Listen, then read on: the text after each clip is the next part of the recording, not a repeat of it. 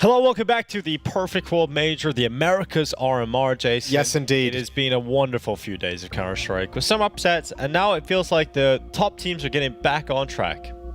Yeah, I mean, it was always going to be that way, right? You had the upsets Sure. on day one, but just too many opportunities for them to go through, and yeah, too many chances for them to bounce back, to recover, to just come in the next day and look way, way stronger, which is exactly what's been happening. Yeah. Obviously, today we're going to be sending some teams home as well. That is true. Some teams will be going home, and we will find out one of those teams in our first game of the day. We've got BESTIA, and they're going to be taking on... Hold the phone, Dico. We're not at the scheduled portion of the pre-show quite yet. I was teasing them. Okay, all my right. bad. Yep. We got the standings here. We can take a look at how things are going. It's Wildcard 3-0, MIBR 3-0. Would you expect that, Jason? Not the Wildcard one. That kind of came out of left field. But the MIBR one, I remember back at Pro League talking with them, and they were on a segment with us and basically said we are the best team in Brazil. So for them to have that confidence fulfilled with a 3-0 run themselves is excellent. And obviously, I like seeing the improvements of that team. The favorites that you're alluding to, Liquid, Complexity, Furia, losing their opening games, or Liquid and Furia losing their opening games, bouncing back. Complexity, I think, losing yesterday in the best of 3, and now going to have a chance to bounce back as well. But it makes it really difficult for some of those upsets to come to fruition in terms of qualification, because now you have the best teams in the region playing at those 2-1 games, as 1-1 games yesterday. Yes, and Nouns and Kaze, they're gone. And there's a lot of information to process on this Swiss bracket, but this is where we're at. Take a look. And process all of that. There is a lot, yeah. We got a lot more Counter-Strike coming up, and we've only got 2 days to do it. Obviously, yeah, this is the path of the teams of most taking resistance as they win and lose. Yeah, there we go. I don't really know where to begin with this particular graphic. There's a lot. We're in the middle now, so we're halfway there. We're getting there.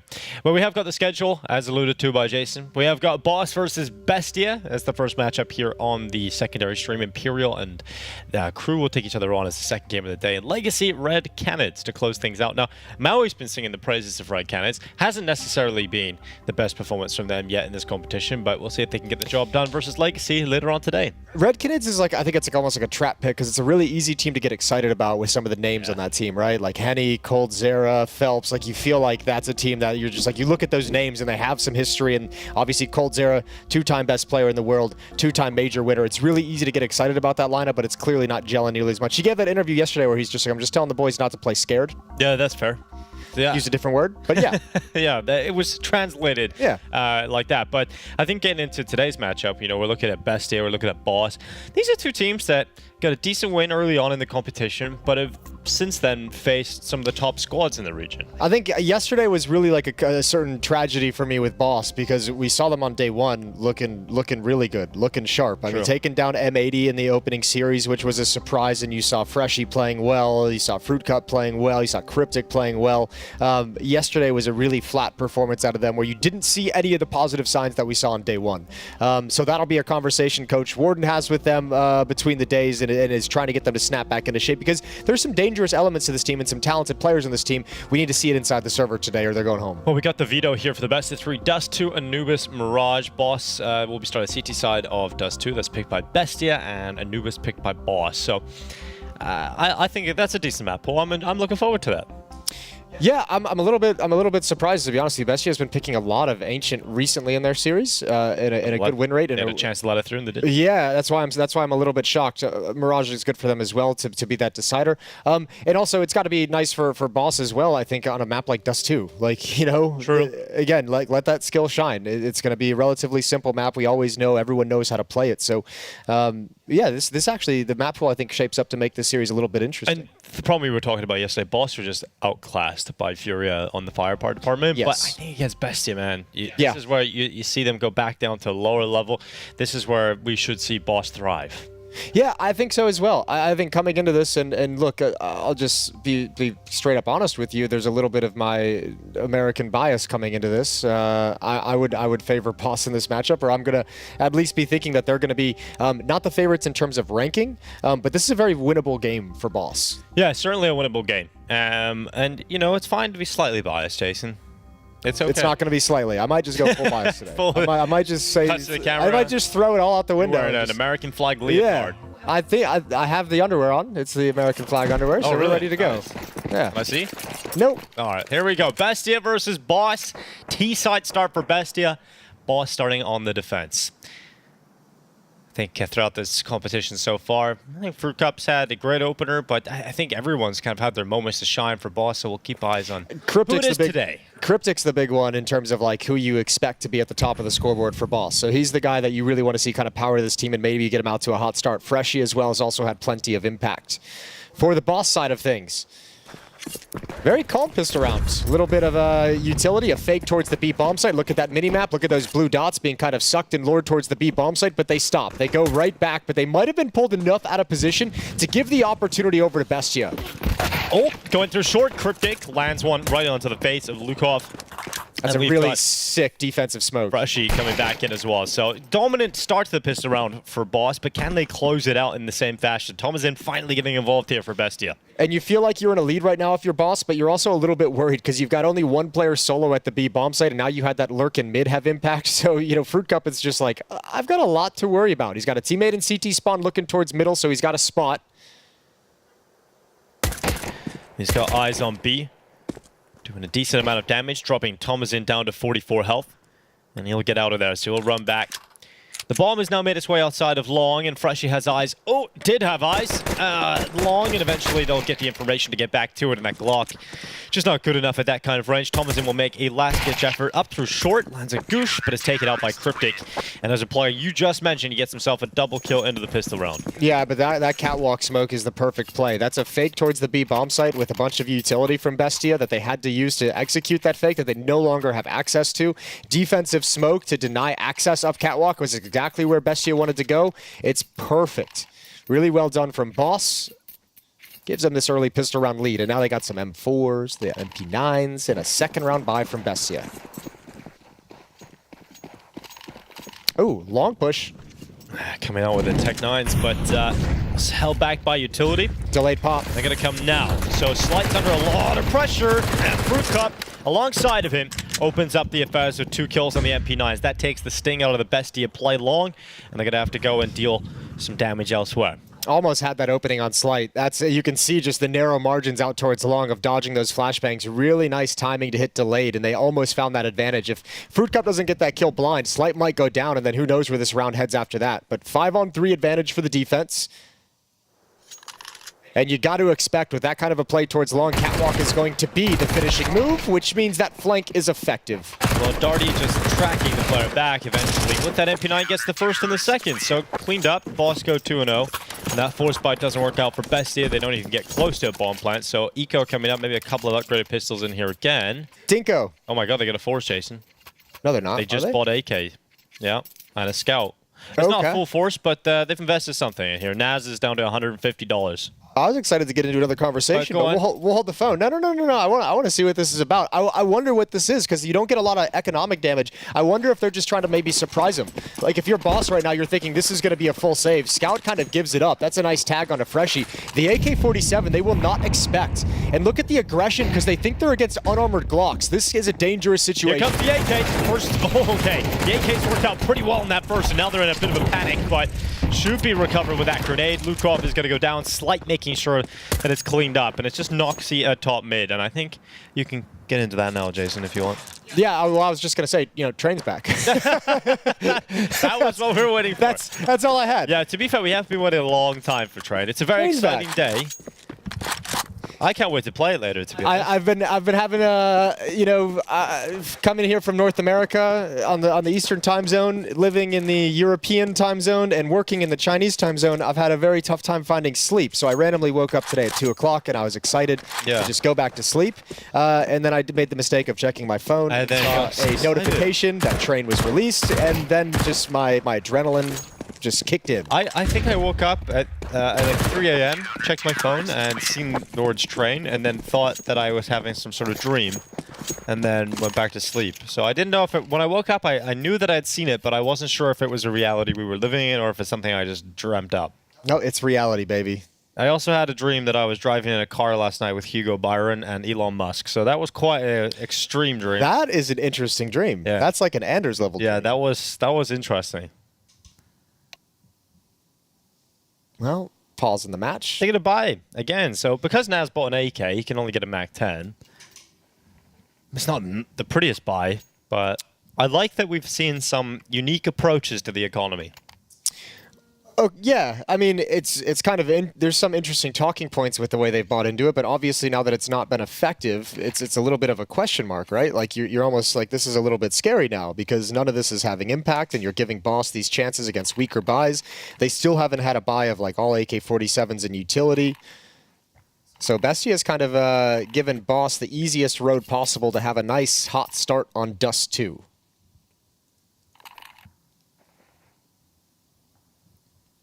I think what's weird about this veto to me of BESTIA picking Dust 2 is when I looked at this morning, it felt like Boss could have picked Dust 2. Like it's a solid map for Boss. It's towards the top of their map pool. And BESTIA has a couple of the maps they could have gone towards that are better win rates. So just a little bit interesting to see how this kind of played out. So a little bit weird. Boss would be loving it though, especially with the start. Yeah, they're super happy. CT side start 3-0. Honestly, favored to win this round too. I think that previous round also showed, you know, some things we'll see on Dust 2, the catwalk pressure with the mid and the lower push as well. If Boss can keep having impact with that and kind of maintain some sort of presence on the CT side towards catwalk and Xbox, you can obviously make the T side feel really, really restricted.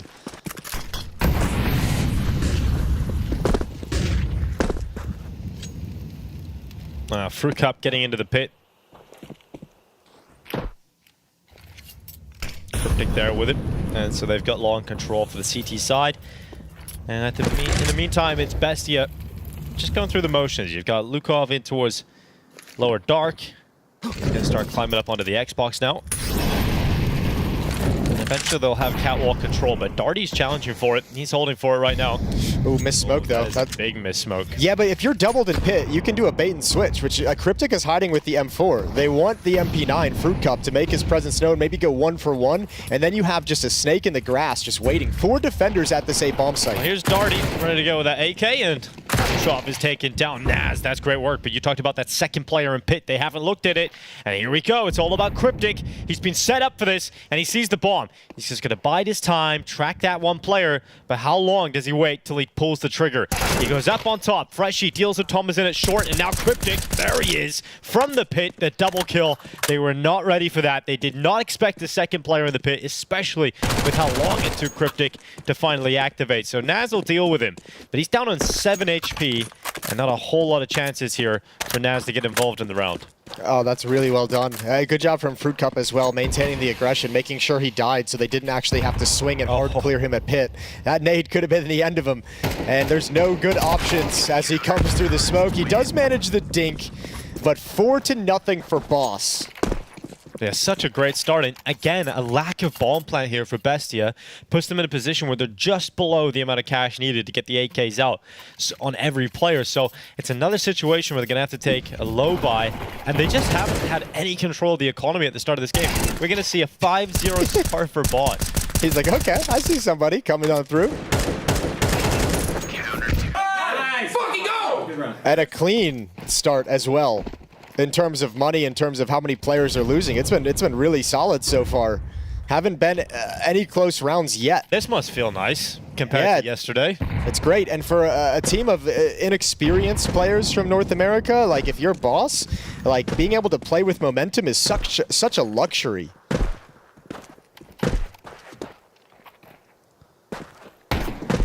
Uh-oh. Cryptic, don't want to be caught. Oh, under a lot of pressure.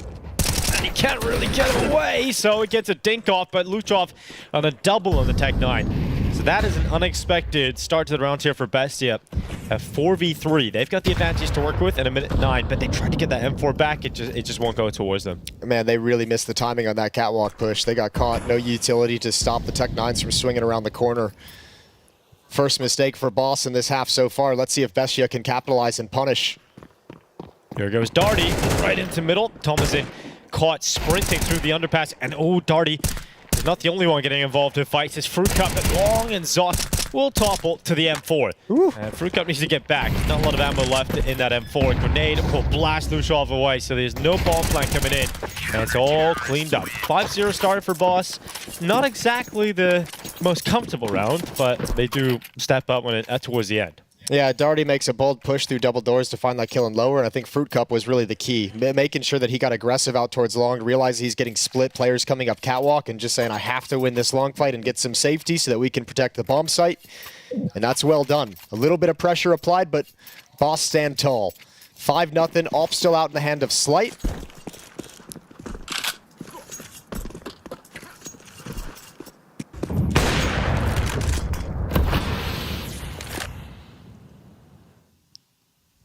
Finally, for the first time, a strong buy for Bestia. Noxy gonna wield his sniper. 0-5 start from him. He would love to get off to the races here with his primary weapon in his hand. Darty going through the smoke in middle. It's gonna work out for a 1-for-1. Naz to take Fruit Cup down elsewhere. Darty in middle, and look at this from Cryptic. Gets into the danger zone. He didn't have his rifle out, but still. Danger zone! He just came out with a kill. I knew that was gonna trigger you, Jason. I have to. I knew that was gonna push your button. Well, risky little mid play, but I like it. Again, I mentioned that on like round 3 is if Boss can maintain that pressure on catwalk and middle and Xbox, which they've done successfully in this round, that's set up from a flashbang by the mid player. Really well done. So Slight's going to take position with the AWP peering towards catwalk, swap over as Cryptic takes long.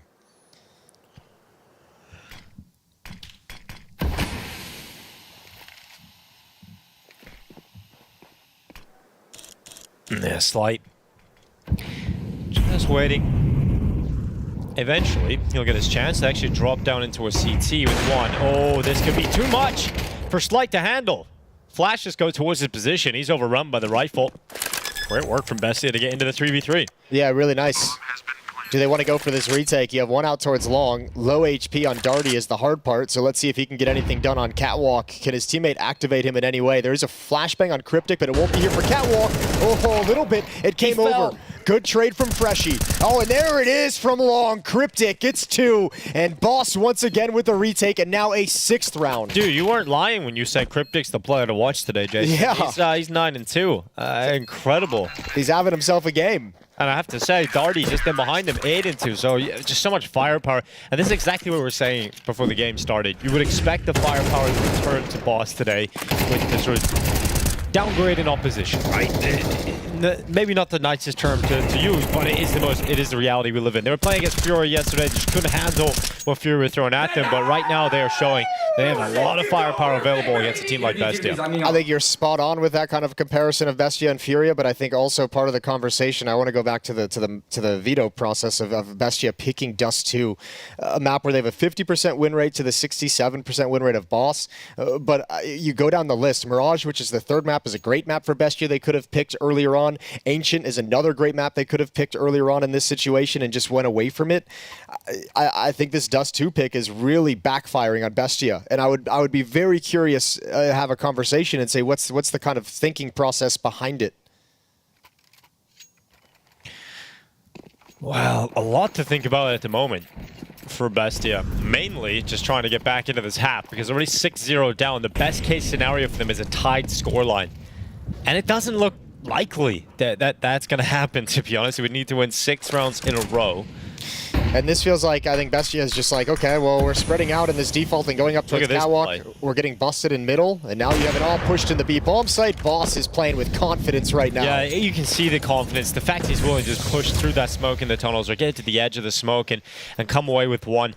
It's just huge work from Slight and a great start of the round here for Boss. And this felt like a round Bestia wanted to focus on that B bomb site, right? They put nobody out towards long. They put 3 players in upper dark. They had 2 players in lower dark. It felt like they wanted to clear and maintain some presence in mid and push back a catwalk aggression and go back to the B bomb site, but that option is taken away from them. Well, Cryptic, he hasn't been missing much. He's got another chance here at range. He actually takes the Dink on board and throws out the grenade. Luchov on 1 HP is somehow still alive. Here comes the mid fight. Freshie looking to challenge down Naz, who's got himself into that cubby. These fights can be a bit awkward when a smoke is on this side of the doorway, so Naz is just trying to get into the better spot so he can have the up on his opponent as that smoke fades away. So Slight now has eyes on the B play. Sees Bestia players trying to get through, but look at this. Oh my god, finally Naz able to turn. Oh, it's an awkward fight. Eventually, it does come out on top for Boss. And it's still looking very How's he good alive? for the American side. I really don't know, Jason, how he's managed to stay alive this whole round, to be honest. And there's not really a foothold in this round for BESTIA. Bomb plant's starting to come in. But here comes the rest of the CTs. The cavalry just charges in. Sure, the bomb plant goes down, but nothing else. Domination. I think BESTIA has a great plan right now. I think they're getting really scattered and disorganized in the mid-round. That AWP pick comes out, and again, I mentioned, I think they wanted to end at this B bomb site pretty much out of spawn. That was the call, and that opening pick just destroyed their plans, and they didn't really have a plan B in the round. Good retake as well, 4-on-2 as the bomb's being planted. It's essentially a 4-on-1 when they begin the retake, and that's perfect.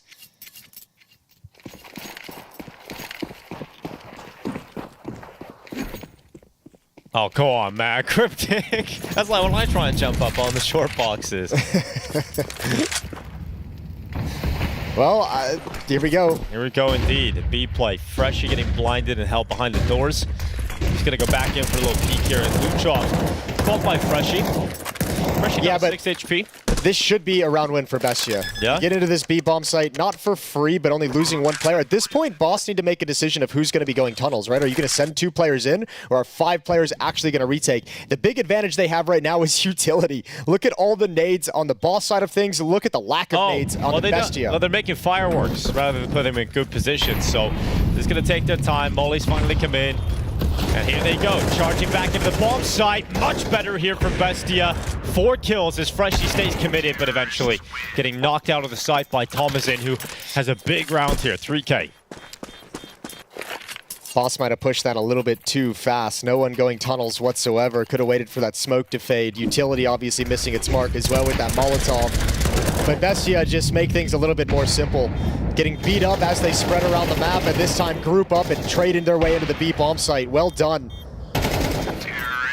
Nobody actually in the bomb site for Boss's defense, so BESTIA get there first.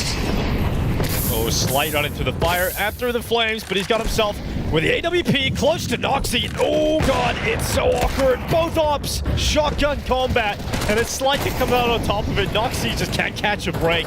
Oh, we're pugging today, baby. This is a real pug right here. Darty getting one back through middle, but Naz was able to grab the trade before the smoke came up again. It is chaos to kick this off. The 2 ops getting involved in the first fight in lower tunnels. And then Freshie inside of the smoke now. Oh my god, what is happening, Jason? What is this? It's just a little scrappy. It's just a little scrappy. And Boss actually have to be careful. For as dominant as this half has been, you're starting to let it slip away. I think Fruit Cup here really needs to prioritize saving this M4. Not even really worth hunting for an extra kill. And he's going to go down and not going to do it. Money's a problem. Slight 2,500, so AWP is no longer going to be in play. And finally, BESTIA have taken the money out of their hands. And this is a great chance for them to close the gap and get to 5.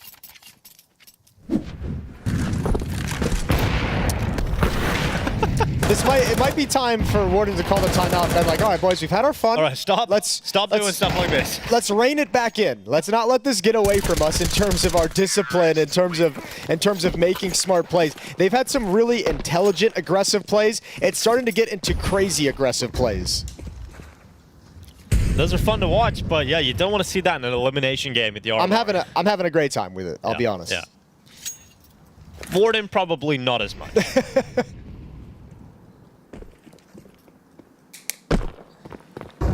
But hey, they made the better economic decision. They haven't thrown everything in there, Jason. They've True. It's Deagles, MP9, and they're gonna stack out towards A. That's not gonna work because a lot of pressure now being put over towards the B bomb site. The bomb congregating there with 3 total members.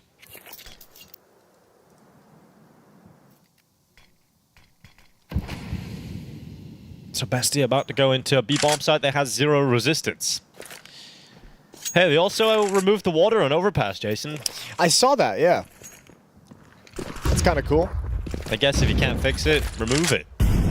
Yeah, fair play to them. They also had that crazy update today that breaks my brain. I don't really know how it works. Oh, the damage? Yeah, like the damage prediction or something. Yeah, I haven't really read into that, nor really understand it. I have, and I still don't get it. Well, if you're an expert at home, let us all know. But you're Goes Boss, trying to come back in and do a little bit of damage. There's an AK, so you want to save that into the next round if you're Darty. Surely would want to keep that AK. Definitely. Get out of there.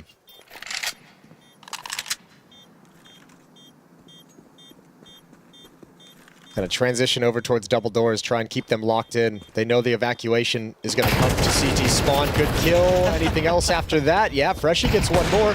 Okay, good shot from Zoc with the AWP to allow the escape route. Slight's going to have nothing coming his way, and Bestia up to 3. 3 in a row for the T side as they get into the swing of things a little bit late, but not too late. And a pause from Boss. But you're right, though. You know, earlier on, you see a retake that doesn't go their way, and then a little bit of a crazy round that ruins their economy. And now we're looking at a scenario where it's very realistic to see Bestia get 5 rounds, and that did not seem like the early portions of this map. It felt like it was going to be a dominant first half from Boss.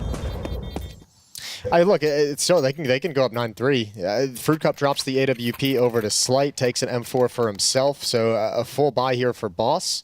Win this round, and you could still put together a very dominant scoreline going into halftime. 4-1 in opening Jules is Darty. That's a great result for him so far. Yeah, he's really picked up. Cryptic had that really nice start as Boss went up to the lead at 7-0. It kind of cooled down a little bit, but Darty's fragging as well. Out towards long. Hasn't been too successful for Bestia, but this time they get the better of the defense, who've just got to back off and take control of Catwalk. They've lost complete control of long. All 5 players are here for Bestia.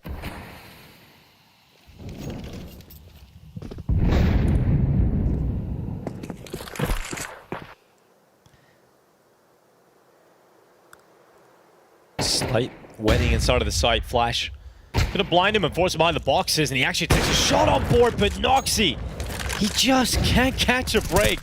Lands the shot, but then gets blasted away. And here comes the attack from Bestia, down into a 3v4.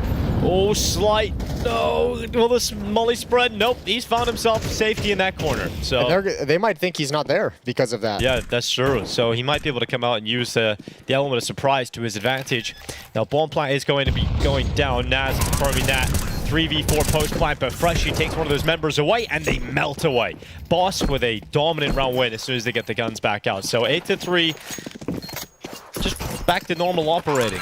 Yeah, really. I mean, a lot of it comes down to Slight winning that duel with the op out towards long, staying alive. Fruit Cup gets 1 kill on the cross. Really good reaction after getting blinded and tagged. That's well done from Fruit Cup as well. But a perfect retake after the fact in the 4-on-3. Come on, man. Good job. Let's fucking... They're fired up, Jason. Expletives. Ones that we understand. Last round of this first half.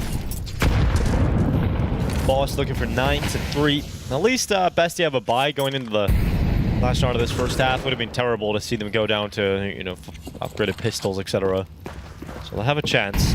Nox still have his AWP. Yet to find a round on it, really.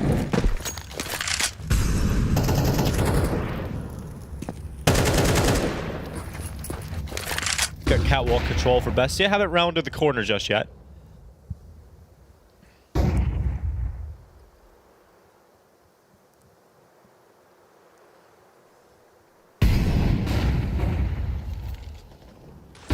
Fruit Cup. Oh, goes for the aggressive stance. Takes the fight in the longhouse. Comes out on top of it. Noxy finally is chiming in with that AWP. Really good situation though for Bestia. Oh, Cryptic coming through that smoke and might negate things. A bomb site was really exposed for some time there, but Bestia's all spread out. I mean, this is essentially 3 players. One's pressuring middle, one pressuring the B bomb site. All pick would be huge and can't land it. No, and he takes damage on board. He can't really peek into that. And a solo play forward from Thomas in, right in towards Freshie. And it hasn't worked out, so the bomb is making a beeline for the A site. Naz is covering off that CT rotation back over, and eventually you're going to get Fruit Cup coming in from long. So we have a small window of opportunity to get that bomb down, and Cryptic falls in CT spawn. So to close this half, it's a 2v3 post plan for BESTIA as they desperately try and get a 4th round, but Darty in from short. A great first half from him. It's all on Noxy, and he can't step up with a clutch. 9-3 from Boss. That round was so labored for BESTIA to get into the bomb site that by the time they actually secured it, they had nowhere to play the post plant, which is why you see him getting aggressive towards Catwalk, being overexposed in the open with no cover, is because he just had to try and get out of the bomb site and secure something. 9-3. A small hiccup of 3 rounds straight for BESTIA, but Boss do a great job recovering. Yeah, great first half here from Cryptic and Darty in particular for Boss. And I'm glad that we've seen them kind of have a reality check when some of the aggression was getting a bit too wild, stabilized their economy, and went back to more of a disciplined style of play, but still had some aggressive maneuvers towards the end of that half, but better ones. You know, Cryptic coming through the CT smoke at the right timing, catching 1v1 fight. Yeah, that's not a plan, right? That's like an individual intuition, but it does contrast nicely to Slight running through a Molotov, taking 50 damage to push lower B. And then getting in a weird awkward shotgun fight with another AWP. Dude, he's lucky that was another AWP. I know. Because if that was a rifle, he's just dead. And and I mean, even the other AWPer, no one was really prepared for that push because the Molotov in that situation, it is just insane to make that push happen. Hell yeah. 9-3. Needless to say, this pistol round is incredibly important for BESTIA on their map pick. Needless to say, but we will say it anyway. Yes, on their map pick, Jason. I know. It's bugging me this whole time, that veto process, and I usually don't care too much about the map veto process, but this one really has me scratching my head at the moment. I think that might be up there for every single caster in the world. One of the most used phrases ever in their life. This pistol round is important, Jason. Yeah, it's hard not to just say it. Because it is important, It's just a throwaway comment. And it got even more important with it. It is correct. There's just no real deep insight into it. This pistol round is incredibly important to everybody at home. Well, let's see what this defensive smoke can do at the B bomb site, how much it's going to be respected. There's a push out towards long. Lukov might have been a little bit early, going for an improvised mid to B split. Cryptic out middle, pulling the B defense away, looking for this play from Noxy.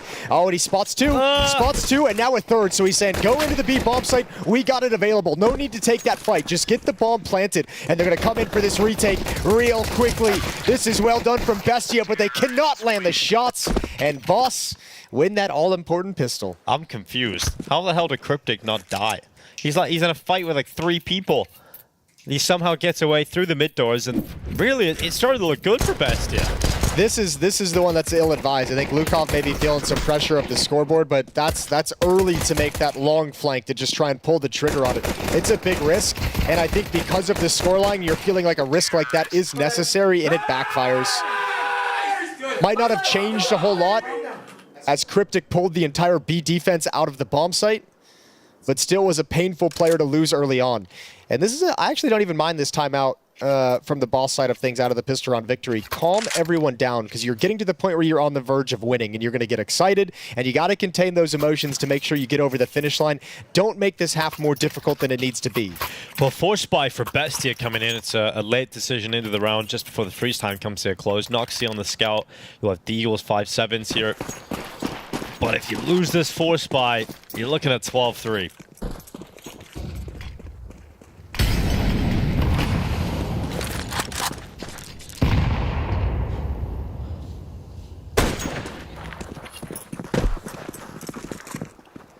I like this idea. Boss are going to group up through short. Keep it simple, stupid. Oh, they're at no man's land. This defense is not prepared for what's coming. They just erupt out of short. Nothing that BESTIA can do about this. They just can't stop it. Luchov able to chime in with a D shot, but is not going to take the attacking power out of Boss. The bomb plant comes in. And if you're BESTIA, you have nothing to play with in the next round here. That smoke isn't going to be doing a whole lot. Nobody's really appreciating that one. Fruit Cup in front of it, goes down. 2 players coming in from Catwalk, but now that smoke is effective. A defensive block of their avenue to Catwalk. If you can get away, an AK is not a bad save here. So Thomason's going to grab it, run away. Well, at least they'll have an AK and a Deagle to play with going into the next round. And I think they have to force buy again. I think that's just BESTIA is just in a situation where it's force buy until you lose. Because either you do that or you wait till 12-3 before you get your one buy of the half, right? So Yeah, it's not an easy situation here, and Bestia's map pick in their elimination game at the RMRs has been a disaster. Yeah, and I guess, I mean, a lot of it comes down to, we hear it all the time when we have questions about, like, veto processes. You can hear it from different teams, the different philosophies of, like, we really think that we can have an advantage on Dust 2. It's been going well for us in practice. We saw something we wanted to exploit. We don't think they're, you know, whatever it might be. But at some point, it's like when you go into these elimination games, the other theory is kind of like, screw the other team, play to your strengths. Go to your strong map. Go to your Ancient as your first pick, and then you could have still had Mirage, which is another good map for you, as the third pick in this series. I think it's really backfired for Bestia, obviously. Luchov taking damage. Slight getting out of long. They're going to group up at B. You mentioned keeping it simple. Boss have certainly done that in the last 2 rounds. And Boss has just shown that they wanted to apply some pressure out towards long, even though they didn't take it. They've just thrown a second smoke towards double doors, and implying they maybe want to go up catwalk, set up a split towards Xbox, and it's just Zoc. He's alone here, and that Molotov ain't not going to hold them at bay. Everyone's blind. Good job from Thomason, and now Zoc can chime in with the Deagle, and Boss is stopped cold. Bomb's down in B, though, so it's not like the 3 remaining players have the bomb. They can fall back and try and pressure in towards A. They're still very much entangled in this B commitment. And Naz, well, he's in the underpass or in the lower tunnel, and he's got a chance with his MP9 to take any opportunity of getting into this round away. Just that one. And that really should be it, but Slight somehow has got to fight down mid doors, so Luchov is finished off, and they put it into a 2v3 with 45 seconds left. Look, you're probably not going to win this round, but any extra damage at this point that you can do is absolutely beautiful. Money is still not great for Bestia. If you take one of these AK-47s away, force some more rebuys out of them, you start really leaning on this economy, can be a huge win condition for you.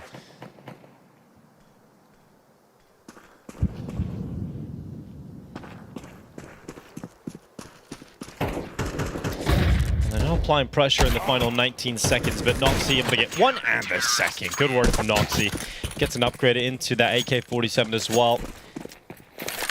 It looked like that was going to be a pretty devastating B hit from Boss, but great timing on the utility. It kind of severed off the main pack of the attack, and the bomb obviously rolling to their feet in the B bomb site helps. Yeah, good flashes also. Cryptic trying to turn that corner blind. Thomason was there at the perfect moment to help cover his teammate, help cover Zoc, who only had a Deagle.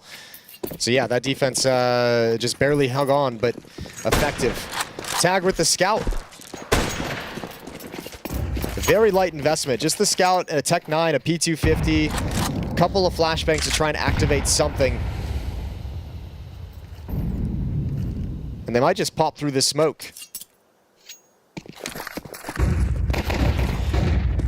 Long, attacking it towards Luchov. The AK is good for a couple. So nice and clean from Bestia to get through that round easily. Some extra money here on Darty, can drop Cryptic.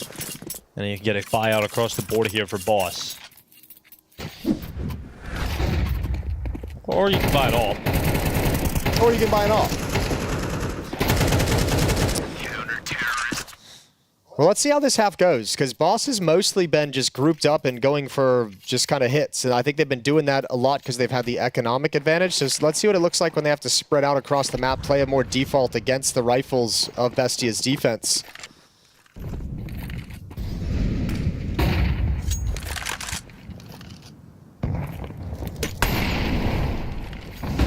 Slight has to use a smoke up just to stay alive. That grenade. Oh god. A lot of utility towards Slight. Fortunate to be alive at the end of the day.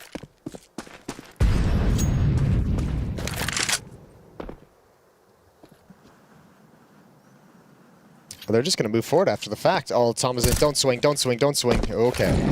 Saw one, puts the Molotov. It ain't worth that kind of a fight.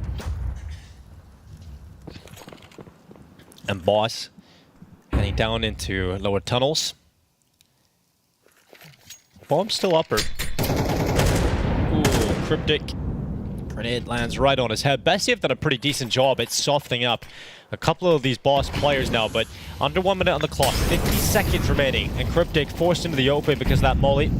Peering down into a CT, but here goes Zoc. This is the fight he wants, and he loses it against FURIA. And now the call to go B is in. Thomason out the window. Luchov on the double kill from CT spawn.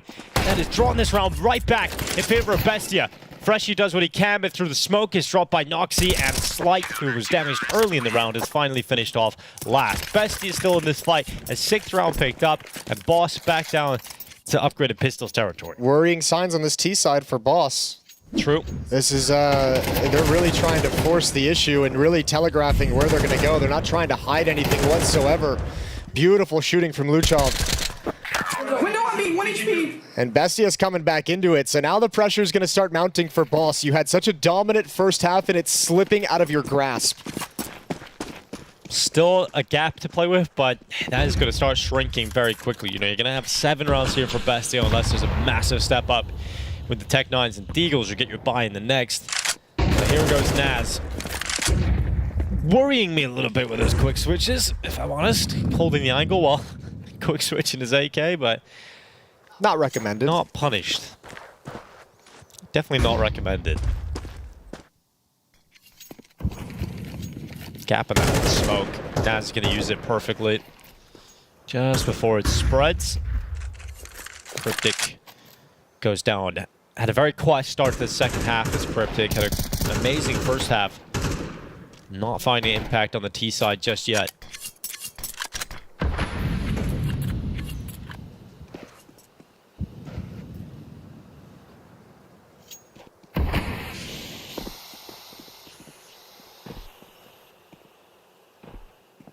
Darty playing solos, just hoping for a silly push out of the defense. Hoping for one of his teammates to find a pick so he can find a seam in this defense. But it ain't gonna happen. Fruit Cup gets 1. Now Darty's gotta play, and that's easy. Bestia within 4.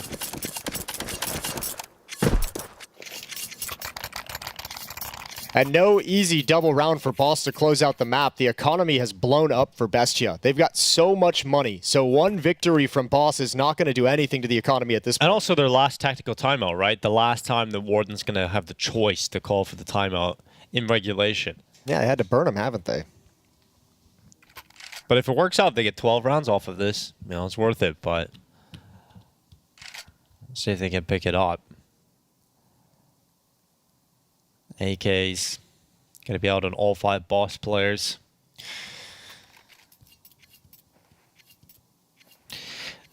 They're actually going to have the AWP if they found a way. You got B spawns. But that'd be crazy. Glass cannon here on Slight.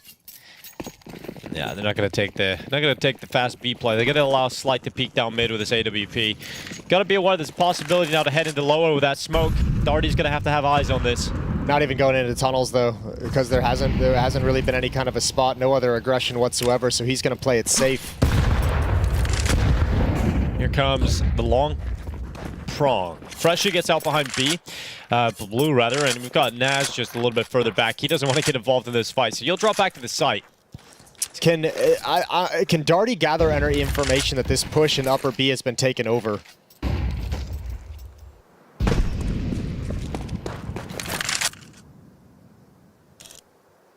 Oh, here comes the information play now from Darty. This is the fight. Oh, this is such an important one for the round. And Thomason just to the left side.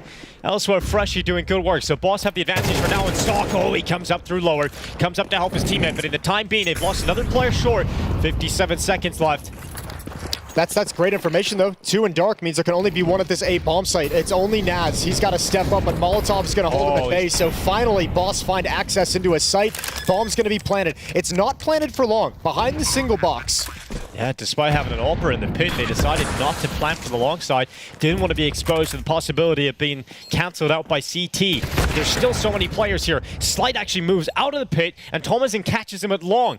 So there's still a bit of a fight going down as Bestia is still going for this, still trying to get into this retake scenario. Freshie, though, finds a gap in the right side of the smoke. It has not worked out for a kill, but he gets back to safety, and he jumps up on top of the boxes. But Freshie's now down, but the time is ticking, and Thomason's still off of the site. No kid on his back. The round should now be easily Fruit Cups to work with, and he'll confirm it with a peek out from Gandalf straight to the headshot, and Boss head to map point.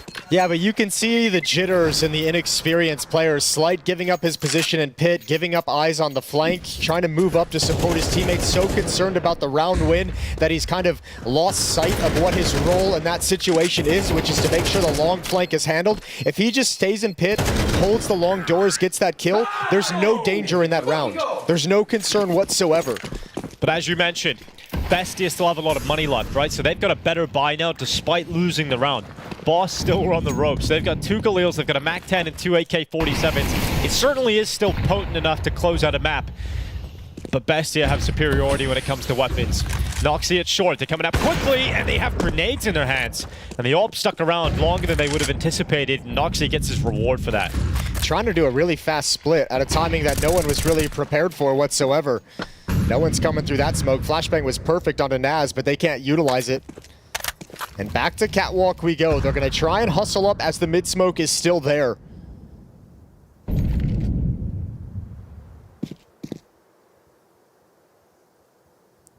Oh, Freshie just about gets his ass over the wall. It's great information found by Thomason, though. You can see him shifting really, really quickly over to the ramp to drop a Molotov, to lay this hit off Catwalk, give him some time to reposition into the A-bomb site and shore up this defense, because now it's really strong. And everybody from Boss is committed into short. They don't have anybody in tunnels, and that is now actually being taken away from Noxy. He's just pushing in towards tunnels now with that AWP. So they're going to have to commit to this.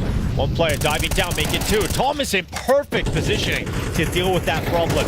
And so 2 kills locked in by Thomas, and Naz is going to step up alongside of him. And BESTIA bounce back immediately after a round loss. So you're going to have to fight for this final round for Boss, and it looks like they're going to have to take a hit, an economic hit here. They'll have a better buy going into the next round, but we're looking at 12-9. Yeah, but this, without any timeouts left, this is a really scary situation for Boss, because I think they're doing a really, they're having a really rough time of slowing and calming the game down on this T side. Everything feels a little bit panicked and a little bit out of control in terms of how they're shifting around on the map. BESTIA is able to get really, really good reads about their movements. B bomb site hasn't been successful for Boss. Mid to B splits have been handled by BESTIA. Noxy had a really rough start to this game, but the AWP is starting to warm up into it. Oh, cryptic. Goes down through the smoke. Thomason just laying down the law. So immediately handed a deficit to work with here for Boston. They could actually try and get up through Cat. Noxy could be overwhelmed. There's just a lot of Tech 9s coming this way, so it does well to get one. Just couldn't drop back to the bomb site. But the rest of his teammates have got the job covered, and we do see that 9th round as anticipated. The buy is now back for Boss, and a chance to close it, but if they lose this, yeah, you're in the really scary, dangerous territory where you've kind of let it slip. Well, if you're Boss, you essentially feeling like at this point you have 2 chances. Yeah. Right? You lose this one, you save, or you go for a small buy, a half buy. And then you have that final round of the half if you lose that as well. And that would be a full buy. So you're thinking, we got 2 chances to close out this map with full buys.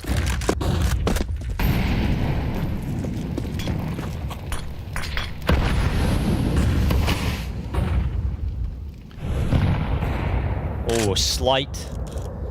Good opener. Could that be the first step here to closing out the first map for Boss? They're going to start relocating back over towards the B bomb site.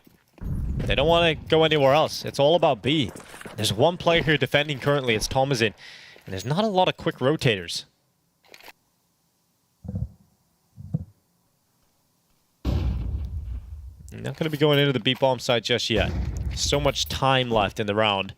And this does give time for BESTIA to reposition their troops and get an extra play over to the B site.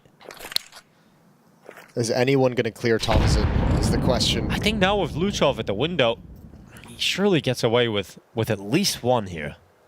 This could be a nasty little crossfire setup, although out in the open, turns from the flashbangs. Now they know. Now they know. Now they've got him. But over towards Car. Good trade from Darty. Both the entries into the site. and this will be the best chance Boss have to close this map out. Naz looking to try and heat things up at the back of the site, but FURIA will get away with the bomb plant and his life as he steps out of the fire and the flames, back onto the platform, gets involved in this headshot angle, and almost should be getting this kill, and will be. Naz is gone, and so soon will be BESTIA on their map pick, Jason. Dust 2 goes the way of Boss, and BESTIA now have an uphill battle for the rest of this elimination game. Yeah, they do. That's a nice, I mean, look, it's a nice win. It's not the prettiest thing in the world. There were certainly struggles on the T side, and you can see both teams really kind of have disorganized offensive sides, yes, right? Like, true. neither of them were very clean whatsoever. But man, Boss just with that kind of a first half, you just have the luxury and the pistol round in the second of being able to just grind it out, despite the fact that it's not pretty. But they just needed to find a few ways to just close the game out after such a strong first showing. But great work from Boss. Firepower in the first half was beautiful to watch, in particular from Cryptic and Darty. And just about getting the job done in the second half. But it is their opponent's map pick, so there's that added luxury of now you go into Anubis, one map up, looking to survive here in the RMR. Yeah, but I think between these two teams, again, like we know this is these are kind of two of the teams that obviously at the bottom of this kind of an RMR. I mean, even if it seems like it's going to be a favored map, just by the T sides that we've seen and how disorganized, it can go any way. It can go any which way. Yeah, true. We're in for a wild ride, is what we're expecting here. But Boss take the first blow. I think really it felt like Boss wasn't finding a whole lot of I don't think they did a good job of finding ways to put themselves in favorable fights for their openings. A lot of their opening plays and opening moves from players felt very forced on Dust 2. I think what's interesting though, when we go over to Anubis, and we can talk about it a little bit more, but you know, when we come back from the break, but CT side, CT's kind of have to be able to point and pick moments of aggression on Anubis. And that's one thing that Boss did really good on their CT side here on Dust 2. So that's something we'll keep an eye on going into the second map. Hopefully not the crazy CT aggression though. You know, the wild maneuvers. You know what? I'd like a few of those sprinkled in. I'm okay with it. Entertainment value. But I think we can't let Warden age too much during this series. And if you're BESTIA, I think you got to be a little bit happy. A couple of their players started this series out really slow. I think Noxy at one point was like 0-9, I felt 0-8. so bad for him in that first half. Which is always a rough place to be when you're in an elimination game. You start to feel like crap as that player in this sort of a situation. There's two rounds in particular that spring to mind for Noxy when it comes to getting that AWP out. One of them, he goes lower tunnels, and there's an AWP running through the fire and the flames, jumping into him, and then he gets involved in this awkward fight. Then, against Long, he shoots him through the box. He does like 90 damage, and Slight peeks into him. So Noxy had a couple of moments where it was just a bit unlucky, a bit unfortunate with the AWP. So, but it had better step-ups in the second half for sure. And then you look at the scoreboard, and you're like, actually, you know, there was Zoc and Thomason were kind of the top fraggers of the entire server. Dude, second half, it felt like Thomason was just getting multi-kill after multi-kill. And Cryptic really quieted down in the second half, right? He had, I think, like 11 or 12 kills in the first half on the CT side. Yeah, he was really struggling, and he was the player kind of taking most of those opening attempts. He was the player kind of trying to go first and trying to create the opportunity in the opening pick for his team. And as I said, they did a bad job setting up some of those opening gambits and using utility to make those fights easier for him, and couldn't find a whole lot of success there. So, yeah, it's going to be interesting. This is still up in the air. BESTIA still have a chance to rebound in this series. Yeah, and I think from a neutral's perspective, we're perhaps hoping that is the case, and we see that third map decider of Mirage. If it gets to Mirage as a decider, you're going to have to give this to, like, as an advantage over to BESTIA. Strong map for them, very strong map for them, and have an advantage on it over Boss. So, yeah, if you get to the third map, I think Boss is going to be on a really rough place. Well, Mirage still a long way away, but what is coming up is Anubis. We're going to take a break. When we come back, we've got that second map of Anubis in this elimination game here at the Americas RMR.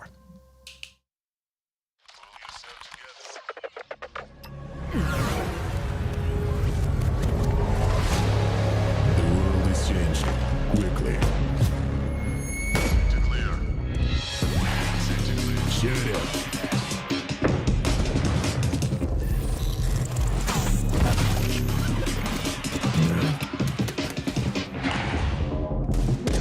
The world is changing, but one thing remains the same. Victories with 1xBet.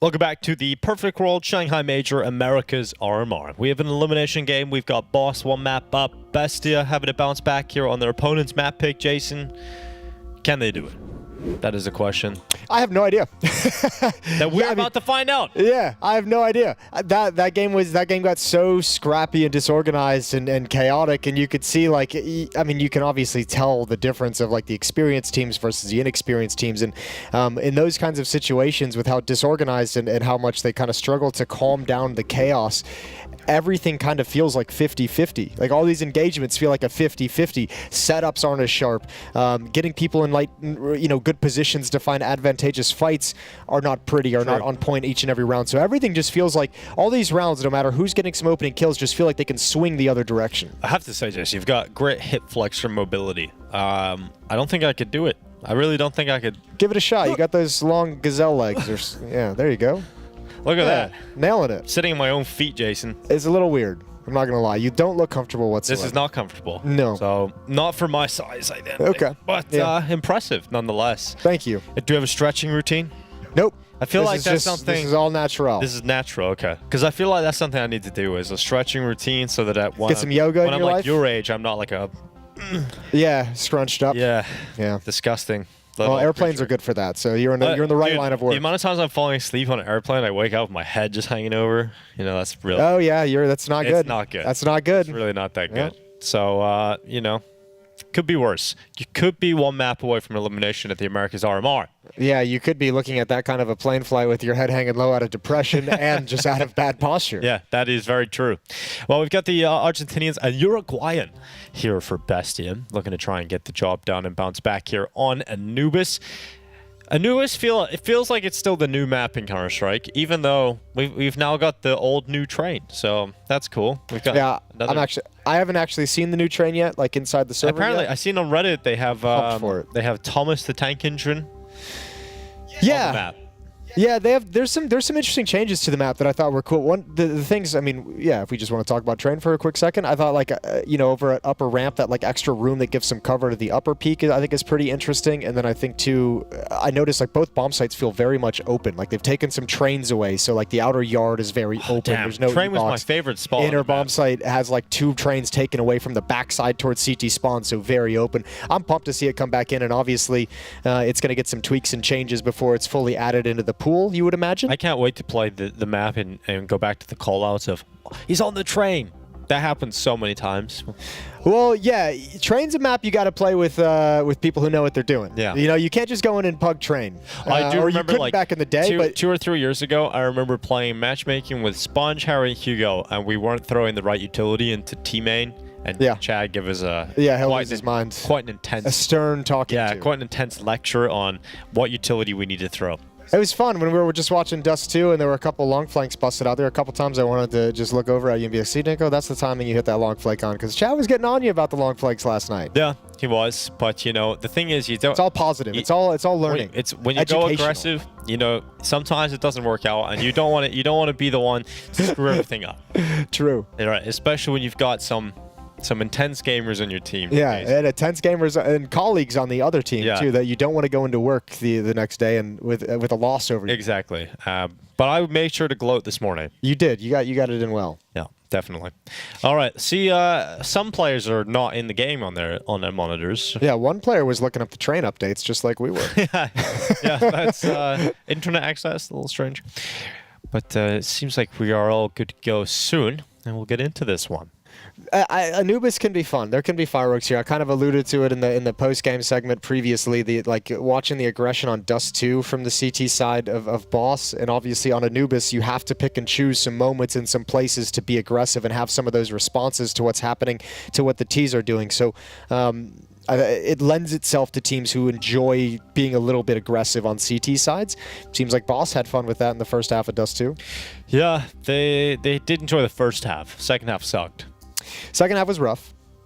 I mean, It didn't suck. They won. You still won, yeah. But it did get a little But scrappy. it could have been a really. It could have been You cleaner. know, we could have been halfway through Anubis by now. This is true. We could have been half. We could be. We're trying to make it back for the hotel breakfast.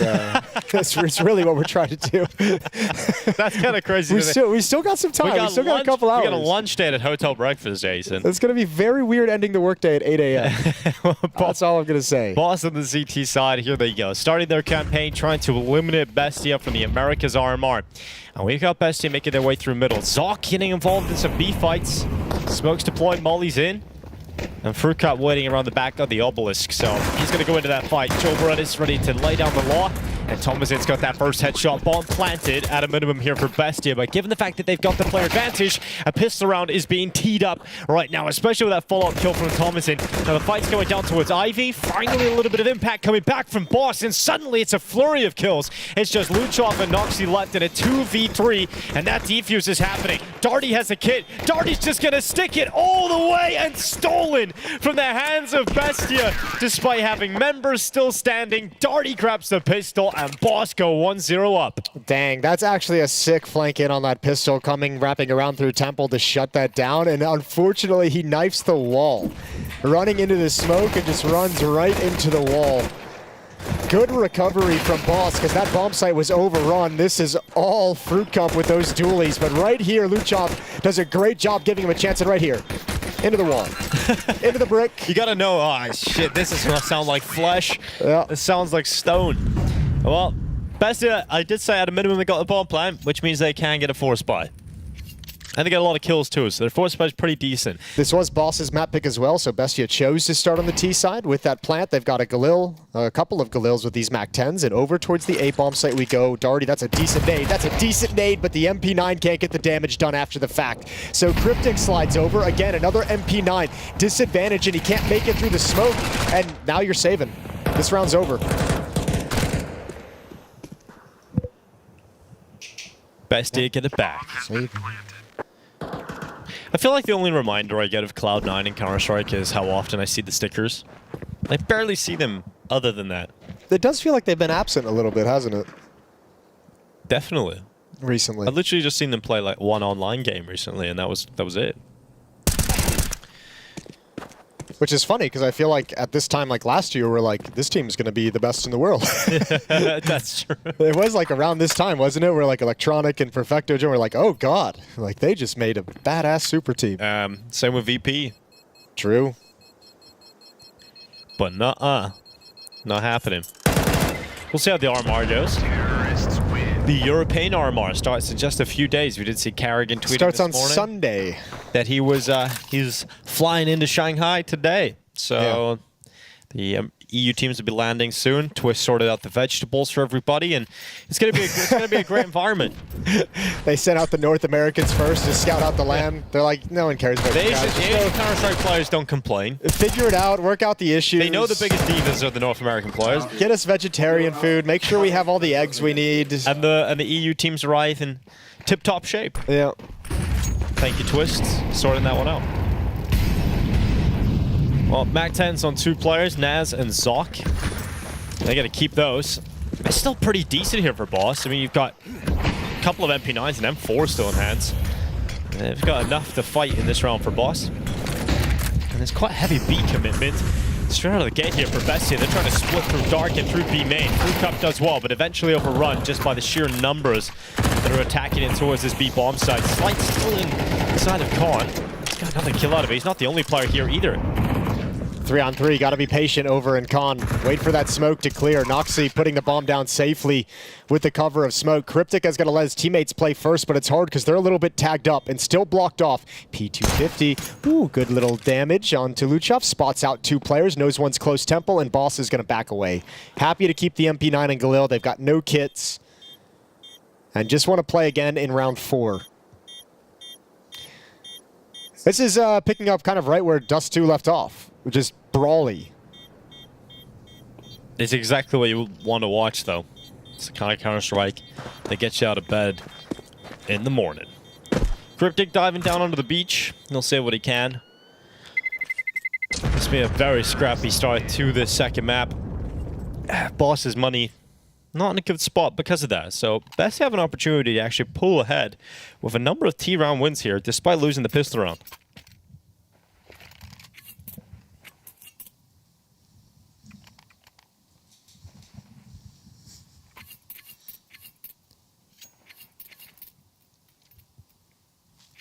All right, round 4.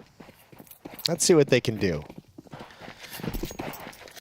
I mean, at least Boss have had something to fight with in every round, but it does feel like it's incredibly unlikely they're able to tie up the scoreline here 2-2. So BESTIA should get themselves a 3-1 lead. Nice buffer built up already.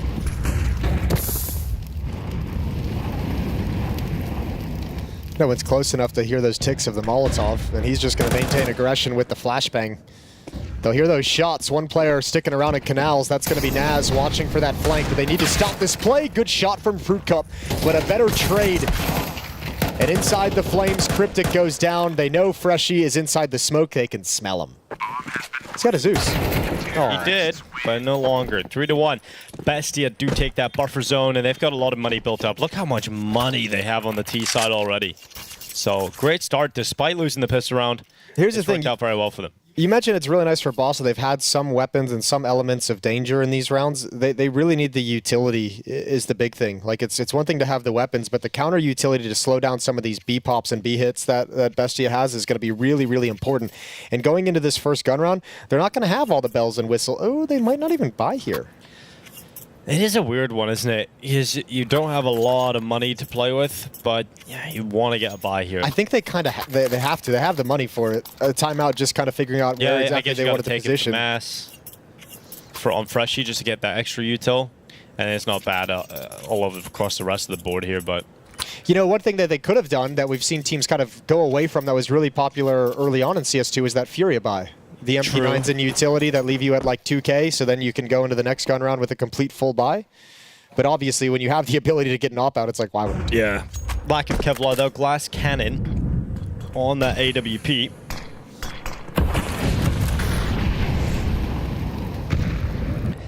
But prioritizing getting slight hands on it nice and early.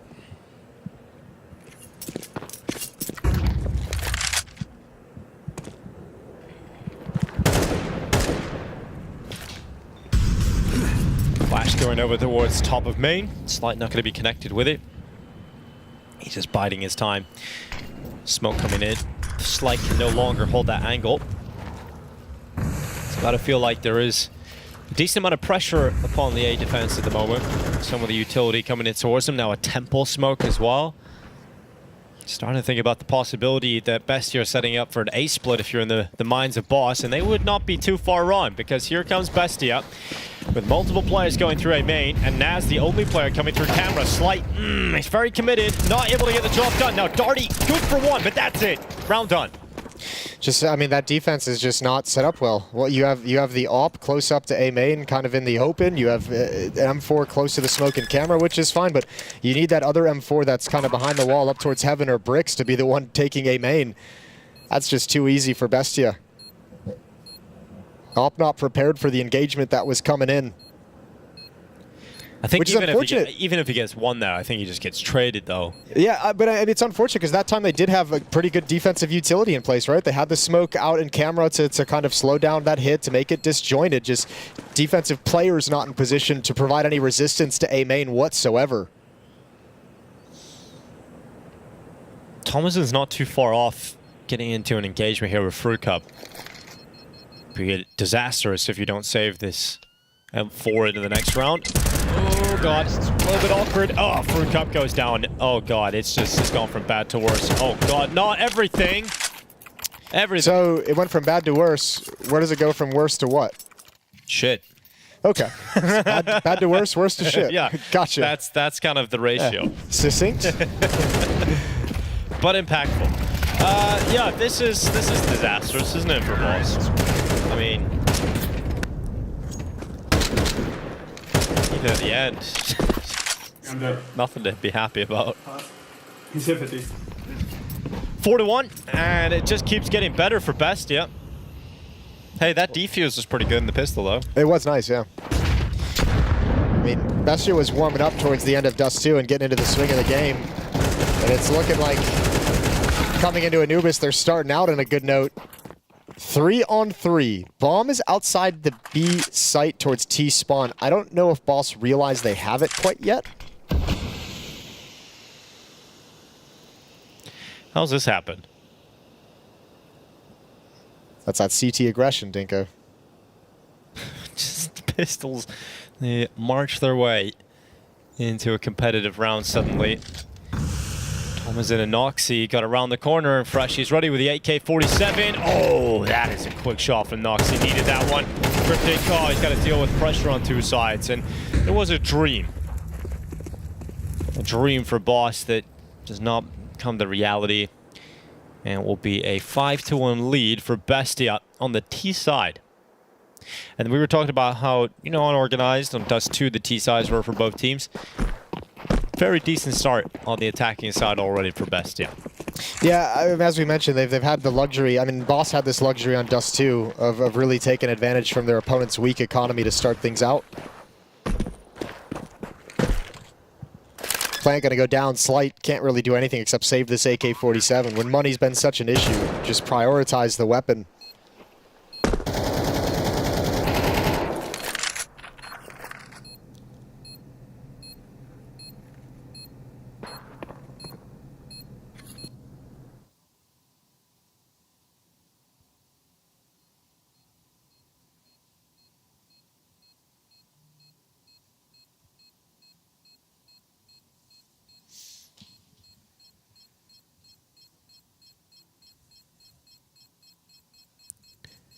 And disappointing start here for Boss on the map, but both teams struggling on their own selections.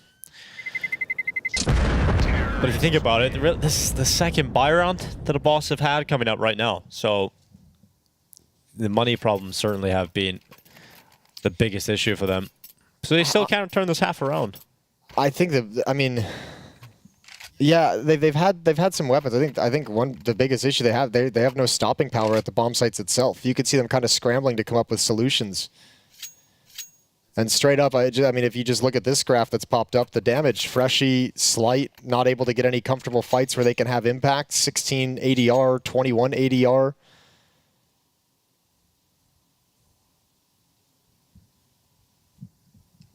Not able to hold BESTIA back whatsoever. Really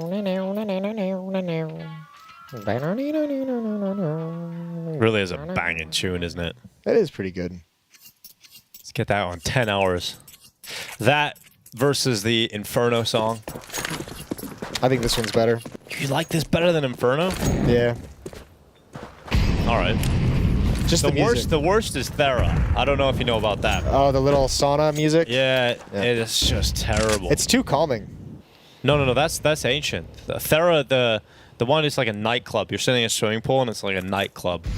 Okay. It's abrasive. Okay. Not a big fan of that one. Tom is in. Not rounding the corner just yet at A. Darty's going to drop a little bit further back, and Utility's about to come in anyway. Send a Molotov onto the left side. Naz now applying pressure in middle. Took a little jiggle in B main, and you could see two players, Fruit Cup and Freshy, rotating back towards CT spawn to the A bomb site. It's a good read, because middle is starting to be aggressed upon by BESTIA. It looks like they're trying to set up for an A split again, but they have plenty of opportunities to adjust. And they seem a lot more comfortable on this T side than they did on Dust 2. Good map control now for the T side, and Smoke's fading. Cryptic, he's given a chance for a double, but he only gets the one kill. Lushov making sure it's a quick trade in. They're going to split the A bomb side again. Darty must deliver, and he won't. He won't get a single kill. And so that's the site overrun again. Ooh, this is really rough now for Boss. I wonder why Fruit Cup and Freshy decided to go away from that rotation to A. It looked like they had the perfect read. I wonder what sold them that it was the wrong idea. Good shot from Freshy, another one, and Nocti, okay, he's gonna drop into the bomb site. This is doable now in a 2v2. Well, Flash going out of heaven. Thomas is just gonna play at Fountain, ready to drown out Freshy, who just peeks into the open at heaven and gives away a 1v1. That's what All right, Thomas in 1v2. He'll take that for sure. Yeah, this is looking toast. Unless Boss can do a complete 180, they look a little bit lost on this CT side. Actually, I don't know why I said a little bit. They look a lot a bit lost. They're cold, alone, and confused in the woods right now. That 1v2 was too easy. How do you fight? You throw everything into the retake, and then this. Yeah, neither of those players are prepared for any kind of a fight. Like a little overextension from heaven, not even with the gun out.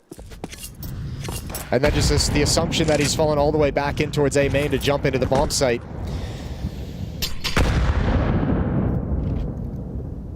Boss needs someone on an individual level to give him a round, to just some kind of heroics.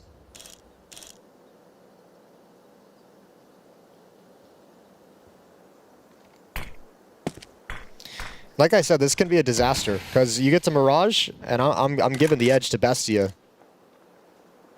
So Boss need a recovery right here, right now.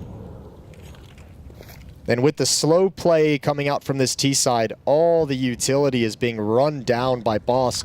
They're not holding on to it because they're just so afraid of the way they've been beaten up round after round. So a huge advantage in utility for BESTIA as this round gets into the late stages.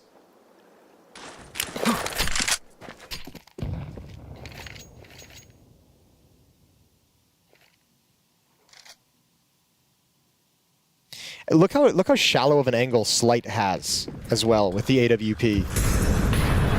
Like, he's had the freedom to have a deep angle, and he misses the shot. Tomazin, easy entry. Now it's on Darty, 1v5, and he's only got a FAMAS, and that's the round.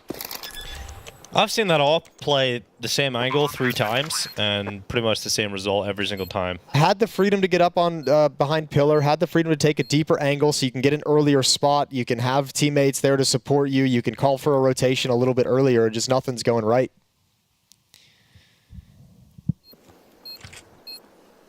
I'm a little confused. Just how much they've dropped off here, Boss, on the CT side. This has been a one-way street, and they just about won the pistol as well. So could have been a flawless game so far from BESTIA.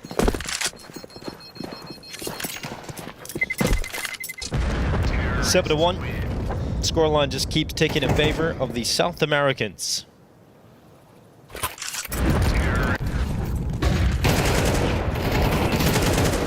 Too easy getting through that A defense. You can just see the frustrations here. Warden looks a little alarmed about that. It's a tough position to be in as a coach. You're just looking around and you're like, I don't even know what this. I don't know what the solution is. I don't know. You know, it's hard. You can make all the changes you want strategically and tactically, but individually, I think Boss players are getting caught out of position, weak positions. And BESTIA looking much stronger here than on Dust 2.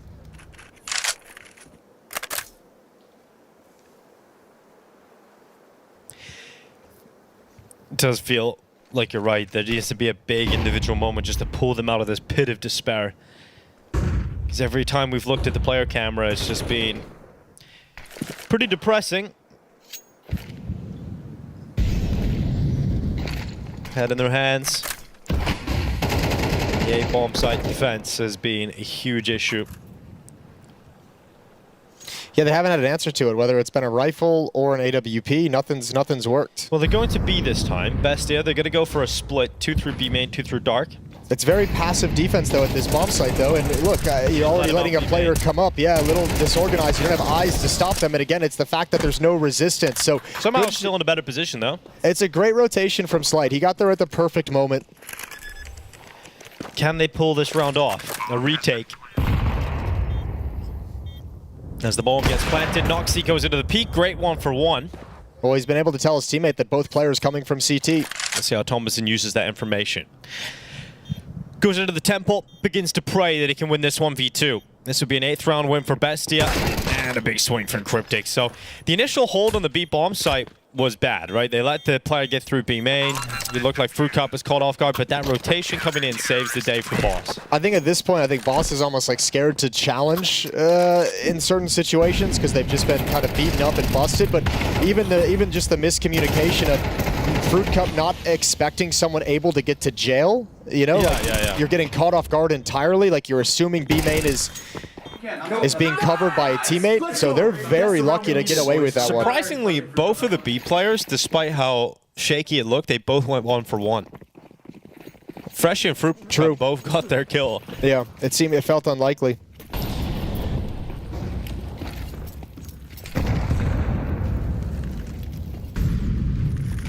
Here comes an A main play. They're going right through the smoke. It's been the bread and butter.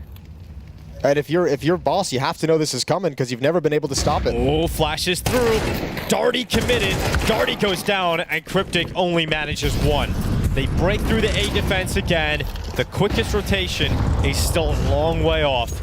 And the A bomb site is safely in the control of BESTIA. I think with that missed shot, you almost have to just save this. Gonna be a really tough retake with all this utility still in position, and yeah, Boss is backing off because they need these weapons for the last round. There's no money in the bank. And they even tried to set up an aggressive A stance, right? They had 2 players aggressive in A main, and you think that's gonna be enough to at least take 2 down with you. But and you know, like it's kind of a bummer because it's like on one level, I'm like, you know, it's really nice seeing Boss kind of stay in this game mentally to the point where they're giving different looks. They're still trying to problem solve. They haven't just checked out. They're giving new setups. It just sucks that none of them work. Terrorists win. They've tried passive, they've tried aggressive, they tried an AWP, and they're all getting destroyed. well, there's still a chance to get 4 rounds out of this first half, and if you get 4 rounds, it's something to work with in the second, but it just feels a long way off considering they've won a single gun round.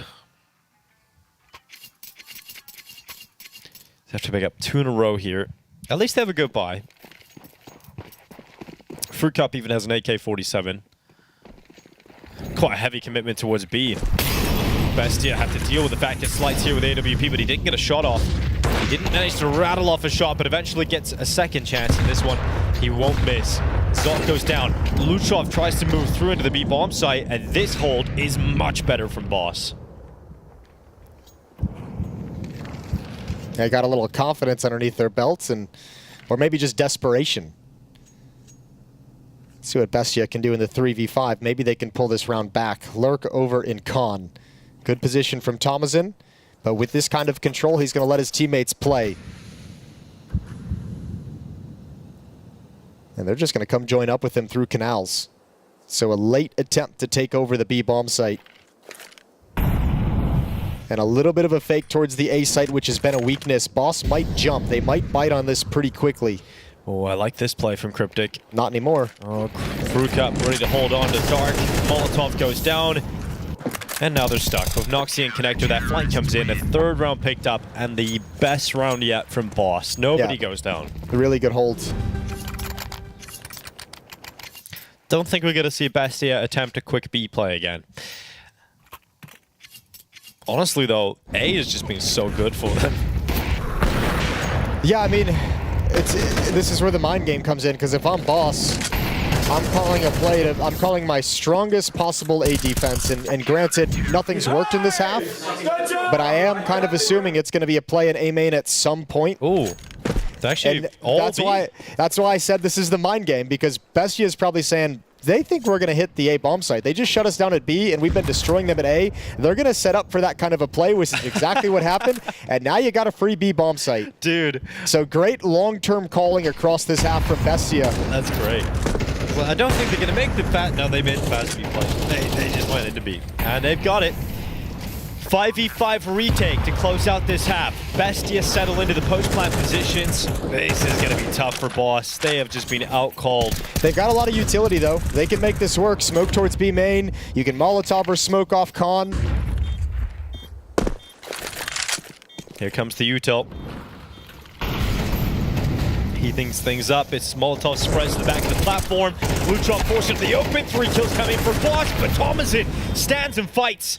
Eventually goes down, and Noxie to close it with a 1v2 time as that defuse starts. Fruit Cup, well, he's going to stick it all the way. Starts the half with a defuse and closes the half with a defuse. A 4th round secure for Boss, 2 at the end, and that's not bad compared to the rest of the half. That huge sea of round wins from Bestia comes to a close right at the end. Yeah, but there it is. There's that utility advantage in this retake. Everything used from Bestia just to get in, and when it all clears, you've got 2 Molotovs, 2 smokes put in place, plenty of nades and flashbangs coming in, and fantastic trading from Boss.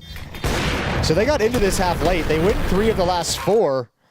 It's just very late in the half. Say your favorite line, Dinko. This pistol round's really important. There we go. Nailed it. Absolutely nailed it. Good emphasis, good energy. But it is, Jason.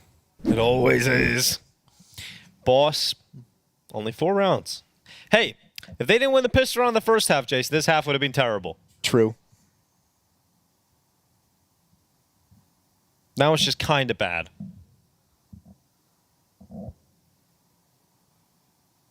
Stop reading the patch notes, man.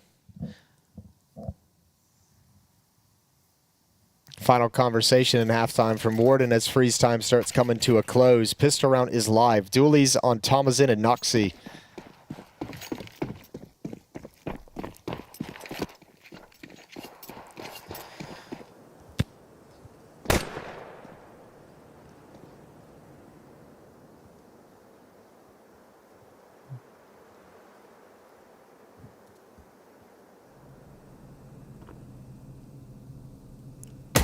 Oh. Well, that start sucks. Nice shot, though. Yeah, it was a beautiful great shot. Yeah. Can't really do much about that if you have a Glock. And now look at the B push. Perfectly timed from Bestia. Just as Boss starts shifting away, they've got all the information. Calling out it's going to be an A finish. Calling out the potential for an A split. It'll come down to these engagements in A main as Thomasin is here with the dualies. But Darty should play this really passively. Well, Darty just goes aggressive, finds the headshot. Now Sock off of the fountain manages 1 before being traded out, but here's the rotation. Here's the cavalry arriving for Bestia. The Drill Berettas go down. What a shot from Darty. He's just landing beautiful, beautiful shots for his squad. But Lukov and Naz, they're still in this fight. No. Suddenly it's just Freshy, and he's low on bullets. Reload. Oh, God. Naz able to close it. It looked good for Boss for a moment until it didn't. They did all that work. Darty hit some bangers. Triple kill to get them into this bomb site and just cannot hang on to it. The double stance, the aggressive stance towards heaven just backfires on Boss. Well, they have a chance to win the force buy, but that's gonna hurt. Darty does so much work here. First kill's great, second kill even better. Darty's just doing everything. You think, okay, that's the pistol, and then this happens. It's missed shots in this engagement. Slight and Freshy had chances for pretty clean kills, and they just missed the opportunity. He said important. He said that was important, Jason. Thank you. Glad I have a translator. He agrees with me. Well, Thomasin sits back in mid. Fruit Cup, Cryptic charging their way through into camera. Zoc is starting to go with that MP9, and 3 quick kills here for Bestia. It's a 10th round locked in a second. Wow. That was fast.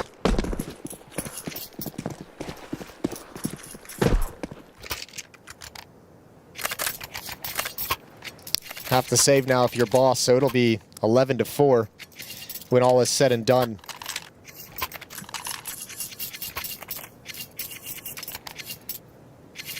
And after seeing Boss's T-side on Dust 2, can't have too much faith. This one's going to be super different, and especially with the way it's been going. And then you've got that mountain of Mirage you got to deal with as the 3rd and final map in the series for elimination.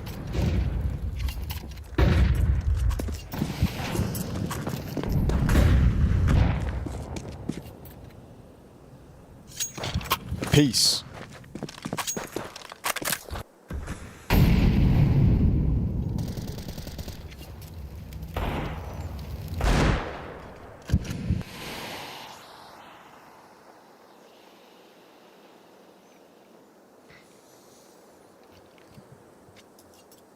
Feels like Mirage is coming real soon.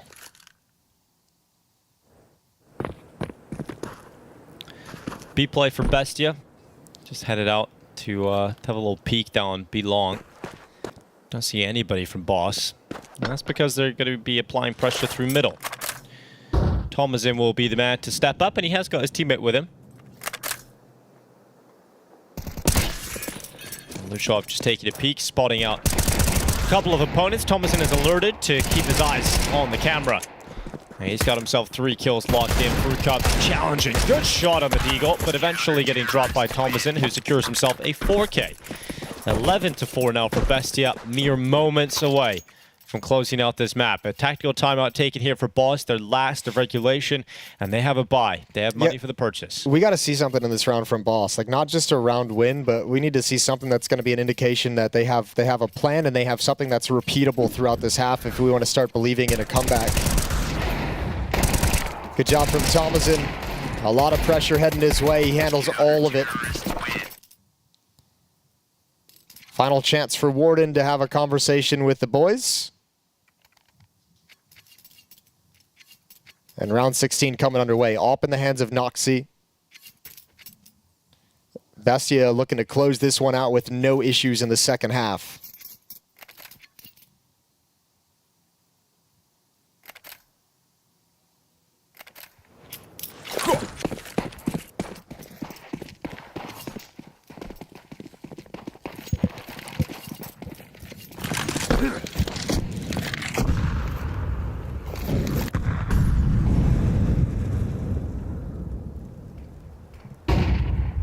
Scope up for slide in towards Dark. Oh, needs to get out of that. Molotov comes in. Lukov, look at this. He's freed up. He goes straight through the water, and a second kill as Cryptic got blinded upon that peak.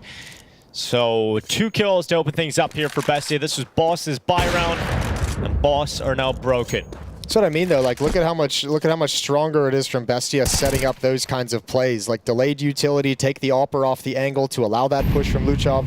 Nade utility to make the Canals players turn and be nervous. And just a complete decimation of Boss on Anubis. A beautiful map of Counter-Strike from BESTIA.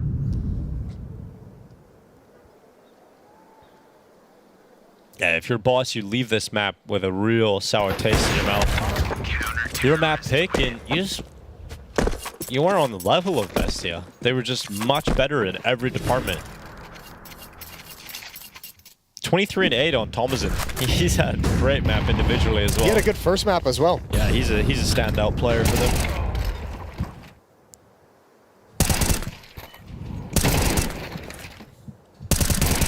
Well, there's always Mirage, but as you've highlighted, that doesn't feel like it's much to rely on for Boss.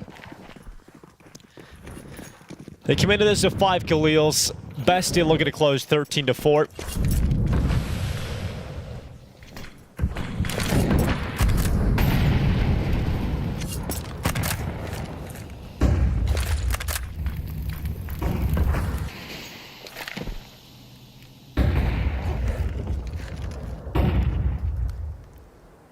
And here comes Slight out of B main, right in towards the wetty arms of Naz. Darty making sure that it's a 1-for-1 trade now. Ooh, Luchov, tough spot. He's got to fight on 2 fronts. How has he got away with a second? He spins back.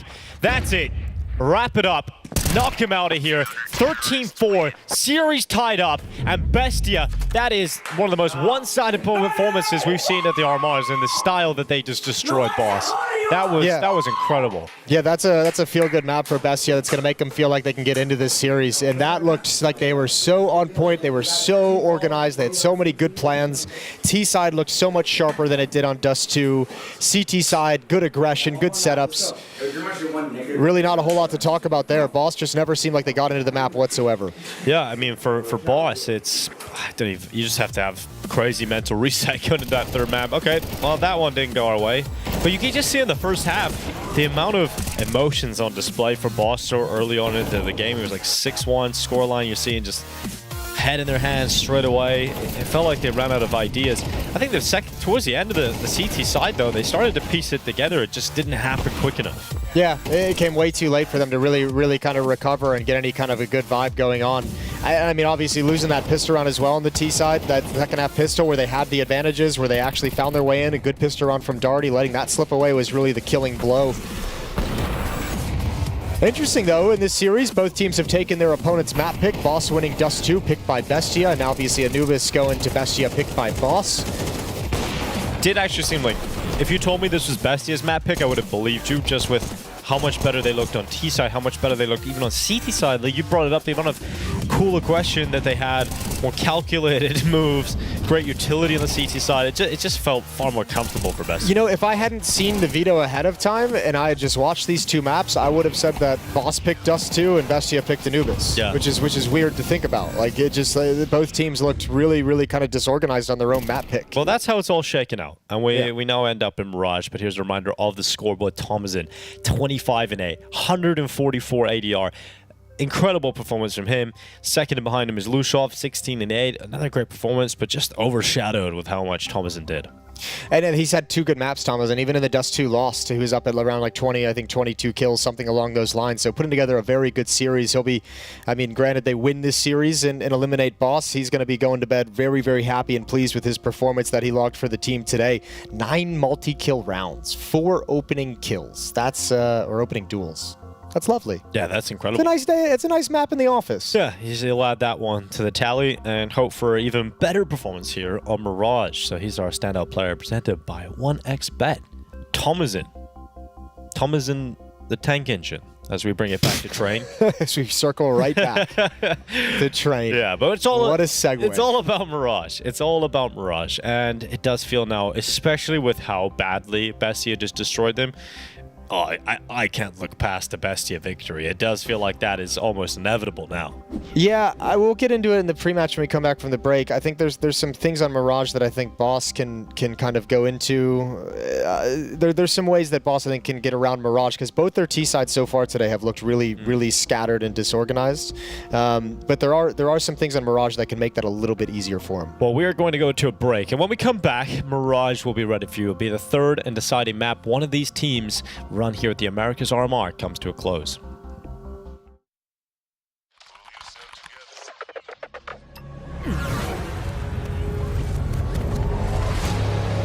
world is changing quickly. To clear. Shoot up.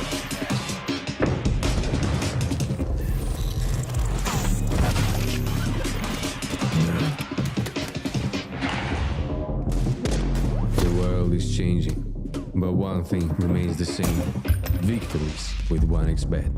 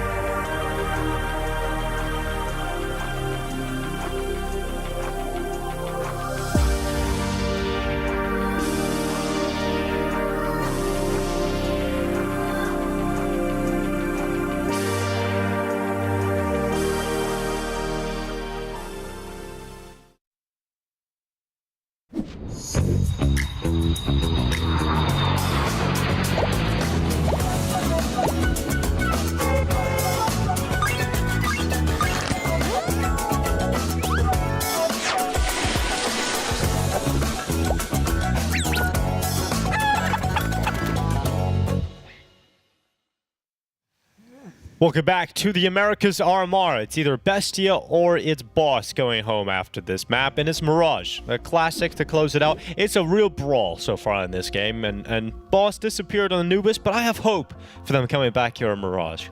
Have hope, Yeah. but not faith. Not faith, but hope. Yeah, it's going to be a tough one. As I mentioned a couple of times, once we get to Mirage, this feels like a map that's going to be firmly in the favor of Bestia coming into this as well. I alluded to it towards the end of the last segment. I think one thing, because we've seen some rough T sides from Boss on Dust 2 and Anubis, where it's kind of gotten away from them and disorganized and lost in kind of chaos in mid rounds.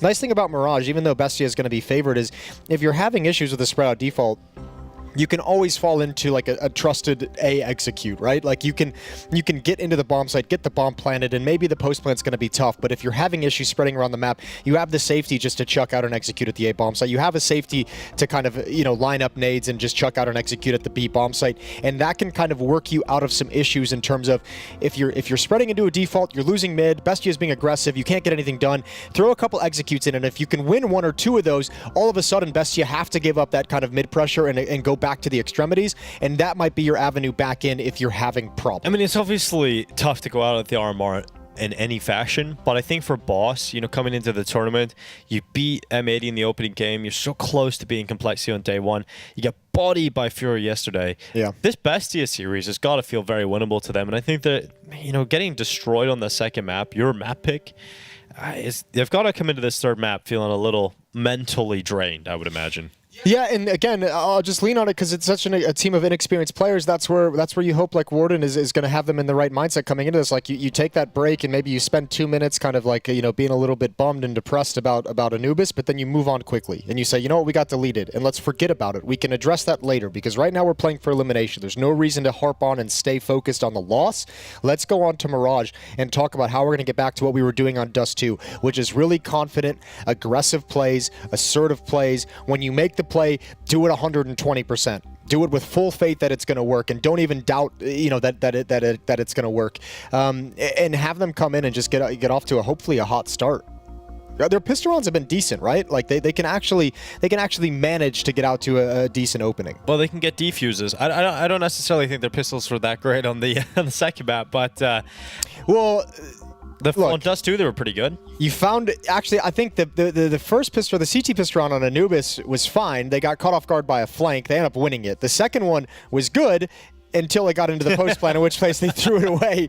You did work yourself out of a 4v5 to have a 3-on-2 advantage, and then you just screwed up everything from that point.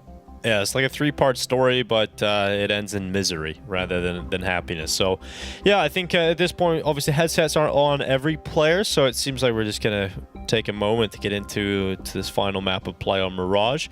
Not the only game that's currently going on. Well, it actually might be now, Jason, because that Pain game looked like... We did come back in when Pain was up 12-0 yeah, first so half. that might actually just be straight up over. Yeah, that might be Pain toast. versus 9Z. That's surprising to me, because I thought that would have been a very close game. 9Z versus Pain on paper. I thought so as well. Or at least closer than what it is right now. I have no idea what the score on the first map was, though. I know Pain won it, so it's looking like they're gonna be winning their advancement game. So congratulations, early congratulations, and hopefully not a jinxing congratulations. Just like yesterday. Yeah, just like yesterday. Yeah, I watched that back yesterday when you called that we're definitely gonna see Wildcard at the Major. It's 1% chance of losing this I watched round. it back and I just like, they really did you dirty, Jason. They did. It's Susp just like decided to forget how that recoil exists. Which is crazy because he had like 30 kills on that first map. But they got it in the next round. They got it done. And yeah, celebrations all around. Everyone was saying Amaranth has saved North American Counter-Strike. That's all it took. It's all it took, says Blah. Amaranth was the prediction that he had months ago. If we had just known, years back that she was the solution, we would have brought it in. You would have been on a team with her. Right. I would have been the GM. Yeah. Well, It looks like we're just a moment away. It seems like they're always reading. Have they got their notes on the PC? I was looking at that too. I think that's what it was. Yeah, okay, because I'm like, they just keep reading something on there, but... All right, Bestia starting T side, Boss starting CT side. Let's see what that pistol round can do. 2 players pretty dedicated into the A bomb site. Freshie playing back towards Ticket. Doolies up on the balk. And this will be in a set piece. The question is there going to be any trickery mixed in? There's one player lurking, just looking for a B push, a mid push. He's going to come back and join up. And then we're going to get this underway. Here's the util.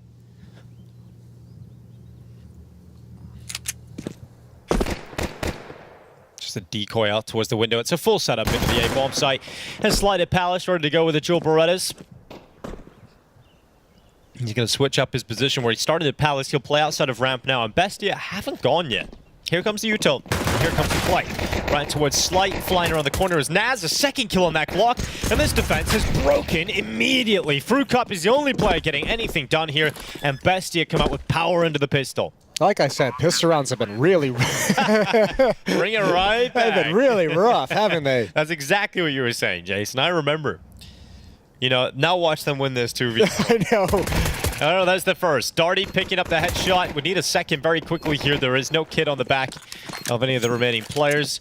Darty sprinting into the bomb side. It was a 1v2 now. They're on the other side. A triple! Oh! Just like you said, Jason, they're God tier in the pistols.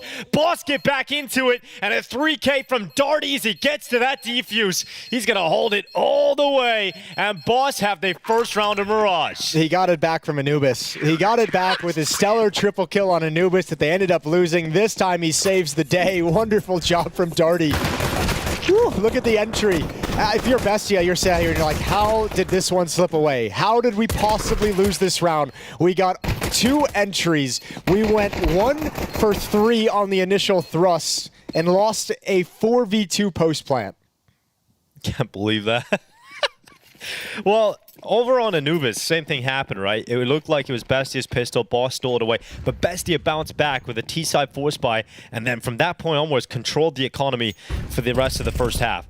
There's a chance to do that again here. Bestia have a really solid force buy here. 4 Galils and a Tech 9. They're already out. Just look at a fight. Look at a brawl inside of this A-bomb site. A lot of this comes down to this catwalk engagement. Cryptic needs to win this fight. Fruit Cup's going to find one. There goes Cryptic. Darty takes his eyes off the ball. He's got to reposition when his teammate goes down. And Disaster striking again. Yeah, well, 3v3, at least this round is winnable for Boss. They can go back into it. They got a smoke available on Freshie. That's the only piece of utility left.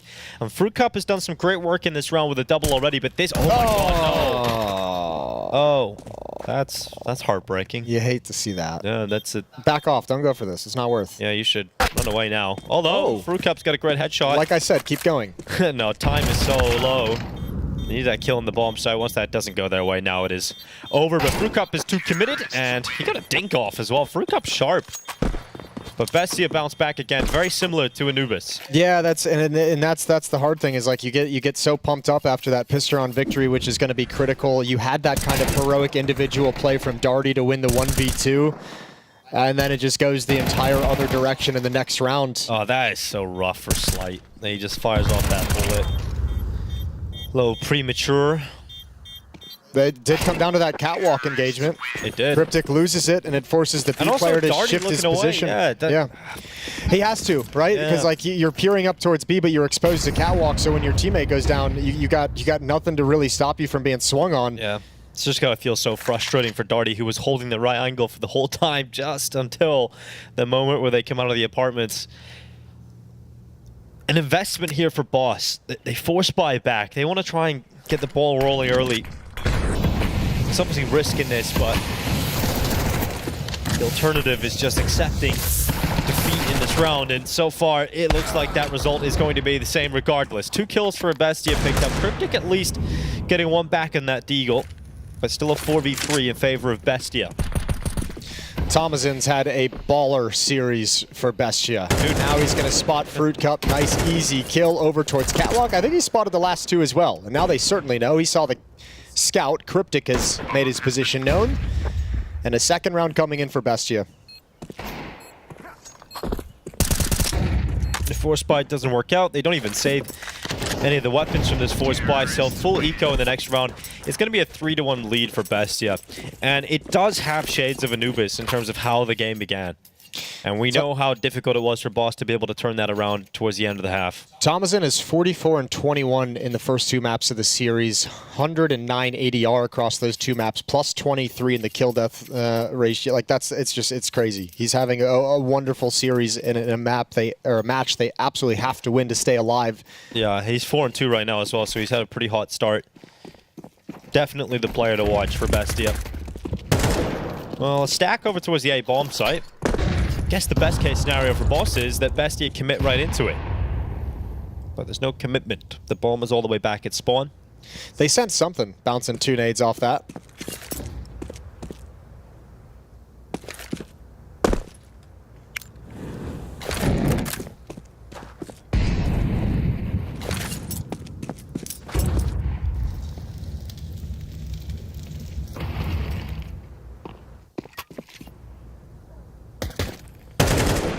There's Thomason with another one. He's sharp. Yeah, he really is.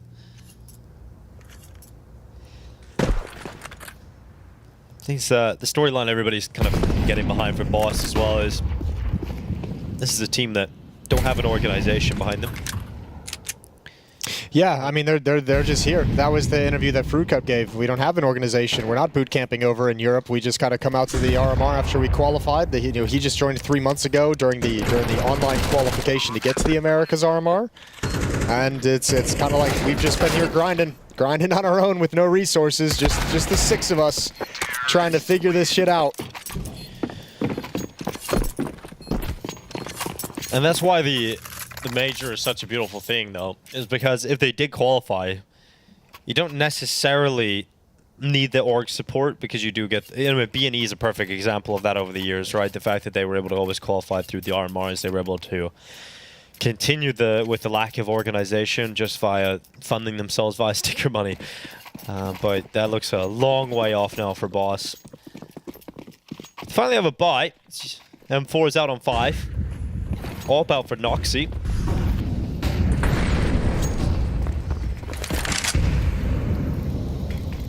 Naz is going to go into the underpass Molotov out connector. Here's Freshy around the corner. Luchov. Oh, God. That's awkward timing. A quick switch. Jumped in the open. Not ready for Freshy to be in that advanced position. BESTIA staying committed towards B at the moment. Now Darty gets eradicated. Cryptic has to step up, and he does nothing. Thomason with a great shot through that window is now a 4v3. And BESTIA have penetrated the B bomb site. I was going to say Shades of Dust too with that really risky ramp push that actually pans out for Boss, but then Shades of Anubis of just BESTIA being able to bully their way into this B bomb site a number of times already. And if this becomes a weakness, it'll be a real problem. And now that you're in a 2v4, you got to back off and save. Good job from Noxy providing cover with the AWP. It's going to be 4-1. B defenders both go down without any kind of a fight back. Neither of them able to get a kill. Slight and Darty with the 2 players over towards A on Anubis. Darty again having a bit of a tough time hanging onto this B bomb site. The 4-1 lead out the gate here for BESTIA. And yeah, I like this action cam. Yeah, what was that? That was a little shake there at the beginning of that cam. I was like, are you ready for the explosion? I was ready. Tactical timeout straight away here for Boss, letting Warden get on the mic. Alarming that they've had slow starts in both maps now. It's Cryptic that went down short. After seeing it, Darty fell. They could all just focus on his one spot.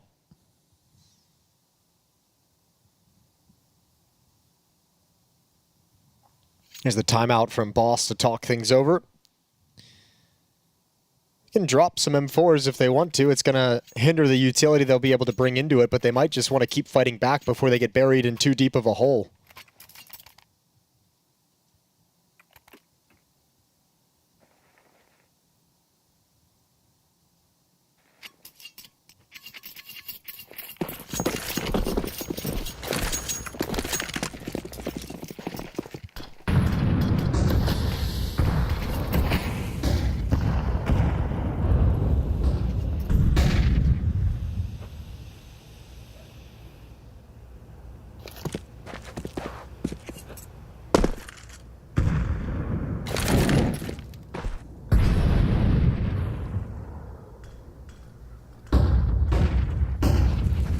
Mid-take for BESTIA completed.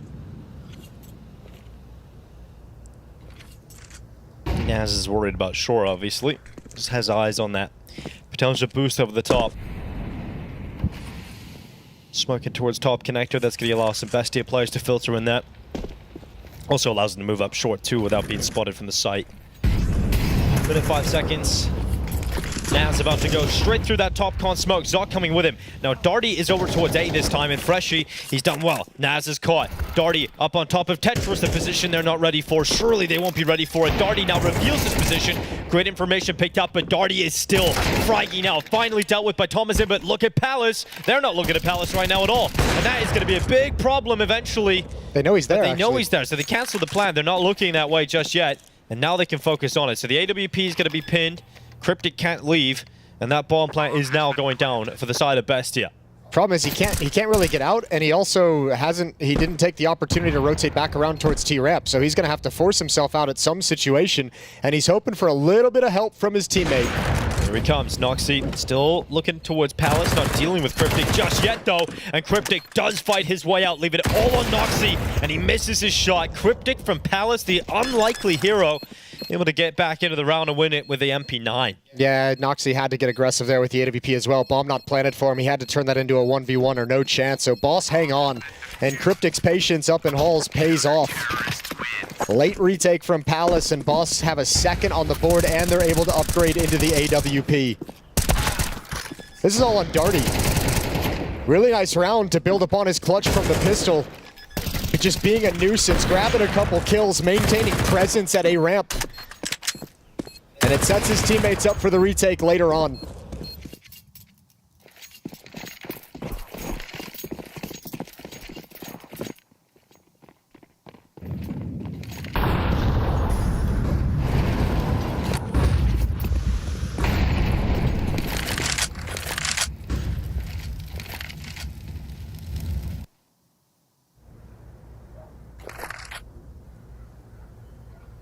Slight with a great angle into the apartments.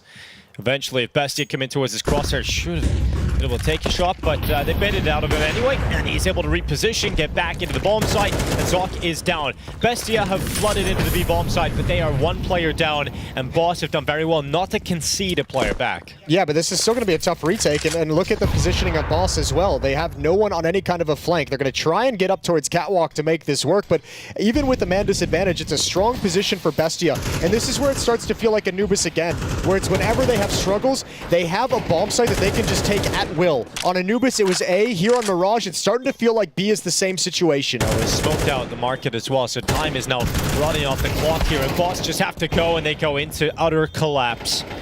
4 kills in the blink of an eye for BESTIA, and you're right, it feels like they just have free reign over the B bomb site. Even after losing the first player, they just 4 get into the bomb site, and that's enough.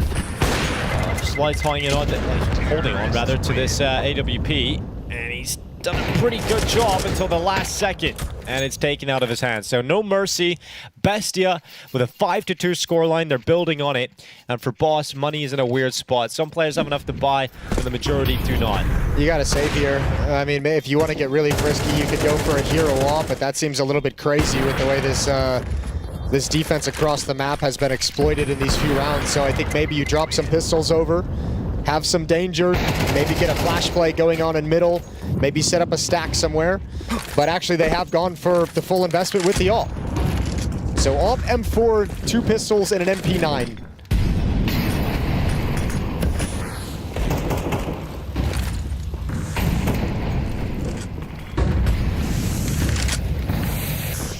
Here comes Thomasin out of the apartments. It's going to be Fruit Cup banging out Luchov, and a couple of kills back and forth, but BESTIA will be happy with that, keeping numbers even as they try and get into the B bomb side again.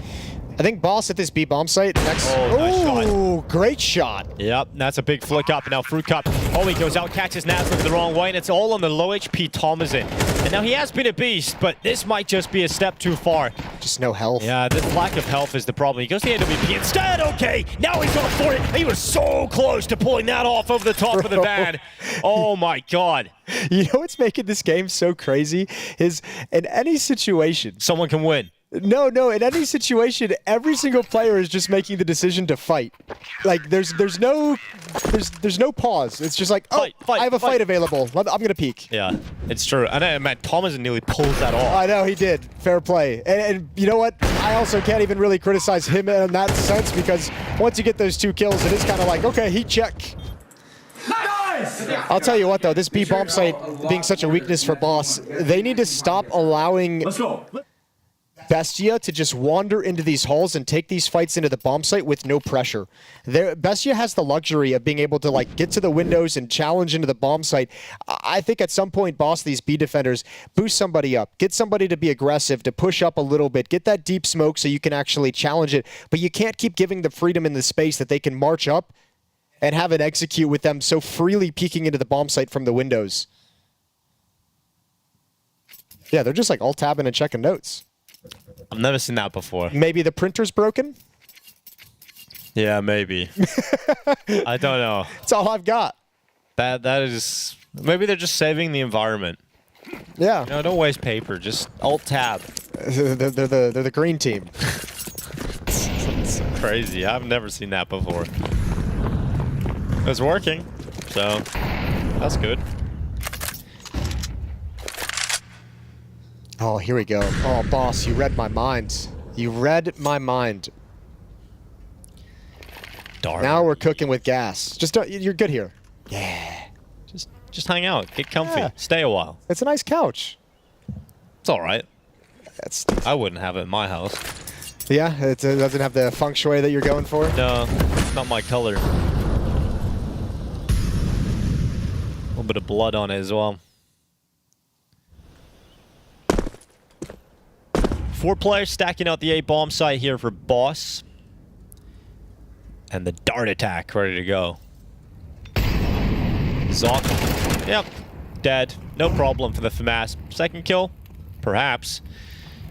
Thomason's around the corner, and BESTIA now have multiple players filtering through short, but Darty's still waiting. Oh god, you can't really stop Thomason, can you? When he decides to kill you, it's over. Yeah, but look at how much Boss has to lean to this B bomb site because they feel the pressure. Oh, Good kill. Thomason, man, there's just nothing you can do about him. But finally, AWP able to stop him in his tracks. Cryptic steps up alongside of it, and that bomb has slipped its way towards the A bomb site. Now, the closest player here is Fruit Cup, and he's out towards CT spawn.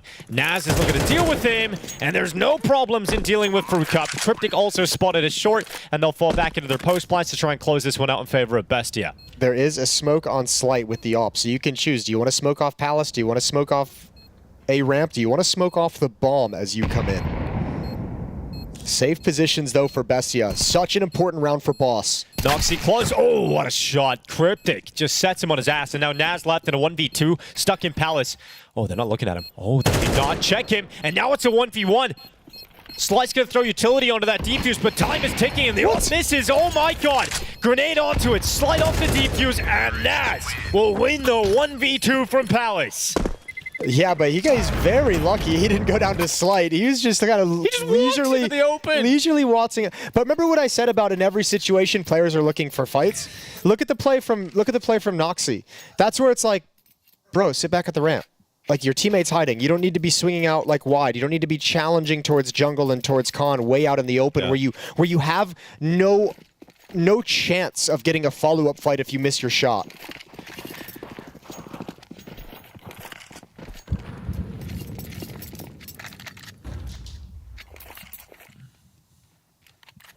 That's heartbreaking, though, for Boss. That round was critical. Back to pistols.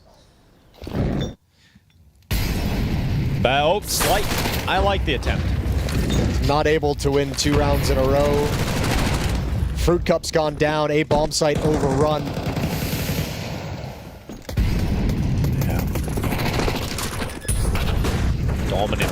BESTIA. Cryptic able to come back in at least something in the round for Boss, but that is the only small W that they will have. Oh my god. Okay, Cryptic, what the hell? Out of nowhere, he gets every kill, and you're right, Jason. They just want to fight. They just want to get involved in every battle, and Naz was on the long flank, but he's all the way back at ramp, and Cryptic's trying to find him. There's no kid on his back, so he has to move swiftly. Naz is there on ramp, but he's not fighting this time. Cryptic knows where his last opponent is. He's tapping repeatedly, but runs out of time. And so Naz, just by staying alive, has won this round, but Cryptic with one hell of a highlight out of nowhere. Yeah, back-to-back clutches, though, for Naz. Got to give him a ton of credit. 1v2 in the previous It's like, guys, round. can we just relax? I know. Can we just relax? Stop putting me in these positions. Oh, you don't need to be finding a way to lose the round every single time. What the hell was that, bro? It's a bit much. Just some eco hunting. These are peaks you don't need to make. Dude, it's like he's playing refrag. It's just... It's a round where you could literally just go behind a box and take your hands off the mouse and keyboard.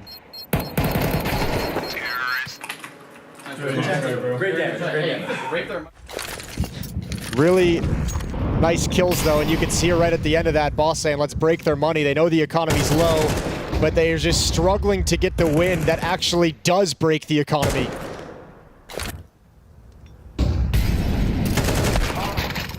For a cup. Good opening fight.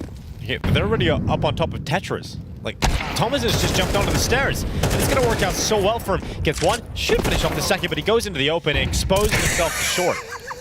I can't. They're all just like, there's tunnel vision on the next fight. I know. It's like, there's no concept of putting yourself in danger for other positions. It's just, I want this kill. Oh, all right, Zoc. And Naz isn't alive. The safety net isn't here. Slight's going to grab another AWP kill. But it's Noxy this time. And he's going to move forward, and he's got to in a 1v3. He's got to find a fight. That jump seals his position, though. They know exactly where he is. He somehow... Oh! Bro. They almost line up. Oh, he was nearly the one who Noxy. Well, the defuse comes in. Darty secures it. A fourth round. And they did mention, you know, breaking the money. And you can see the damage that Cryptic was able to get done in the previous round. Its effect is felt now because BESTIA are low, and we're going into the last round of the half. They're going to throw everything they can into this, obviously, but it is going to be a relatively weak buy to close down. But you know, it's a really nice luxury considering this half is basically... I don't know. This half is... I lost my point. I lost my point with that replay, Get David. distracted. I did. It's too much. I love it personally. It's great entertainment. Anyway, you were saying, or is it? I don't even know. I don't know what I was saying. It's a complete lost. Okay. It's gone. No thoughts. Nothing comes to mind. Last round of this half is Boss are in pursuit of a 5th round win. All things considered, not bad. Tom's in through the connector. Could have been a double kill. Very close to it. Naz Tech9 still rattling forward as Slight connects. He did see a player drop down into the bomb site. Low HP Luchon finished off Econ, and eventually those body shots will pile up. So Slight still around, still on the ticket. Looking to punch his way forward. Zoc, he actually got away with a plant on the side. A triple Slight commits alone into the bomb site. And now Darty in the 1v1 fight. So Noxy's all the way at ramp. This is a cool reposition, though. And he's going to get here in time because the defuse hasn't started, and it's definitely not going to be stuck. Noxy just has to call the bluff. Oh, he will. Oh, is it? Oh, God. Darty has no idea. Never read it. Never thought about ramp as a possibility. And that reposition from Noxy equals it pretty easy, a 1v1 close. So 8-4 scoreline for BESTIA. Just look at that round timeline. I mean, 4 rounds all scattered throughout the half. All of them desperate defuses. Never surviving with more than 2 players alive in those round wins. BESTIA just kept the pressure up this whole half, whether it was the economy, whether it was the B bomb site early on, that was a weakness. Later on in the half, they shifted over towards A where they were finding a lot of space. And just able to exploit Boss, who could never get a grip of this CT side. 8-4. Straight up, we got everything we need. They have everything they need. It's one of those things you say that isn't necessarily true. I like you know it's not true, but you kind of have to lie in this situation. It's like when you move into an apartment and you don't have a lot of money, Jason. It's like, I have a TV and a sofa, and I have everything I need. And you know what? At some point in life, that is all you need. Yeah, exactly. Yeah. The minimalist mentality. The way of the boss. Well, as you said, Jason, they've been really good at pistol rounds. So let's see what we got. Let's hope it keeps up. They need it. They always have you in the first half. Then it's the delivery at the end. Yeah. That's where it gets you. There's a kit here for Naz if it comes down to a defuse. Yeah, a decent amount of utility sprinkled across the Bestia squad as well. First fight is going to be Zoc against Fruit Cup. And it's just a couple of warning shots into the chest of Fruit Cup. He loses 85. Oh, he's down to 85, rather. Knocks in the window. Head shown, head knocked off. Freshie, good start here for Boss. Follow up from Darty. And it's looking pretty good until these two kills from Bestia suddenly arrive on the server, make it 3. Bomb down to the bottom of the stairs, and Zoc in a 1v2. He's going to reposition, get into Con. Fruit Cup's ready for that kind of maneuver. But they're still looking towards jungle. It's a smart play to get out towards stairs, but they're going to check it together. And there's just no way he gets away with it. I like that a lot, actually, from Boss in the 2v1. Don't even worry about going to the bomb site to plant the bomb. Make sure the two of you are ready to double up on that fight. Both pistol rounds won in a deciding third map. And usually, that'd be a pretty good indication that you've got a great advantage to win this, but Boss still find themselves very, very far back. I hope that we do not see a force buy for Bestia in this second round. You've got a 3-round lead at the moment. Just save.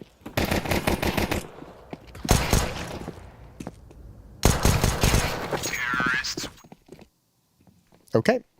Nuh-uh. They believe in the force buy. The double scout, 3 MP9. That's the winning recipe. Well, they have the stack at the right place. It would be the most boss thing. I mean, they have just been losing these force buys every time, so I can kind of understand why Bestia feel good about these, because that is what happens. True. That's actually a good point I didn't think about. They have won 2 of these second rounds after losing the pistol. It's looking like they're going to do it again. Oh, Boss. That'll be a tough conversation tonight, is if we could just convert second rounds. But you know what's interesting about this is they're coming to the B bomb site. They've called this out of spawn, right? That's the only plan they have, is to come execute at the B bomb site. Could be a stack. They even get spotted early by the jump, and they know they've been spotted, and they still continue with that very quick execute. And they found out. To their detriment. Yeah. Fafo. Yep, exactly. Great work, though, from Naz. That MP9. Quick double kill. Sets up the rest of his teammates to get the job done. And Darty was doing what he can, but he just took too much damage in that first fight. And there was just so many targets still. Try. It's all good. We're a little off pace there, guys. Like, I'm telling you, like, I don't... And now you get the pressure of realizing eliminations at hand, and you can't get anything going on this final map. Yet to win 2 rounds in a row throughout the entirety of Mirage.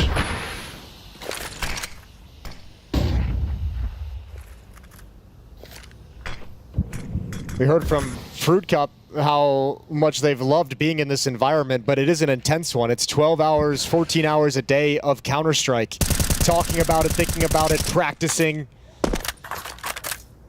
And to have all that work and all that grinding not yield the results that you're dreaming of is a frustrating situation for anyone. Counter-terrorist win.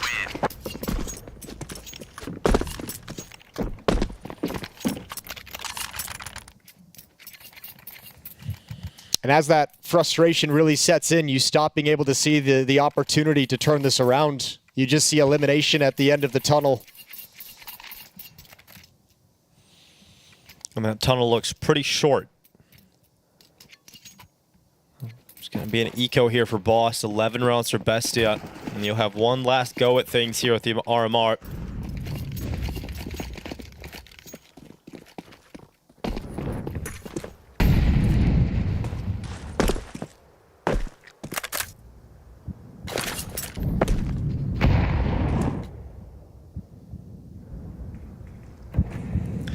Not where that smoke's meant to go.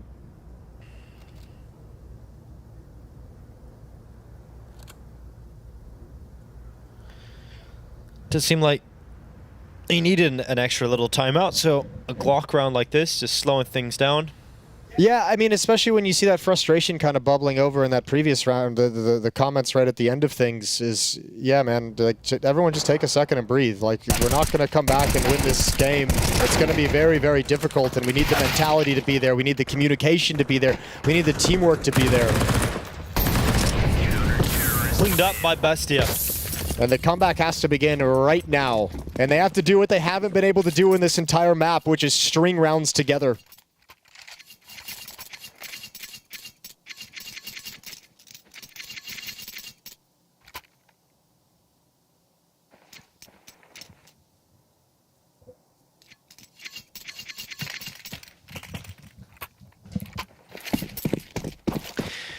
The last hurrah of Boss.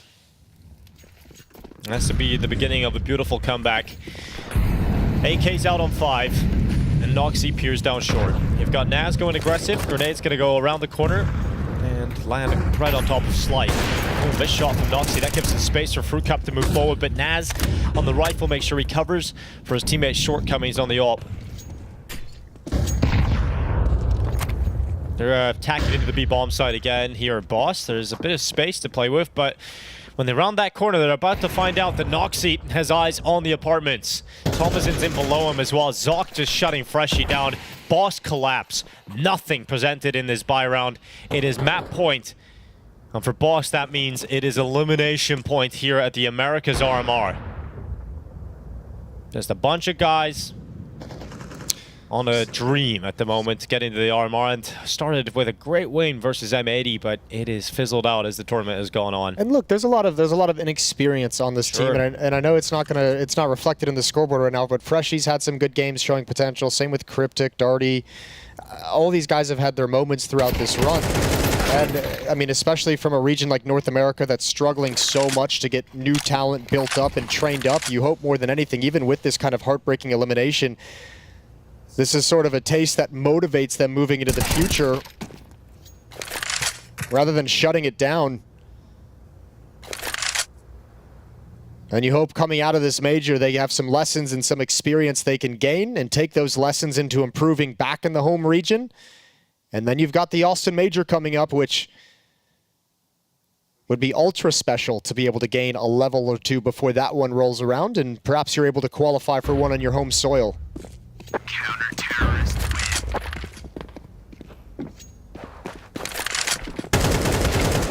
Oh, what a dick. $300, dude. What a dick. Imagine that. Imagine just sat there hitting tab, seeing 5 to 12 and $300 in the bank. Oh, God, man. Dude, Naz has been an assassin this whole half. He won those this whole map. He won those 2 clutches. Yeah, all he can do is laugh, because otherwise you're just going to cry. But he won those 2 clutches in the first half, the 1v1, the 1v2. Now he's just done this to Slight. Oh, man. He bought a smoke, someone dropped him a Tech 9, and he's got no armor. There you go, buddy. And actually, now that I look at it, I think Darty and Freshie even dropped the AKs over to Cryptic and Fruit Cup. So there's 3 players with no armor on the Boss side, just because they wanted the AK-47s, and you can't even blame them.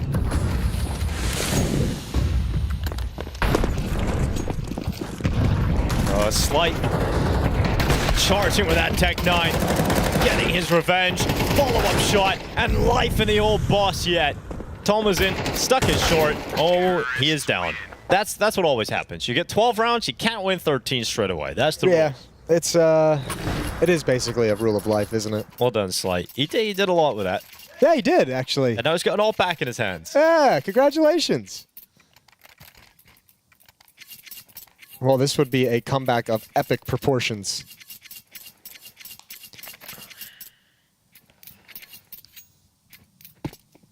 You win this one, you get a little bit of breathing room. Bestia's money's down in the dumps. Win this, you get an easy round in the net. Oh, I say easy, but they've really struggled to win those slow economy rounds from Bestia. Well, they've struggled to win one round after the other. This would be the first time, right, in Mirage. So good start, but it gets traded out. It's going to be a 4v4 immediately. And they're trying to apply pressure and got through connector. Luchov has window covered off. Freshie slipped out into the A-bomb side. This is actually a huge play. He has to win this fight though, and he will, because his opponent just wasn't even looking his direction. It's cool. It's like, you know, you're down 5 to 12, and then you're like, you know what? We don't care anymore. We're just gonna go take fights, and it's kind of working out. I take that back. Yeah, it's just Darty now, and he's gone. So 13-6, Bestia stay alive at the Americas RMR, and for Boss, that means their journey is over. They showed some positive signs, a win versus M80 in the opening game, a close match against Complexity, there were definitely signs of light for Boss on day one, but as the tournament progressed, we started to realize there is more work that needs to be done for this young, inexperienced squad. I think that's the takeaway for me is like day one looked sharp, good aiming, the upset over M80. Did really good against Complexity. Probably feel like, you know, that was one that maybe slipped away from them. I think watching them on day two and now here against Bestia, I think the biggest issue is I think they struggle to have a coherent plan on how to activate that individual ability, right? That individual skill. For Bestia, on the other hand, outside of Dust 2, Mirage, Anubis, they had good protocols, good plans, good teamwork, good utility, had a couple nice set pieces on both sides of the map, and a really cool bounce back performance after Dust 2 just looked so flat. I think Thomasin is just a player I'm very excited about. Yeah. He was just really cool to watch. And I love how willing he is to fight. that makes me excited. But, you know, sometimes looks a little silly, but it does mean he gets a lot of kills, Jason, because he's taking a lot of those jewels. I think he was averaging like 20, 21 kills per map across this series. I think he's going to end with about a little over 60 frags. Can't remember exactly what he got on Mirage, but yeah, he's been a monster this whole series long, and it kept up for all 3 maps. So he's going to be going to bed tonight very happy. He's going to be going to bed tonight, and he's going to be like, I'm prepared for tomorrow. I've got some swagger. I've got some confidence after such a performance to keep my team alive. And now they're going to have a chance for qualification. Yeah, that would be crazy. See if Bestia can go all the way. Not a team many would have predicted, but it's still going to be very difficult. The journey ahead is so difficult in the Americas RMR. You look at some of the teams you still got in here. Well, you're kind of praying that things work out, you know, for the favorites today, right? You don't want to be facing Liquid in a 2-2 game. Don't want to be facing Furia, Complexity, and that's guaranteed that one of those teams will be 2-2 though. Yeah. So yeah, that's gonna be a tough time moving forward. But Bestia, at least they get another game here at the RMRs at a minimum. And Thomasin, once again, he's up there with the ADR, but it's the top kills from Naz, and he saved them in a lot of moments and throughout this game. Yeah, he was lovely on Mirage in the late rounds. Good clutches, just really good play. But Thomasin across the series, I think that was 21 kills, put him at 65 total for the series. So just a beastly performance across all 3 maps. Really impressive stuff. I think for me, the takeaway for Boss is I think a number of the individuals showed a lot of great moments throughout the tournament. I think I liked what Fruit Cup did in their opening game versus M80. Cryptic, I think, was definitely the most consistent player. Good game against Complexity, yeah. So, yeah, definitely ones to look at for North American future. And I think, like you said, it's really tough in North America right now to find new players. Yeah, I think for Bestia, though, just to touch on them, since they're winning and we're going to see them tomorrow, this is a team, I think, if you take Dust 2 away, as I said, it looked like they had a lot more cohesion and plans on the other 2 maps, but also across this year, they've done a good job against some of the other, they've had some upsets over some of the other Brazilian teams that have shown us things like MIBR, like 9Z, like Pain, like they've been able to win some of those games. So that's a team, if you look at Anubis and Mirage, you're like, why couldn't they be dangerous in tomorrow's games against a team they face up against? That's a team that can maybe be a little bit of a dark horse and maybe cause a shocking upset. It's true. So we'll keep eyes on Bestia. They stay alive in the competition. Boss will head home, and that is us done for this opening game of today. Plenty more Counter-Strike action coming up though, but that's coming up after the break.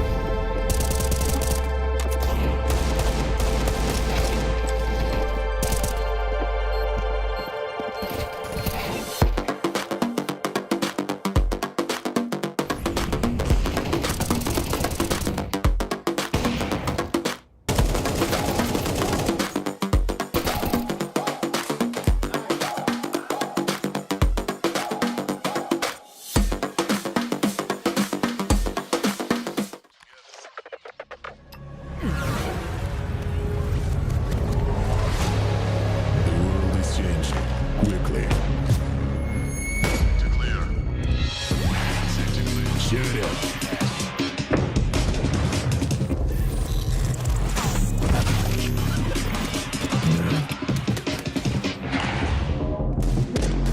world is changing, but one thing remains the same.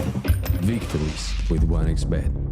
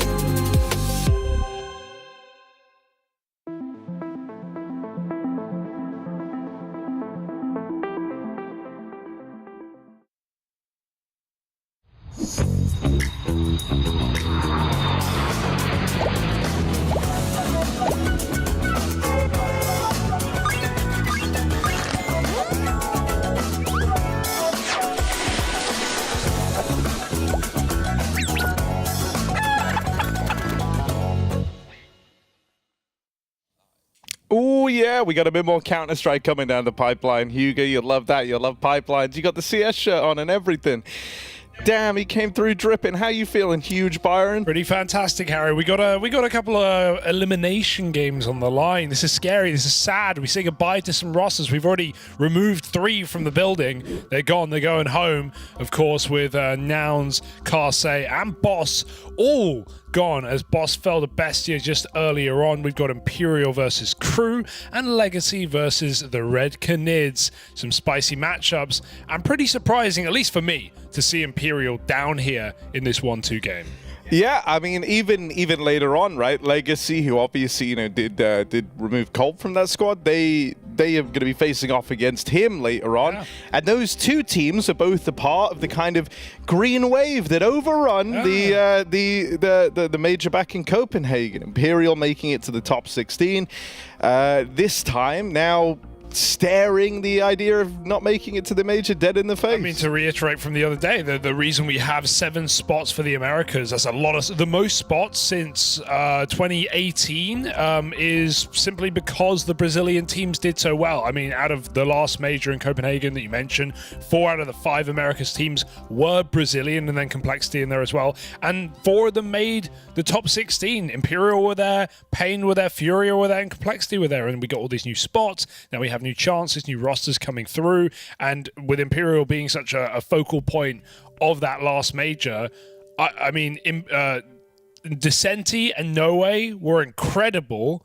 It would be a shame to not get them here today, to at least survive another matchup and maybe have a chance to make it through to the next stage. Yeah, so I guess when we look at the matchup specifically for Imperial, I think it's a pretty good one. Yeah. I think the odds of them staying alive, going 2-2 and having that chance to make it is very much there, because on the other side you have KRÜ, who sure have been able to pick up a win thus far, but in games where we've kind of seen them be the underdogs, you have felt that, right? It hasn't really felt like there's been that level of heroics yet for this KRÜ. I mean, this is the biggest underdog in the whole region, at least in the South American region. You know, arguable. Haven't seen them against North American opposition because they play in South America, but to me, this is the biggest underdog in the whole America's RMR, potentially, alongside a team like Nouns, I would argue. So the fact they've already picked up a win is kind of legit. They beat Nouns. I guess they proved themselves in that sense by beating Nouns and pretty heavy-handedly on 2 of the maps in that BO3. But in at least the South American side, this is probably the bottom team for me. So the fact they've won a game is awesome. They even said in an interview coming into this RMR, like, damn, we did not expect to be at this RMR. We've not been playing great recently. Our form hasn't been fantastic. So we're going to pick it up. We're going to learn, and losing equals learning, Harry. Yeah. I hope you learned something last night. I did. I did. I've learned a lot about myself. Also, wearing shoes today. Oh, I've got slippers on personally. Look at that. Whoa! Bang. Whoa, that's just shoes. I can't eat off there anymore. No, you can't. Damn it. But to be fair, I did it with socks on. That might be even grosser. No, shoes go outside. Socks are inside. Not these. These are my indoor shoes. Oh, that's better then. They're crisp. They're clean. They've only ever felt carpet. The slippers feel pretty good for me. Yeah, they're nice. They're quite nice. You want to try them? Maybe later. Go on. Maybe later. No. Actually, no. I don't want your dirty feet. No. You've offered it. Come on. Everyone saw. Well, that's a shame, isn't it? Oh, I took off the wrong shoe. God damn. I swapped it. I caught you. You want the other one? Let's try these on. It's pretty comfy. Ooh. Yeah. Oh, damn. You're living like that. Yeah, Sam was saying that's comfortable. Sam literally bought some after she tried them on the other day. Can we go one each? Or just wear them both or don't wear them. I think that's kind of how shoes work. Yeah, but come on, man. You got to share the love. Okay, I'll share the love. But maybe after this series, Harry, because Imperial taking on KRÜ on Ancient. We saw KRÜ on Ancient against Liquid. Yes, and I tell you what, like, because you might not be super familiar with... Yeah, go on then. Hang on. Yeah. There you are. Because you might not be super familiar with this KRÜ squad, someone who stood out to me and someone who I have actually enjoyed watching and has had some nice moments is Ataraxia. not only does he have the coolest name, we've kind of already decided on that. Sick name. But more importantly, has delivered us some nice moments on the AWP. And so I hope he can at least put a good foot forward heading into this matchup. Talking of putting feet forward, I got to say, after putting this slipper on, it's really warm. I have very warm You warmed that up in like 18 seconds. Yeah, bro. It's a service I provide. Can you do it to the other one at least? Yeah, bro. Yeah, one of many feet-related services I provide. Okay, I'm not going to ask about any more on that one. I think the picture's pretty clear. We've got Ancient coming up. First map of this series. We've got Nuke as well to follow. What do you say? Is there a chance KRÜ get a map here? You think they're winning a? You think they're winning a map, or you think they're going home 0-2? It's not very positive. I think they. No, I don't think they win a map. Okay. But gosh, it would be cool if they did. It would be cool, wouldn't it? That's kind of what we're all here for. Yeah. No, because I don't know. I think it's just like with, we talk about expectations, and it's like for KRÜ, the hype might be making it to the RMR. Sure. And that's kind of almost the vibe that we got from that interview coming in, where they said, regardless of what happens, like we know we're going to emerge a better team, and we know we're going to learn a lot. And we're kind of surprised to have even made it this far. So, I think, meanwhile, when you look at Imperial, I think the standard is very much at least making it to the major after making top 16 at the last, and now bringing Tri into the squad and kind of making a change in spite of the success that was found for the Imperial squad. I don't think the bar is now lower. I agree, especially considering Tri coming from that 9T team that has had a lot of success. That's going to make you want to play better. That nice and warm for you, that other maybe shoe? Too warm. I think you overcooked it, Harry. But time to get into a funky, fresh BO3 for elimination at 1-3 here at the Americas RMR. Imperial KRÜ and Ancient to begin. Take a deep breath. As KRÜ fake out that A push. They slow down, but they look like they want to recommit. Laser hanging around at the B site. And because it's gone so quiet, Imperial actually pull out of A. Playing retake now.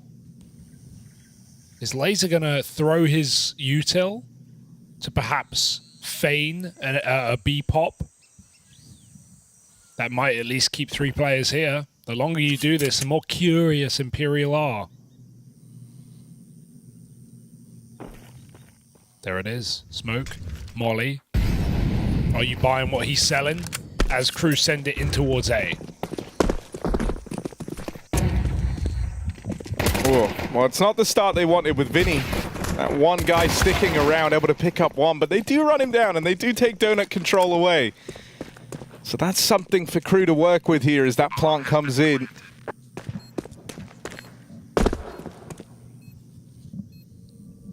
Pretty winnable round right now. No kit for Imperial. No nades either.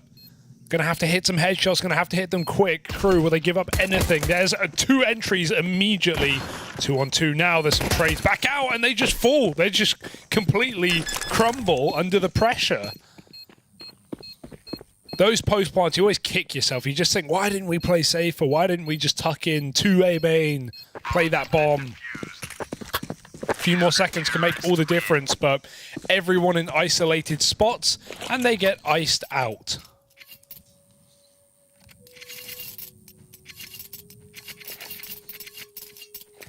I'm a big Vinny fan. I've heard that. Excited to see him start off nicely here. He was the one guy who floated around over towards Donut, didn't bite down on the B rotate. Respect.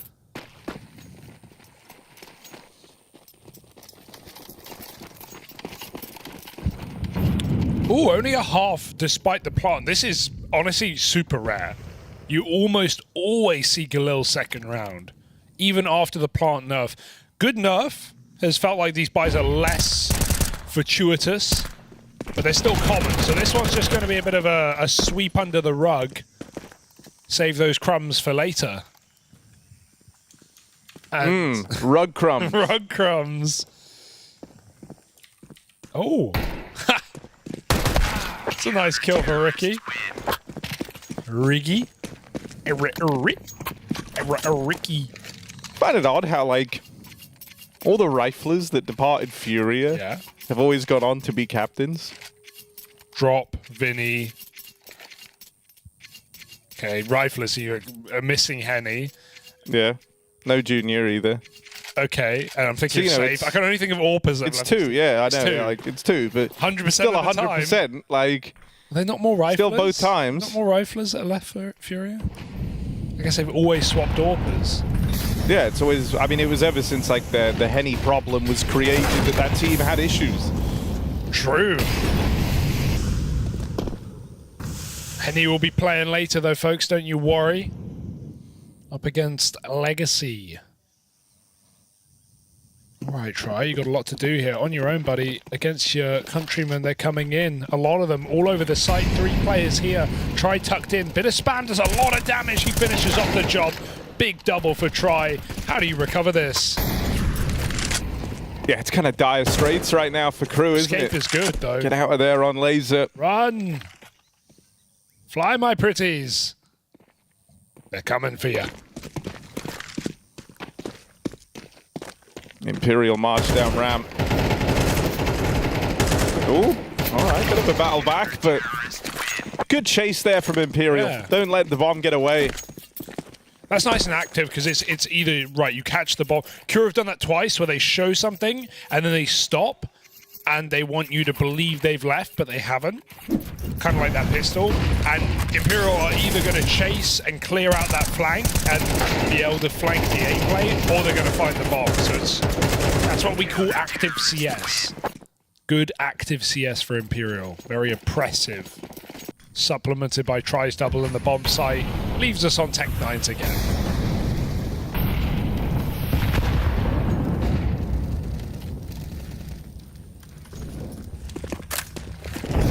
E-pop. Oh, that's awkward, yeah. Don't love that. Whoa! You love everything that follows, though. Awkward spray to open, sure, but everyone else holds the line.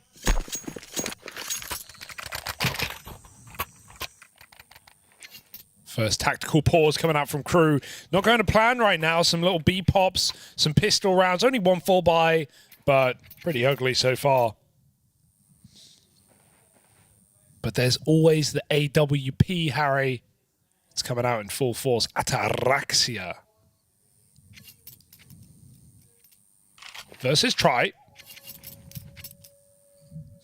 Seeing a real rise of Argentinian CS as of late. Very cool. Damn, who was it that said, someone said the other day, I think we'll see some multiple top Argentinian teams, you know, playing at a high level in the next few years. I wish I remembered who that was. It feels pretty relevant now. But Someone at this RMR said it. There you go. Someone somewhere has said it's Argentine. It's Argent. it's Argentine. But there's a lot of Argentinians, right? We've got Try in this team. We've got Buddha in 9Z. We've got Bestia. We've got most of KRÜ. Arguably all of KRÜ. Lasers on that dual citizenship, presumably. So there's a lot of things to love. Let's see if KRÜ are able to get something done here, right? They just came in with that timeout, and thus far, it's been pretty rough for them. I mean, Imperial don't respect them. They're walking through their own ramp smoke immediately. That's a sign of the times. It's a sign of what Imperial are expecting to get away with. But this A play could be nice. Try waiting back over towards Donut. Misses the shot on the AWP. Ataraxia picks him up. There's an immediate trade out of Decency's rifle, and suddenly Deco's up here all alone with the bomb. His teammates trying to trickle in to help him, but low HP on the main player. Now the Donut guy tagged up as well. No way, might have a double teed up right now. We've denied that plant for the time being, but Laser cleanly done. 3 kills deep. Safeguards that plant. Is this the start of something for KRÜ? Looking for that first round, and they've just got to get past Captain Vinny. They'll manage it. And so KRÜ are on the board. Big round out of Laser, though. The covering fire from Donut. He hit some clean headshots. He doesn't allow anyone to get a multi-kill there. And when Imperial play, really nice. Like, they get the pick, they get the temple, they double group CT immediately and push together. That's a great play. They're disrupting the plant. But Laser just gets all the cover. And Deco closes. That's what we like to see. KRÜ on the board.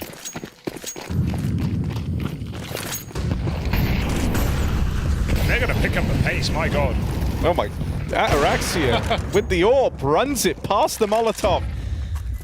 That Molly wasn't great, to be honest. Whoa.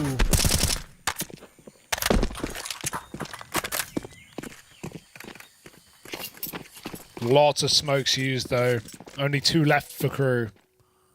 You certainly put the fear in the B site early on. They saw like 3 guys up ramp, including the AWP, and now suddenly there's no one there. Where did they go? Ooh.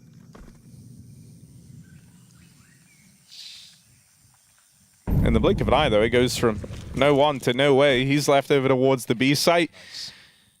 It looked like Decency was going to leave as well, but he's actually come back over. So they're leaning heavy over towards B, still are Imperial.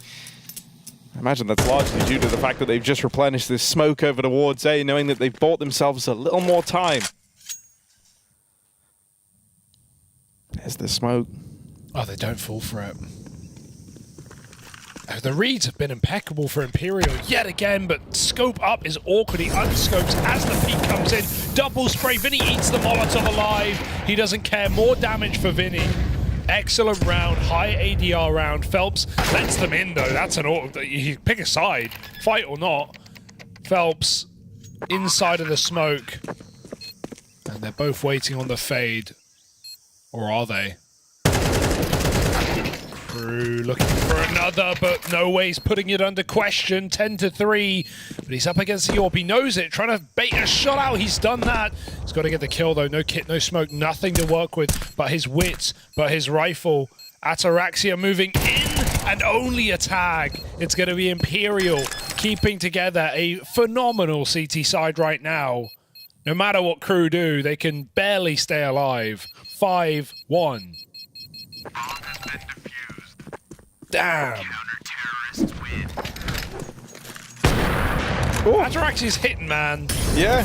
Same as that Liquid game. Dude, I feel it's really sad for him that like he hits the shot at the end, but it's the tag, you know, in like a very defining round where you could have looked to start to build something up on this T side. And instead, the guy that's absolutely steamrolling right now gets out on 15 points of health. It's no way for the side of Imperial. Oh, yes, way.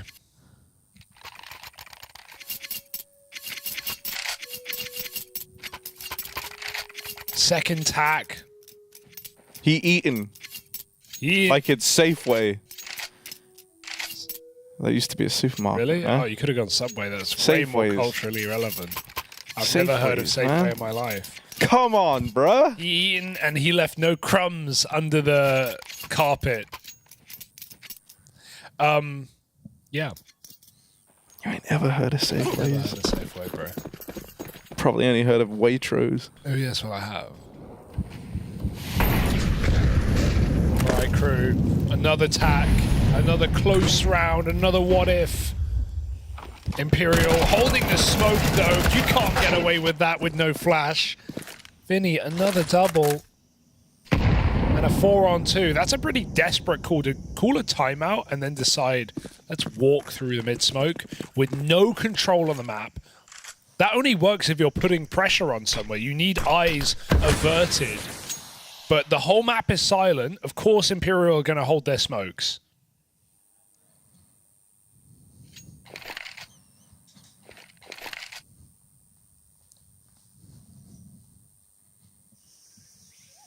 And now, yeah, this is just a horror game. It's like survival. Because Imperial have been so aggressive in these rounds. They've always been active. This is a good round for Imperial to not do that because they have deep sight lines. They can see B door. They can see elbow, a re-smoke. That means they double up A. So Imperial don't need to push any further than this line. But KRÜ don't know that. As far as KRÜ are concerned, they've been given no respect this game. So they're going to hold for kills, and they're not going to get them. Well done for Vinny. Couple of important double kills in this game so far.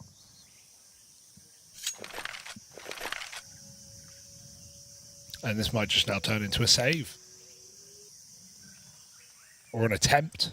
Would you say you're a Vinny fan? I'm a big Vinny fan. Vinferno was kind of... What was the nickname that he had in Brazil? And he still does, I think. Vinferno? No. It was when he was like they used to do it a lot when he was on FURIA. Oh, you're gonna say it's gonna be obvious, but wait, can you give me a clue? Yeah, so it's like it's a food item and an animal. Like after the fact, like it's two words. You eat the animal. No, it's not an. Well, some people might eat this animal, but it's not one that like you go to a grocery store and you buy. Like alligator. No. No. Okay, you need to tell It lives in the sea. That's a lot of animals. That doesn't really narrow it down. You're gonna have to tell me. It was. I'm pretty sure it was like sausage shark, right? That's what they used to never say. heard that. You could be trolling me. I'm gonna believe you though. Sausage shark. Never heard it in my life. Not a true Vinny fan then. Guess not. Well, the sausage shark on the A site. KRÜ have got the moves, man. They got a little boost up, clearing close main. That's how you get rid of an AWP often. Player at big box, but not going to see him. Vinny on a nice position. Shadow's going to give him away. I wonder if they patched the this light in A main, because they did. Valve updated today and they said like fix some lighting bugs, and this A main position it felt too dark. Now it feels way too bright. So I don't know where the light's coming from, Harry. Did they patch it? I don't know. Let me know. I'll check it out later. Try killing the spawn player, and Ricky is still here. But this A main push, it's all into murky waters, into the shark. Oh, and he's swimming right now, is Vinny. Swimming in kills, 2 of them. The rest of the team coming behind him, and they'll lock that in. Yes, on the D floor, on his sticker designs at Antwerp and in Stockholm. He had a shark and a sausage on the logo, and then in Copenhagen he had the sausage. Oh, separately. Yeah. So I think it would be hard to marry them together on one. You could do a sausage and a shark. You could make the argument, and you certainly could. Yeah. That his Antwerp sticker is a combination of the two. Because it's like a chunky shark compared to the Stockholm one. So there's some lore around it. Interesting. No, I've learned. You'll see them in the game. And so also, one of the things about Imperial making it to the Major is, well, what line of the branding does he go down this time? Sausage or shark, Harry? What will it be? That is the question. Right now, it's just death. 5-on-4 for KRÜ. They've got to win this round, man, or this game is going to be an absolute stomp. Ataraxia. High impact kill, but they're again re-aggressing. Look at how active Imperial are. What a shot, Ataraxia. Keep on coming. 5-on-2. He's gonna get out of there while he still can. Just please let me live. I want this AWP for next round. Meanwhile, KRÜ hit B, and yeah, they've won this one for sure. It's just whether Imperial can make it expensive at the end. Doesn't look like they're too invested. Phelps will give it a go. He's got nothing to lose.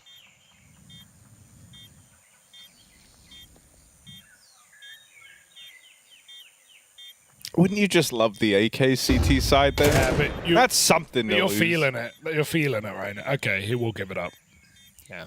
He had a try. I respect a try. But he's saving. Yeah. That's why you got to respect him. Why would you... Why? What would you put on your sticker if you qualify to the Major? Anything interesting? Never had to think about it, if I'm honest. Fun thought experiment? Potentially. This is fun, right? I don't know. I'd want it to be sick so that more people want to buy it. Exactly. But, yeah. Would you have like a king, like a crown? You know, you're British. Now, maybe like something crosshair related. Okay. But wait, you have an O. No, but I have an A, and an A is just an O with a bit of a longer Johnson. Oh, okay. I like that. Would it say just Harry or just Harry? It would just say Harry. Really? Not just Harry? Yeah, no. Why? Too long. Ruins the branding. Really? And he exists in the world as a player. So you're going to use someone else's sticker to supplement your own? No, I'm just saying, like, you know, it would get confusing, wouldn't it? Does just have stickers? Yeah, last Major. Wait, no, he doesn't. He wasn't on Saw. No, it was that he nearly had stickers. Really had to do him like that, Harry? In this very room, actually. Yeah. We were in this very room when VP got that last-second defuse, Jame v Stododo, back of Inferno B site. You might remember that one. That's some deep lore. One of the GOAT rounds, I think. Oh, no, here's stickers. Oh, okay. Sorry. Sorry, Just. From Copenhagen. Oh, Koi. Yeah, Koi. Yeah. Because of the change. Because then both teams made it. We're like, the Iberians are back. Yeah. Who knew? It's a fake news there. Well, we redacted it. And so did Imperial on this A site. It's only Vinny. Good timing on the molly, though. They might have to smoke it. They've kind of got to go. This is an all-in for KRÜ. Boom. Yeah, good damage on the util for Vinny.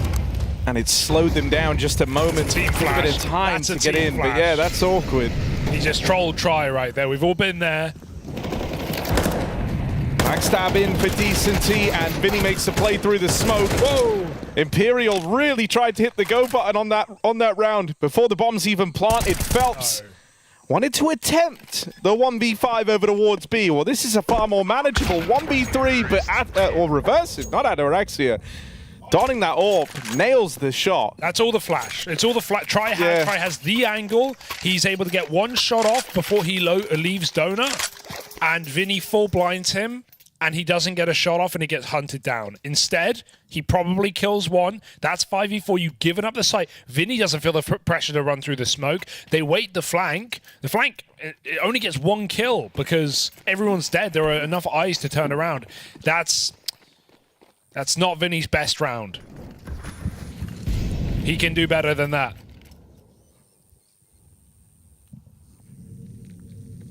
Eco now, and KRÜ with a chance to find 5 on the half.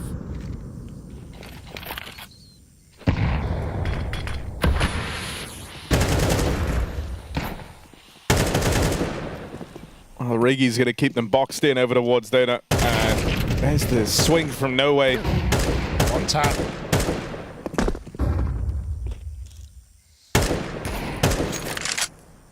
Not even pulling the trigger on going B are KRÜ, even though they know Imperial are at least one more man over here towards Donut. Now they've got the info, it's both of them.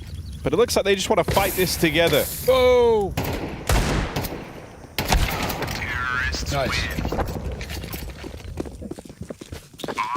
Recovered this half very well. Considering how it began, the disrespect we were getting, the moves Imperial were making. They've been a lot more static in the last few rounds. We've seen some executes actually allowed.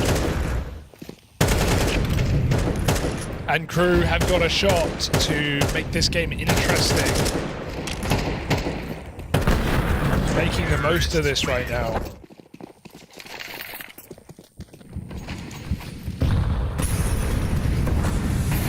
Oh, I love that they insta-smoke the molly on B lane from Spore. Gonna get quick cave, lovely work. That's a good flash for Laser as well. Whoa, reversive through the smoke.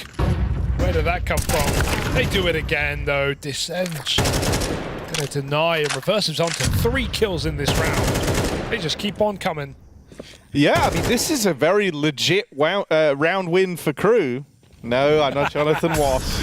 Round win. Round win. It's not won yet, Harry, but that might make it so. No, this is really good. That was Imperial trying to kind of screw their heads back on after a game that's now starting to get away from them. They go for a full lane take there with mid control, 3 players over towards B, and so KRÜ end up playing right into their hands in terms of the just allocation of players. Even with how they played the 4v1, it's beautiful. Deco goes and gets the spot on A. As soon as he's got the info, he just says, yep, he's A, go B. Now they have the plant, tries too far away.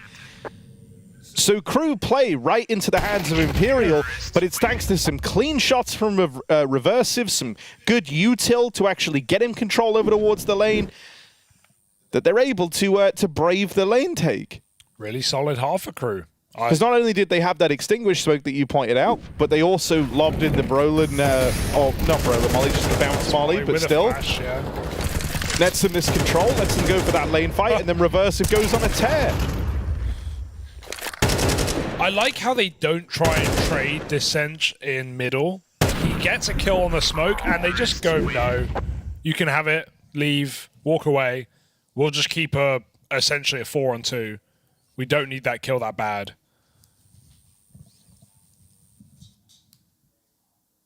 Okay, we got a shot here for KRÜ to steal away map 1 of this series in a game they were far from favored to win.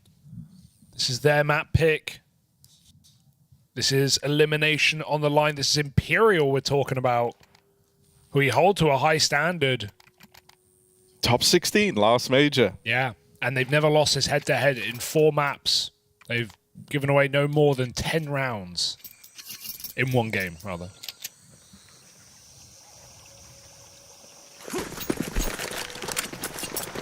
So back in with a pistol.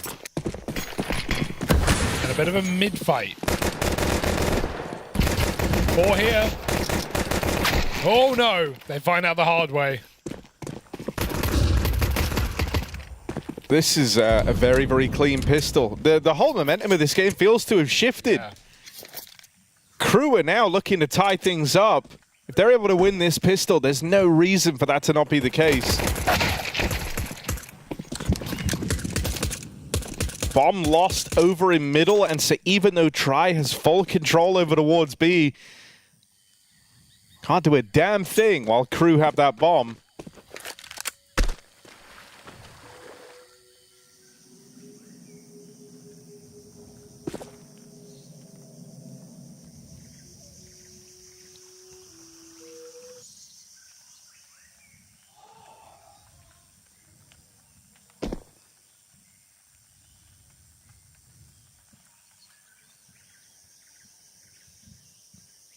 Three words. Yeah. Triple layered peak over in mid. Dirty. Tri, you could literally be cheating right now, and you're not going to make it past that. Shaw gets out with a kill, but he's got to do so much more. He's trying to bait that peak up close. He's playing this well, like as well as he can in the 1v4. Good smoke. Knows what he's up against. But they're just going to kill him here. No, you can't win it, Harry. You can't win it.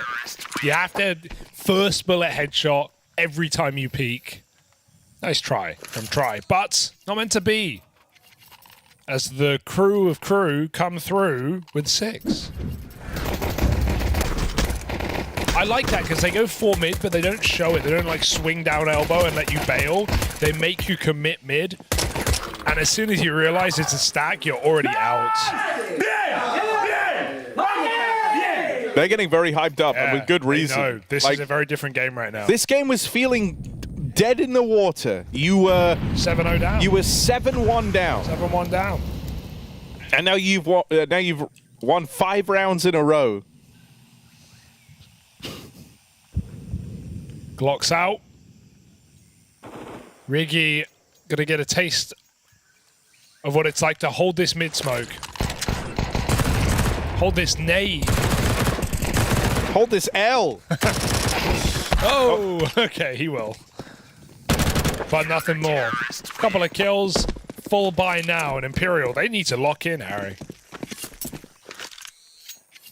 Yeah, they really do. For the KRÜ squad, the reason this is sick is like when you're getting, when you're kind of the team that's happy to be here, and now in the elimination game you're getting beaten down 7-1. It's not even close. Nothing's going right. You don't have that experience to draw on to know that you can turn that around. But as you've started to do it now, everyone's believing in a very big way, and you see how hyped up they are in the cams. I think this is a big danger to Imperial. They need to get back on the board soon. They missed the Insta. Because they're now, 6 rounds without winning anything. And if they don't win this first rifle, then that probably goes up to 8 before they have another shot.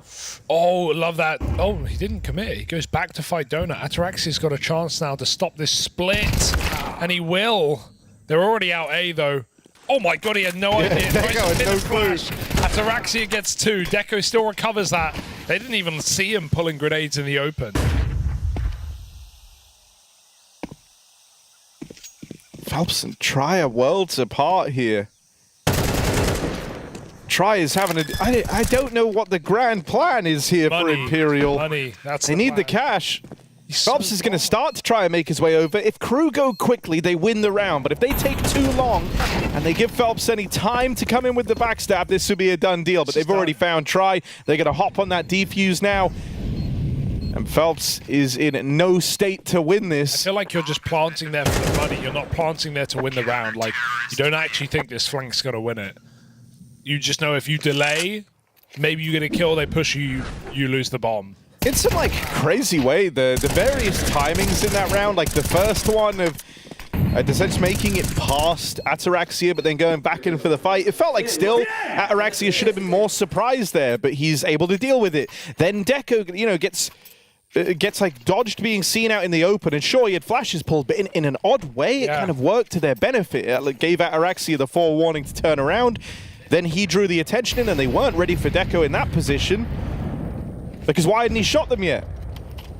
And so, yeah, this is getting very, very worrisome for Imperial, but huge for KRÜ as they are surging across their map now. 7 rounds straight. And if they can get through the pistols and this hero gun, 8 consecutive. Plain sailing. 3B. They've got the moves. Imperial making it clear with the run. And a good angle here gives cover for Riggy. He can let his teammate take the attention, as he will. Multi-kill from the back of the site. Well dealt with by KRÜ. They flood in to find 9. Bit of damage for Imperial, but at this point, this is irrelevant. You haven't won a round at 8 in a row. Damage ain't going to save you now, boys. You need to win. And honestly, I feel like these rounds, I'm glad they're taking the pause. Yeah. Because these rounds have been so chaotic, and it's like, no, you guys are the more experienced team. You guys are the team that we have expectations for. And they're kind of playing on the chaotic, you know, little loose field that KRÜ like to inhibit. So, time just to slow it down. Take a bit of pace out of this. Make KRÜ sweat a little. Get them nervous, get them jumpy while they're riding this high. When you're giving them these explosive rounds and you're letting the early game crossfires, you know, come to fruition, you're playing right into KRÜ's hands. It may be chaotic, but it's not chaota. They have not found one more, Harry. Not in 8 in a row. Trizorp is here. It's got to make a statement. It's got to have some bang for its buck.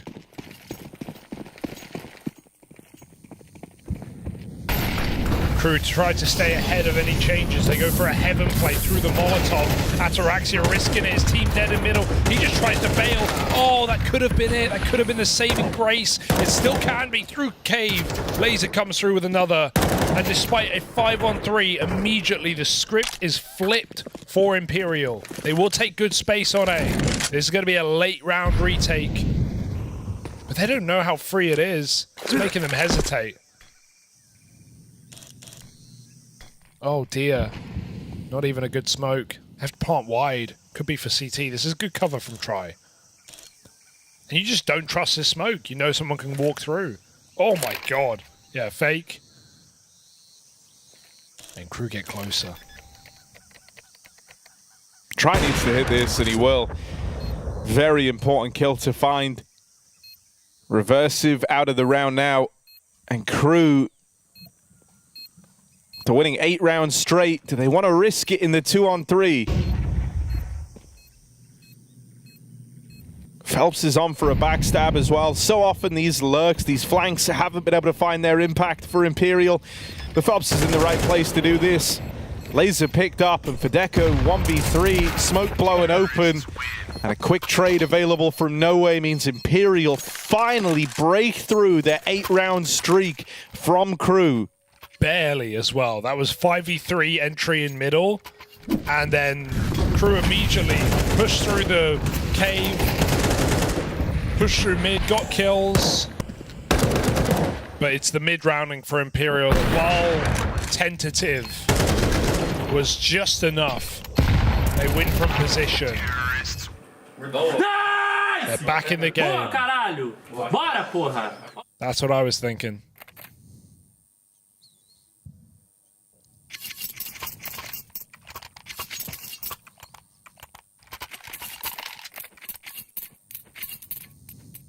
Taste of winning again has come at a cost for KRÜ. They may have an AWP, but they also have a 5.7 and an MP9.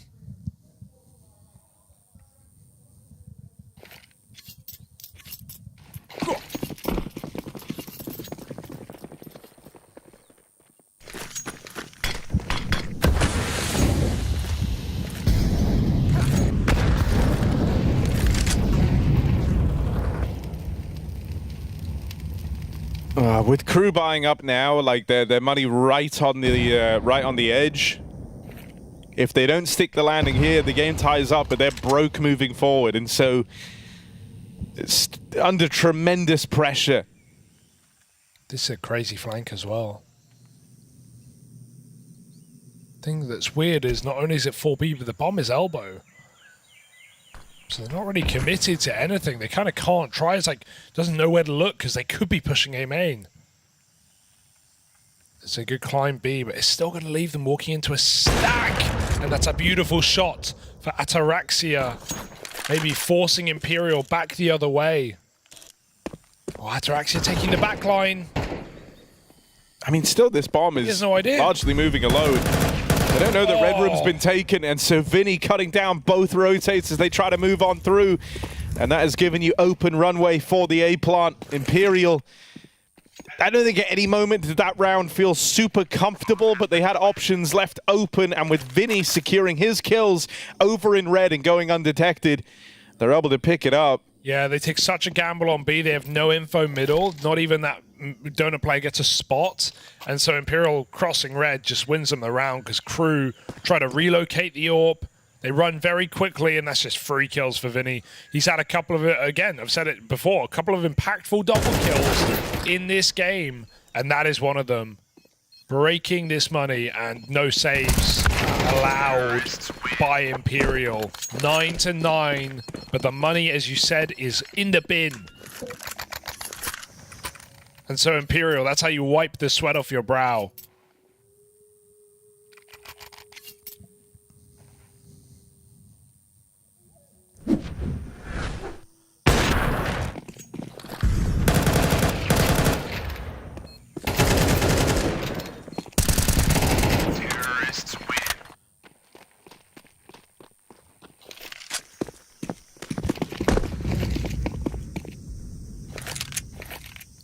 You're still going to have like chances to turn this game around if you're KRÜ. It's just you don't have many, right? Getting broken at this scoreline is pretty brutal. No way. Okay, that was quick. And boom. Terrorists win. That was nearly like a half a second ace. Felt like stray bullets. Well, get it done quick. Get back into the buys. It's like this is the part that's sad for KRÜ. It's like it all comes down to this round now. Whereas before you'd been on that big streak, you were up in the lead, you were feeling good. You never were there comfortably. You were always close to getting reset. That's where some of the earlier rounds where it felt like maybe the damage wasn't super impactful because Imperial actually needed just that one round on the board. Well, in the grand scheme, it's built up to leave them in a power position right at the tail end of this map. Over in mid, Riggy wins out his fight. Essentially dead. Phelps trying to spearhead up and towards this B site. He's got the rest of the team in behind him, and Phelps lands the transfer. Riggy might have opened the round, but it's left him low on health, and he's cut off from the rest of his team. Right now, he is just one man out on an island. They try to come through that smoke to help him. Phelps continues just getting aggressive in the face of KRÜ. So often left to the wayside on these late lurks, these big flanks. But this time he is the tip of the spear. And KRÜ back out, they save.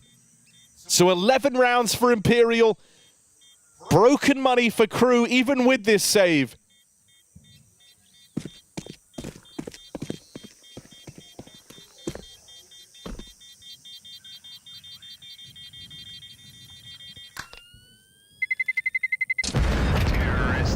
Incredible recovery again. And Phelps, I don't know how he gets away with 3 kills. I mean, he was swung both sides of default at the same time. Noe's flash catches one of those players full blind. And a beautiful transfer for Phelps. Even goes and hunts the AWP. I mean, that's a dangerous fight to take. You lose that one, you let KRÜ back in with a retake. 11-9, all the pressure, and Imperial call a timeout. What a great time to do it. Making sure all your ducks are in a row, Harry. 4 rounds straight for Imperial after a mahoosive comeback.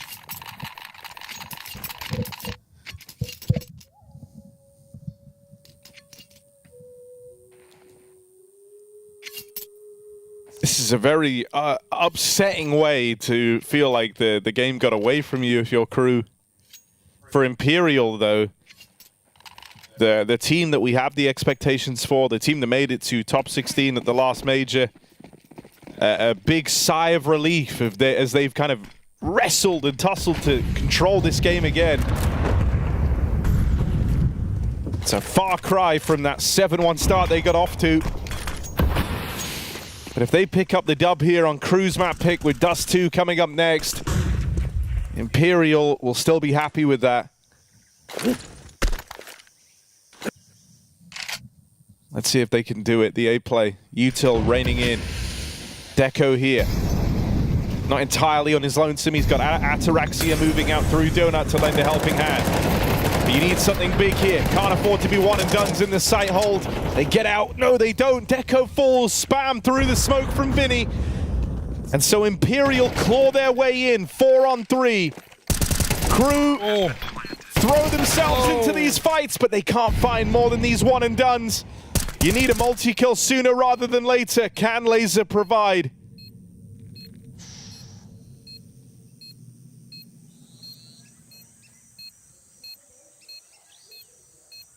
It's this AWP on try back in main. It's going to continue to be a problem even if you get past Vinny. Try, swings out, puts a stop to reversive, and now Vinny can hide. Vinny no longer is in the firing line, doesn't have to take the dangerous path. Laser, smoke on the bomb, the stick comes in, but Try tags him out, and Imperial lock in map point here. Robbing KRÜ after this crazy comeback in the midpoint of this game. It's now Imperial racking up the consecutive rounds. They're looking to close this with 6 straight.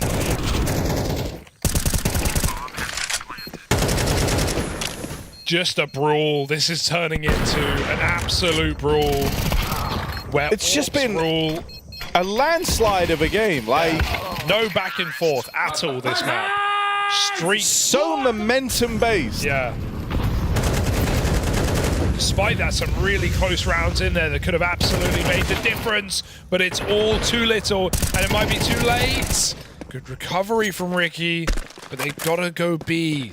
2 CTs in position, 2 MP9s. Not the guns you need. No way just snipes one more out. They don't know about Ataraxia on the backline, but Ricky, he is the known quantity. Up in the cave. With ramp covered, Vinny will not let it happen. He's going to go for the clear and clean up this game. 13-9, Imperial business as they take this map after all. Yeah, big sigh of relief moment there for the Imperial squad. As we say, this was just a game of streaks. So back and forth, and yet at the same time, never in the nature of 1 or 2 rounds. No. It was just streaks on streaks on streaks for both sides. So much back, then so much forth. Yeah, but in the end, it's Imperial picking it up. That's KRÜ's map pick going their way. And in the wildest of fashions. Something I did like there was, you know, Phelps's kind of individual recovery story falling in line with the pattern that we had from the rest of the Imperial squad, right? Like, it felt like he was a bit surplus to requirement for a while there, and would so often be left out of the picture. And so as the game went on, you saw it transition from him being the guy working the extremities to quite often being the one leading the charge, and often looking good while doing it. Such an explosive player. Actually, just nice to see him get involved, right? Not left into late post parts, able to open up rounds instead. That's kind of what Imperial needed. A bit more energy. And yeah, some effective rounds from him. I think Vinny also had a lot of impact in this game. Yeah, that 100%. One awkward flashbang that I called him out for. Otherwise, did a lot of good work, able to piece together enough T-side rounds at the end with just some very basic kind of mid and B splits as a unit. I wouldn't say there's anything tactically super deep from either team in this game. It was very brawly, but Imperial had the trades when it mattered. Yeah, I think the kind of brand of Counter-Strike that you had there was very momentum-based, very aggressive from both sides. And in moments like that, it's often down to how your individual's feeling and how your team's fundamentals, having the trades set up, having the crossfires set up on the CT halves, in the post plants. And when you come down to it, with Imperial being the more tenured team, being the more experienced, they should excel better in that department. But I think that's why KRÜ were able to match them to an extent, because KRÜ don't struggle with the basics, it's the experience at the top level. Yeah. It's knowing how to deal with those positions, right? Those situations, being on LAN, facing elimination, able to keep your composure when it gets hot, when it gets stressful. And Imperial have done that time after time.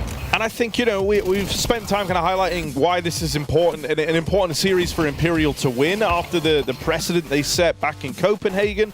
But let's also kind of look at KRÜ a little bit here. Another good result in the confines of this series so far, just the idea that they were happy to be at the RMRs. This to them came as unexpected, and they're able to put a very good foot forward versus this Imperial team. Riggy with some standout moments. Ataraxia continuing to look good on that AWP. Sure, but I still feel like you're going to leave this series wanting if you now just get 2-0'd. And sure, you can argue, yeah, they got some rounds, but at the end of the day, with only a series win over Nouns and with close maps, it doesn't quite cut the mustard, Harry. Yeah, but I mean, you know, you so often see, right, like teams that have to try again before they hit the big leagues. And I don't know, I'm just kind of left feeling, you know, for a team like KRÜ coming here where they are greener and they still have a lot to learn. The idea, you know, I think you're always going to remember these sorts of games, the ones for sure. You're kind of first big ticket chance to try and lock in a major appearance, and God, you know, you played your heart out, you played well, you were pushing teams to their limit, teams that have been around longer than you, that you're not supposed to beat. I think that's a good feeling. You still have chances to turn this around. Dust 2 coming up next. That's the map pick of Imperial. Such a great map for them, though. It is, and it's not going to be easy. This whole series was never going to be easy. You could say the whole RMR run for KRÜ was never going to be easy. They were going to be the underdogs throughout. That's a good point. And the one bright side is Ataraxia is still shooting like he has every single game with this RMR. So and I'm excited to see him on Dust 2 as a result. Why don't we wait for that? We'll be back in just a moment with map 2 of the series. The world is changing quickly. Shut up.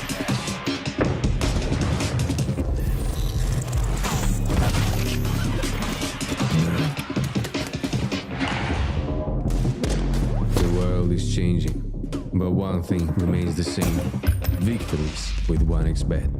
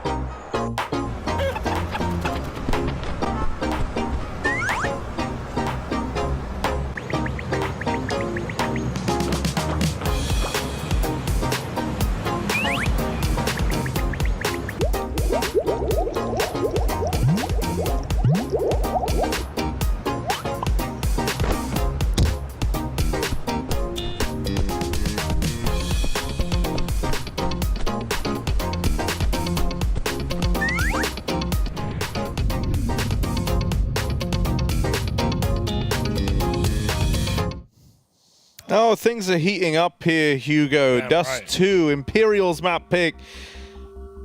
And for KRÜ. You lagged there. Yeah, I did lag. I like everything rebooted for a second, yeah.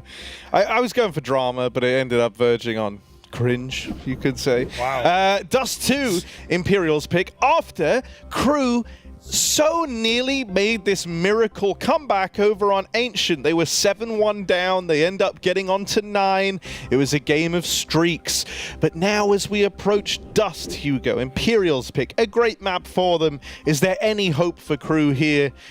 Or is it one where we just say, nice try, guys? Well, I'm not going to say that until they've tried, because maybe they don't try nicely, but I will say that it's bordering on done. It does look to be finished on this map. Imperial, that's the goal. That's the expectation. I can't sell you this win for KRÜ. I refuse to, in fact. This is their second, or one of, I say their second, there's a few maps they haven't played a lot recently, but one of their least played maps.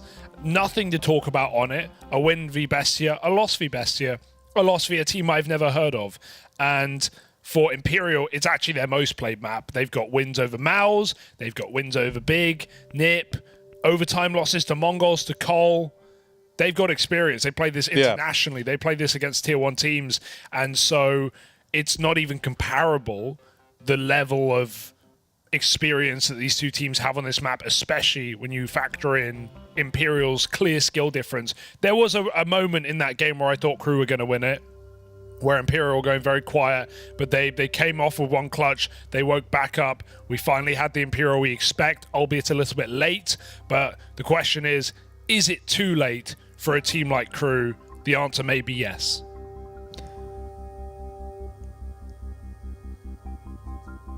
Yeah, I think you nailed that. Thanks, Harry. Not much to add. Appreciate that.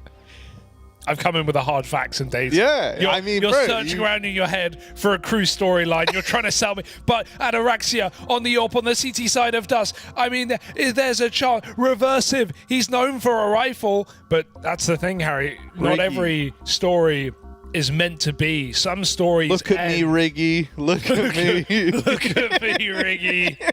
That's a good one. There's your KRÜ storyline. Let's look at Riggy and co as we get into map 2 of this series. Let's see if KRÜ. It's pronounced KRÜ. and see if KRÜ can hang on. Oh, out towards long. It's Riggy. Look at me, Riggy. Look at me. And they do. No way. Gonna pick him up. Man advantage taken for Imperial. Reversive. Dead. Something in there. Reversive at car. Yeah, he's changing gears. Yeah, dead immediately, of course. Reversive hits. And an ace for No Way in the pistol. Damn. He's dropping puns while he's pulling up with that. Reversive hits the break. That was what I was going to go for, but wasn't the time or the place. No Way. He's here. Right on time. Right in. Putting KRÜ in their place. That's what we like to see. A couple of pistolas out for KRÜ. You go for the force here, interestingly enough.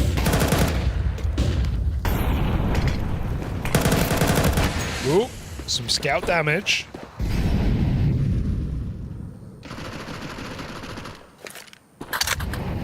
And B is clear now.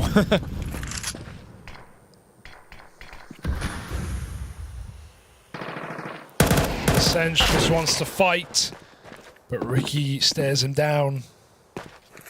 And Imperial have B anyway.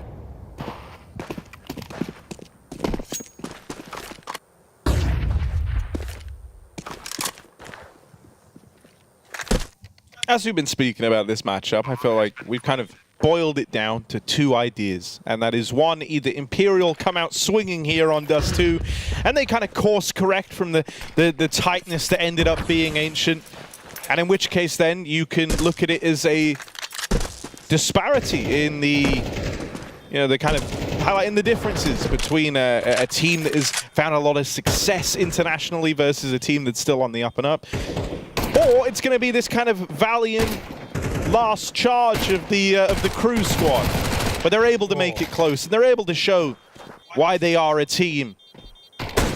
you know, on their route to try and cross the boundary into, you know, international level. You need to lose before you win. That's simply, like, I'm not going to make this comparison like I want you to draw anything from it, but when you look at that old SK roster, when they were keyed, when they went to their first, like, minor or major qualifier, their first international LAN, they bombed out, man. They went 0-2, they got grouped, they got nothing done. But then they come back a couple of months later, win a couple of majors. Cold Zero and the boys.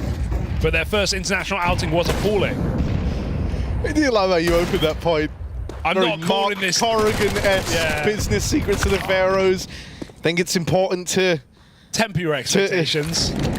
To recognize that any parallels we could draw to society, their society and ours. Any similarities to any real fictional person are purely coincidence here. I don't think KRÜ are going to win the major, but they're damn well going to try, Harry. And isn't that all you can ask for? Oh, nice shot. That's nice. Yeah. Good stuff from Reversive. But in the meantime, Imperial have gotten out through middle, and they've made their way into an empty B site. Blimey. I think we're going to see a lot of this in this map, like Imperial just getting the 1-2 kills they need to get B, while KRÜ just get hung up on looking for these fights at A. Quick pop into B, round done. So hard to retake, especially when you're down in players.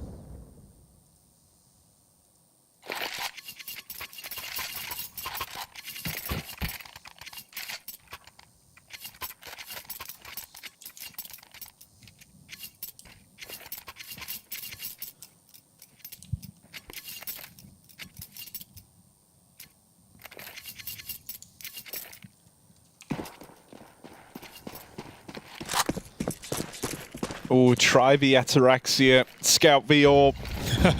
Not really a fair fight. Oh, all right. That is a nice start here. Good counter util to the attempted long take for Imperial. Imperial lob in that corner smoke and a bunch of flashes over the top, but KRÜ respond with the double push. Molly in at the blue bin to deny anyone crossing out, and flashes their own, and they're able to fight and compete for long early. They put Imperial on the back foot straight away. That opening move does not work. And so now they have to look elsewhere, as has often been the case. When they don't get the results they want over towards A, they're going to look for something over here in middle. So out they come. He says, do not come, as he looks down over towards mid. Oh, he almost went for that wall bang. That's so stuck in my head. Your brain rot is intense. All right, 2 orb tags in this round for try. No kills. Through the both wood. Tagged players over in B. Oh no. This could go very wrong, Harry.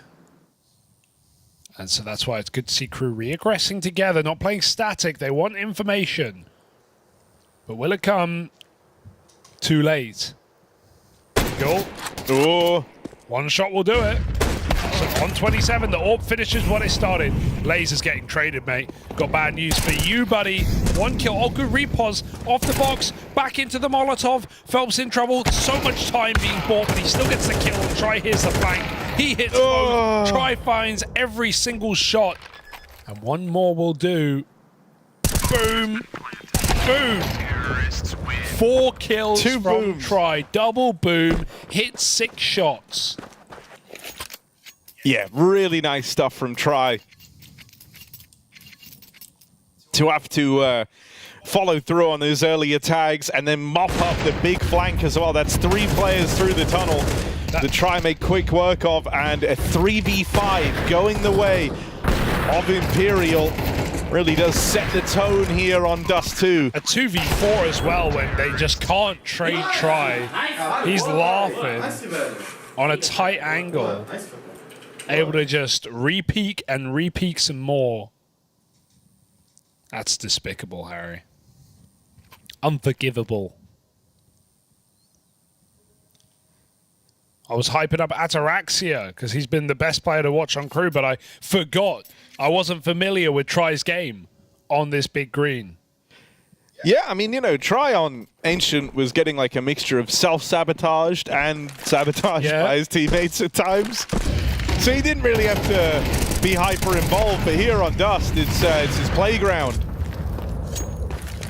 Both the AWPers strike here at the turn of the 5th round. Oh, I like that phrasing.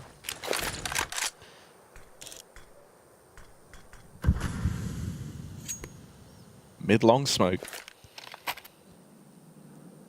And they're going to go through this. Flash, but yeah, not great. Not to blind the AWP back in the door. Would have been fine if anyone was pushed out kind of behind that smoke over towards the blue bin. And now you know, off of that, you haven't just taken the advantage. You know that there's another player over here towards A.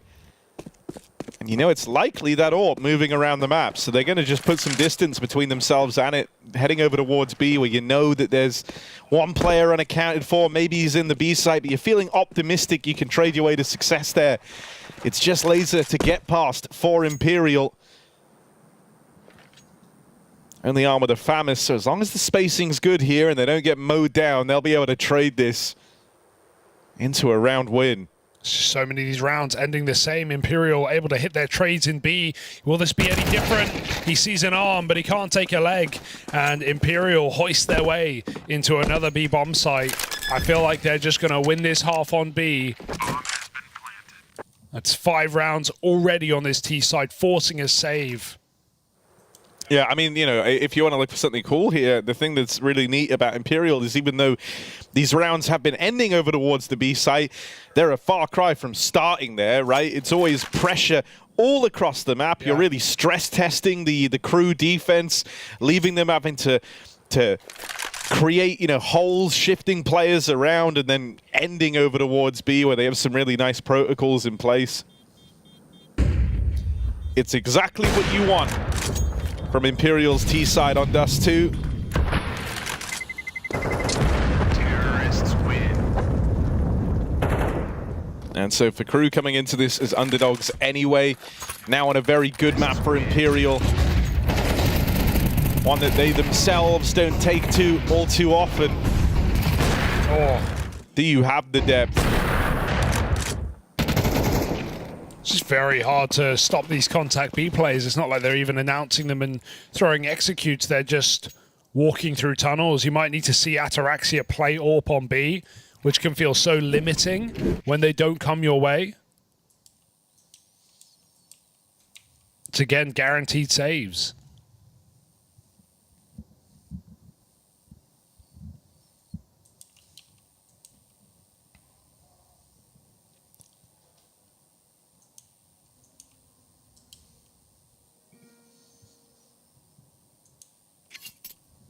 Yeah, it's just very hard to know what the right call is here for KRÜ. It's like in the rounds where they shore up the defense over on long and they play 3 strong there to deal with the early contact.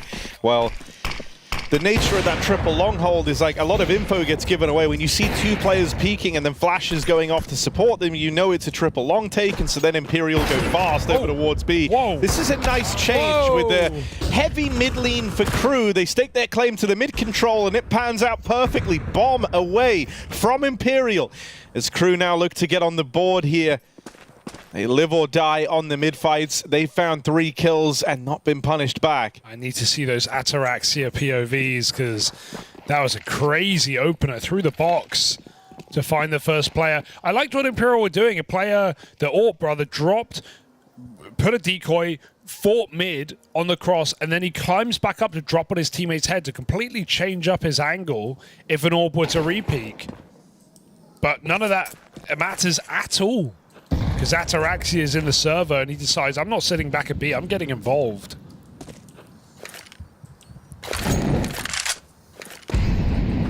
Two opening kills plus the top mid push.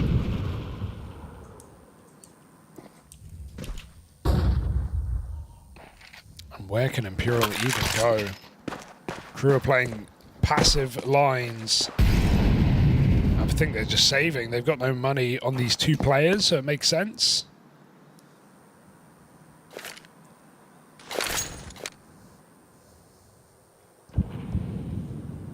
But at least guard those guns. Because while KRÜ win an eco, they don't have rifles on 3 players.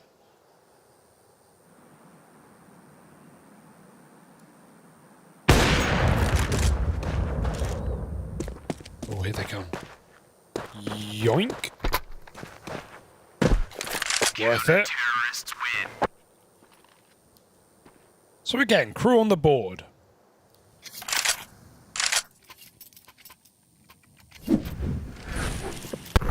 Oh. Easy.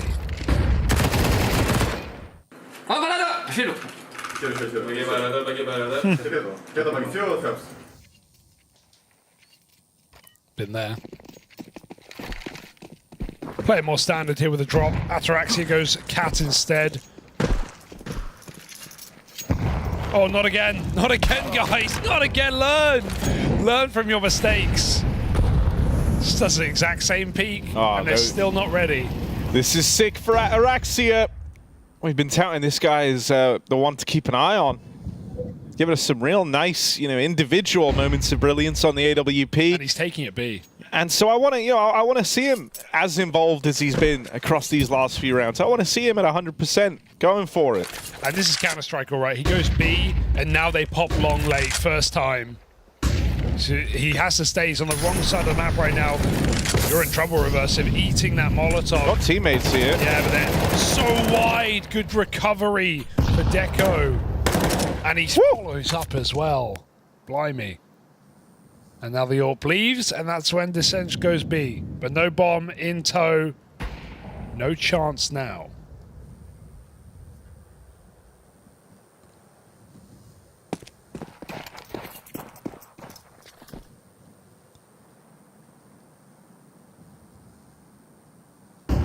They're even looking to hunt him here. They know he's over towards the B site. They know he can't win this round. Oh, a shot. Lovely stuff, Riggy. And so that's KRÜ up onto their second. Ataraxia's AWP starts it all again as he best try in that mid-fight. Do you think he does it a 3rd time? And do they boost for this earlier? Because if they just start there, it's a lot harder. I mean, it's still favored for the Pika because you're further away, but both times Imperial were not ready. They have an AWP. They have the chance. Is Try stubborn enough to try? No, he wants nothing to do with it. Just don't do the late boost. Oh, he read it. Ataraxia trying to jump Xbox. This time Try is ready. This AWP mid duel is a lot of fun. Yeah. I'm liking the mileage we're getting out of it, right? True. Both the AWPers are kind of sick and tired of being on the fringes of the action, wanting to be involved early. This time it's try to win that out.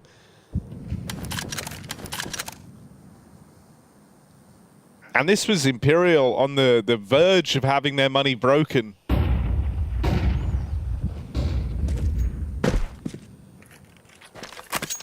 KRÜ remain active.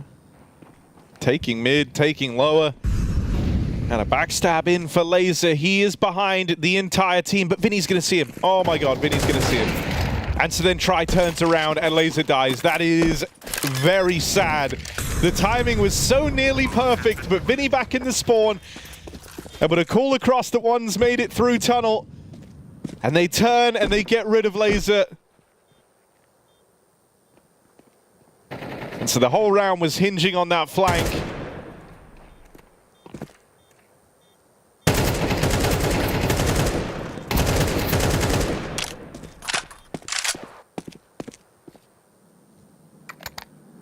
Riggy's also impressed me for this KRÜ squad. I think I'd say him and Ataraxia have been the funnest to watch.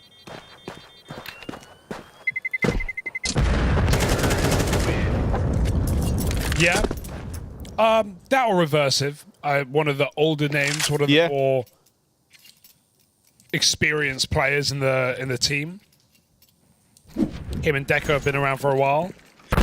Yeah, I think I remember Reversive when he was on, I want to say like Leviathan? That is a throwback, Harry. 32 years old, he was on Leviathan. He was on Isurus. They're the kind of the big two where you would have heard of him.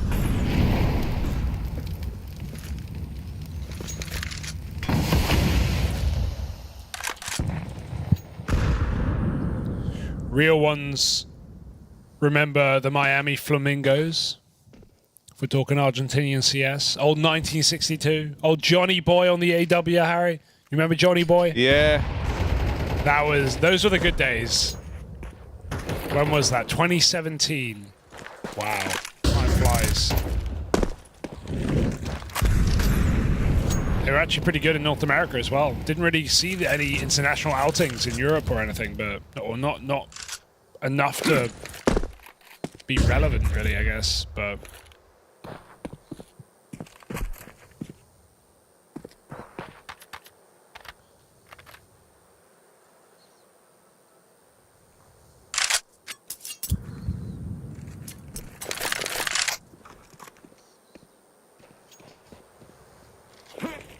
nice off angle again for Deco.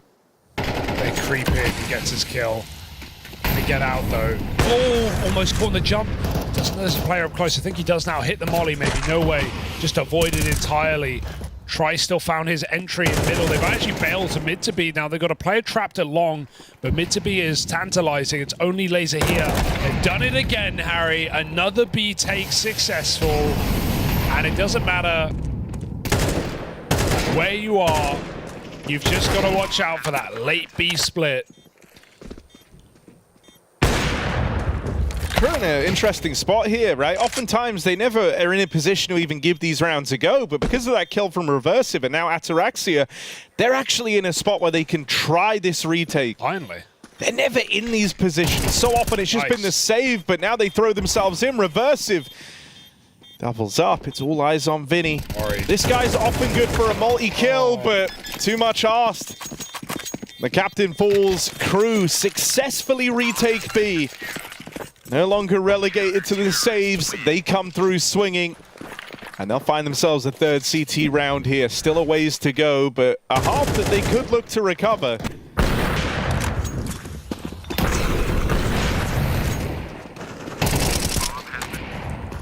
They've started to break apart the money of Imperial.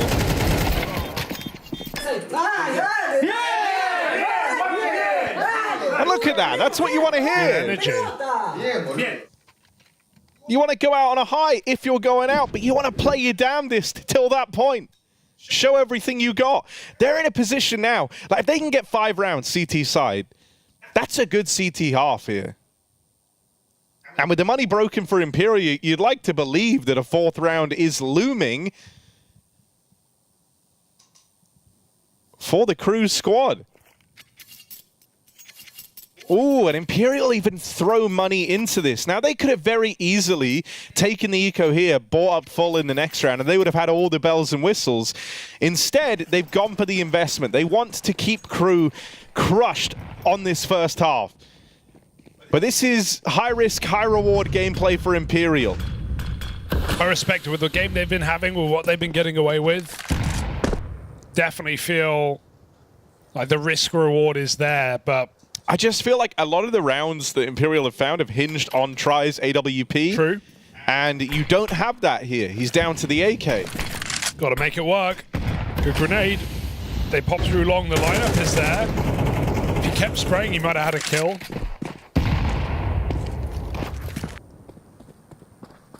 Four out long, try in lower. He can still find impact, but he needs to watch his back because creeping in his laser from upper B, more of a footing here. Oh, he stepped. One step. Try didn't hear it. I don't know. Maybe comms too loud. Yeah, I guess just people are talking, right? Like they're trying to organize the long take in the meantime. Damn. Should have been a 5v4 and an option for B.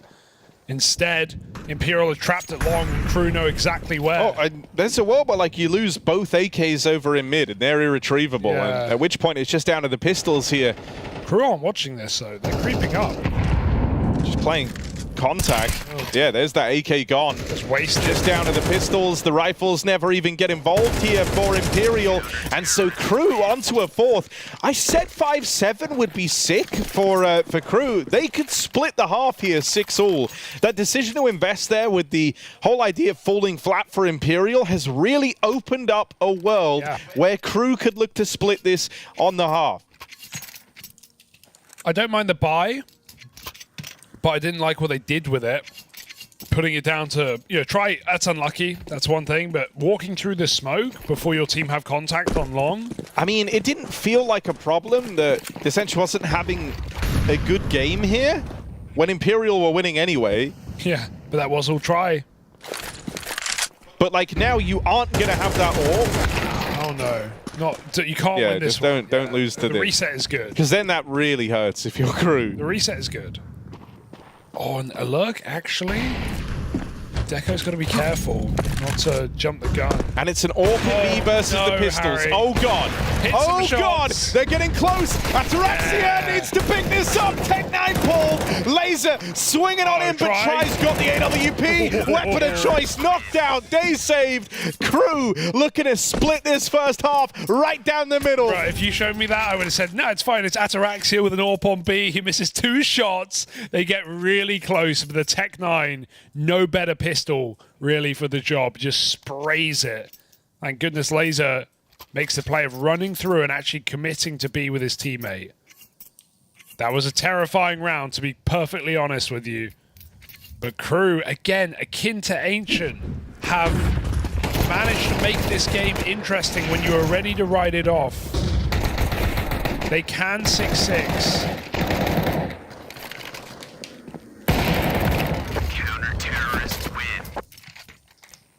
And then you go to what would many consider this favored side,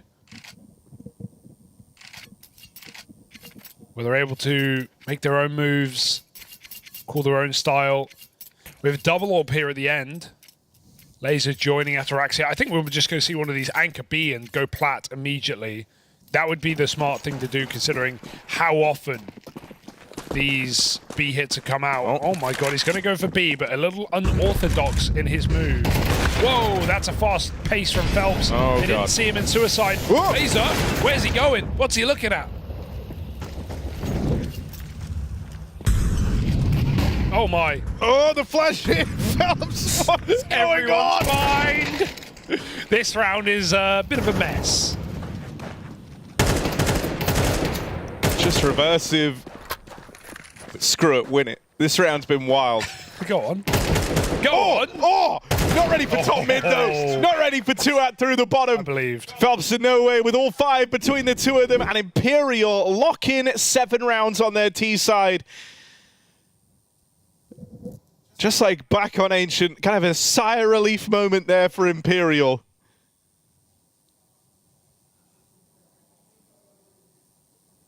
And so for KRÜ, they lose out on that chance of splitting the half. Still 5 rounds. I said it. I feel like, in my opinion, that is good. You've done a solid job here. As now they move into the T half. If I'm KRÜ, I'm looking to exploit the fact that Dissension's having a very off map.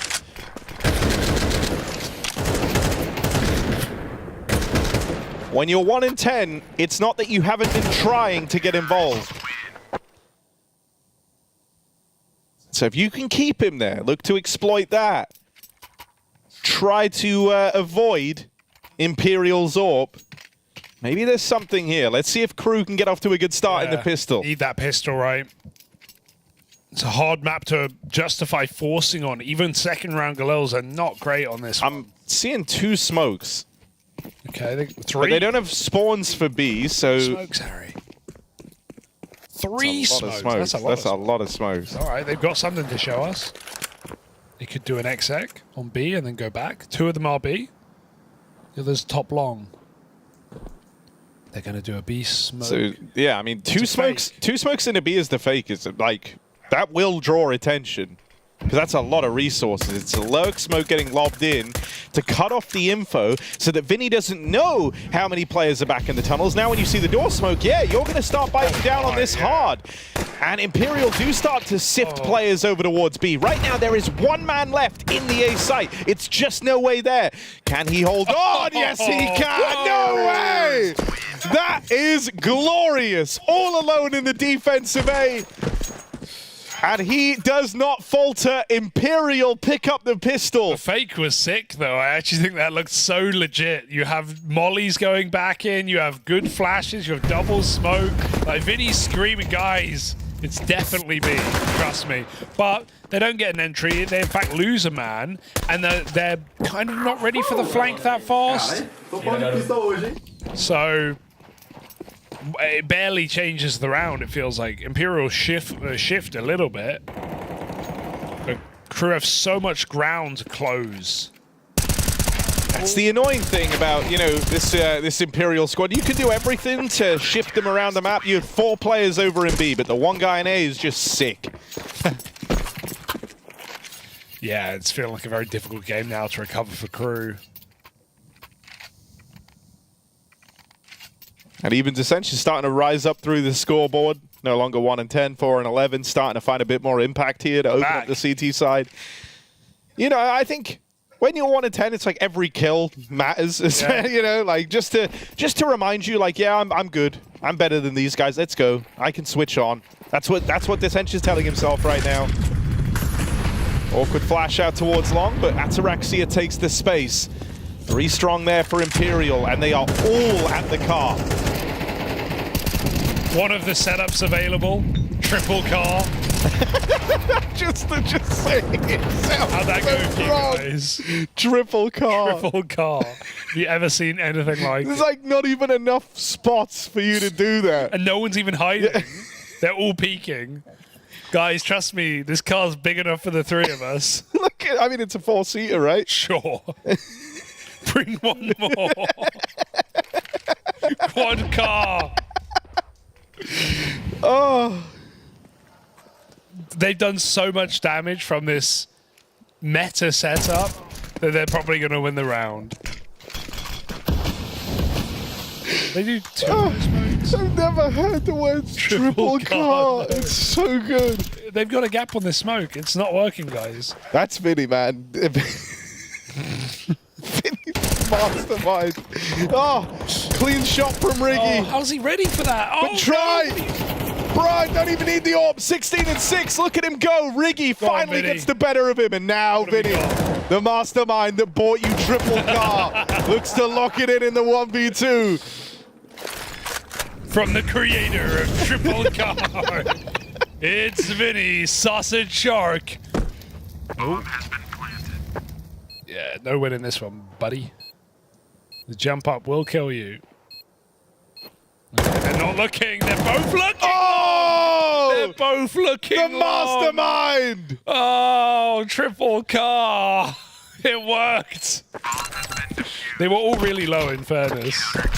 They both look long at the same time. Like, he can't be long that quick, guys. I don't know. I'd be nervous about that car position.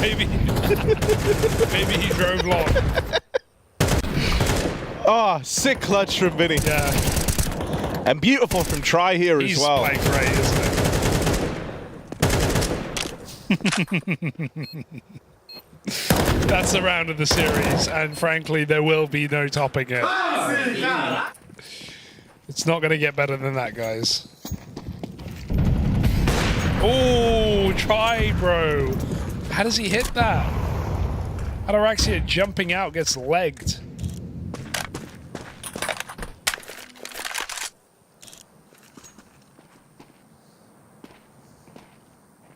Ten to 5. This is it, Harry. This is the rifle round to keep him in the game.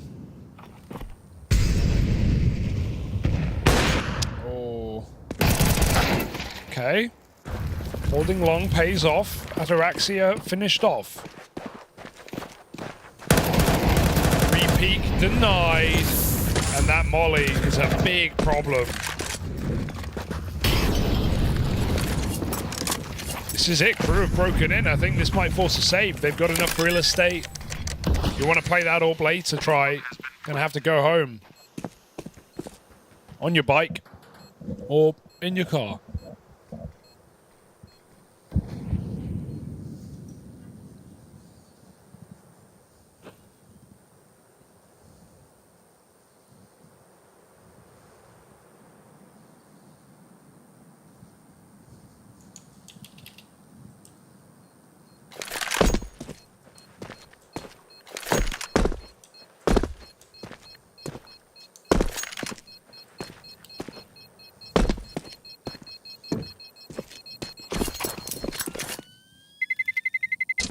Terrorists win.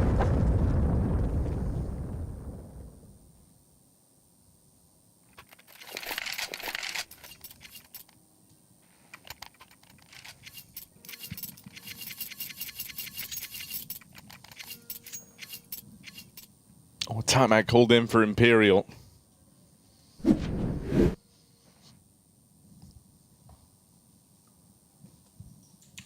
They're on the verge of being completely reset here, so they just want to, you know, now's the time to kind of rise up, put a stop to this before it's ever even a worry. There's still a good chunk of distance between you and KRÜ, and so if you win this round, you ain't sweating, you're not worried.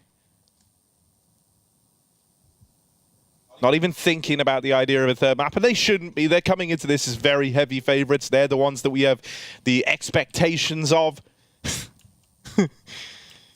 I do like production are loving the car. They're just as captivated by it. A lot of car memes here in this one. There are a lot of cars on this map.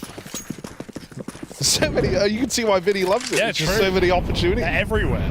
This one's a little more beat up on the B side. One too many triple car setups. Of course, Vinny is playing there. Well, can you blame him? Kind of location scouting for future rounds. Helps with a 5-7. There's one more car. There's still one more car we haven't shown. Can you find it? Phelps found on short. Pistol goes 1 for 1. That's solid. Good grenade. Imperial with a double B upper push, but this is being held. What? That is crazy from Vinny. Laser is watching for exactly that peak, and Vinny just destroys him. Can't stand still in this game, not even one man. I'm so nervous because it's Try with his AWP, with his trusty AWP. Christy one, you are.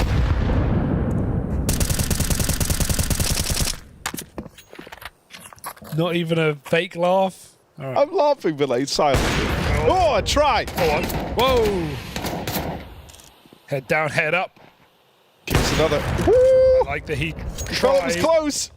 They're right there. Okay. No way. Gonna lend a helping hand. Reversive! Whoa. Gets away with a little more than you were expecting, but he's out on an island. Harry. Just the Glock. It's the car player. He's not going to win it. There's no getting through. And so Imperial, they take the timeout before that round. They mull it over. That was their money on the line. And they managed to pick it up.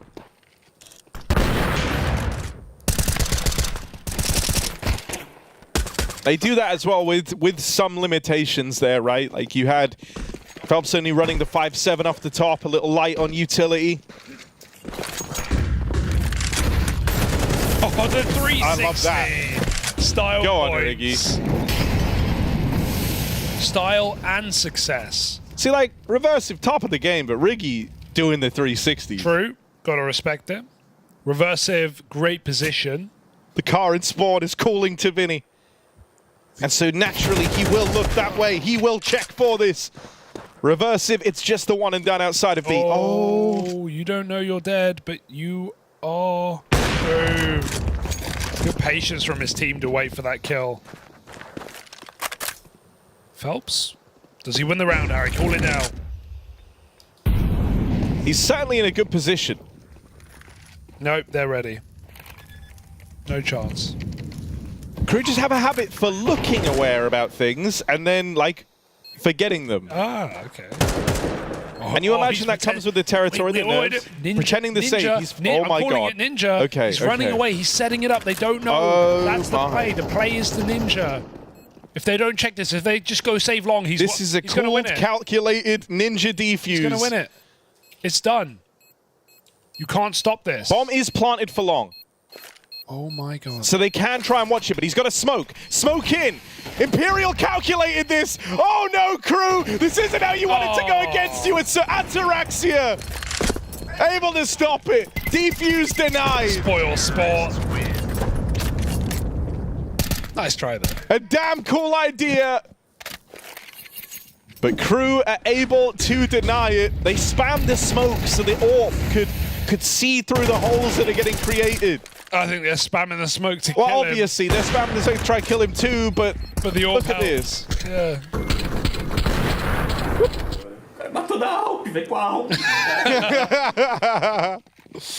Nice try, Phelps. Nice try. I like that they tried to sell it for him. It's a good play. Yeah. Honestly, a good play in that. It's not often like you see the calculated Ninja defuse. Usually it's very opportunist, but that was... He's just in the spot for it. Yeah. And they did everything they could to tee it up. If they don't have an AWP, you probably don't get him off the bomb there. Yeah.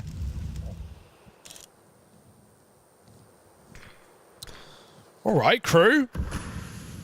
A little bit of life. On the edge of elimination. Have they got more in store? This is a buy, but out of really necessity around this hero gun. Trying to unlock Descench, who is 5 and 13, but he has the AK. No way at long, just cleaned up. And now KRÜ can take that space. There's not much resistance. This AK is here, but Descench has got to do something. He's had a very quiet map. Good shots. They start to cross. They don't make it very far. Try spams them through. 2v4. It's not done yet, though. Descench is still tucked in and gathered. They're going to be wary of that position, but they find out the hard way, and Imperial absolutely slap KRÜ in the face. An eco or force buy win, rather, to put them on to elimination point.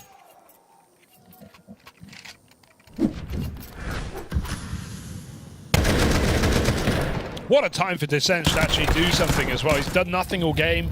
Pops off in a round where he has the only rifle. And I think they're hitting that moment of realization. It might all be done.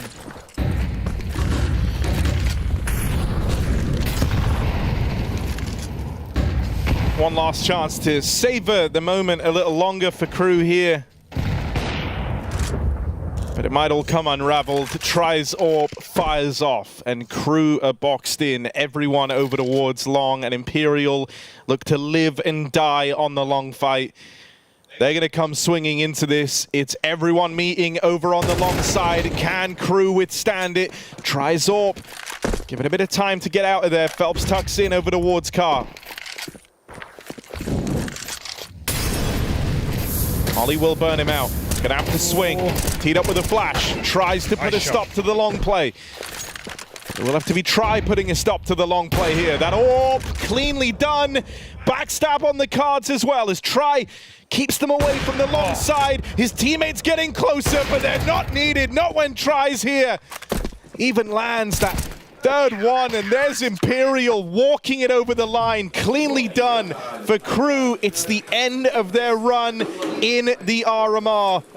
Falling out 3-1, but a victory over Nouns. A close match here versus Imperial, who are undoubtedly the favorites. And they came into this RMR with the goal to emerge better, to emerge stronger, to learn lessons.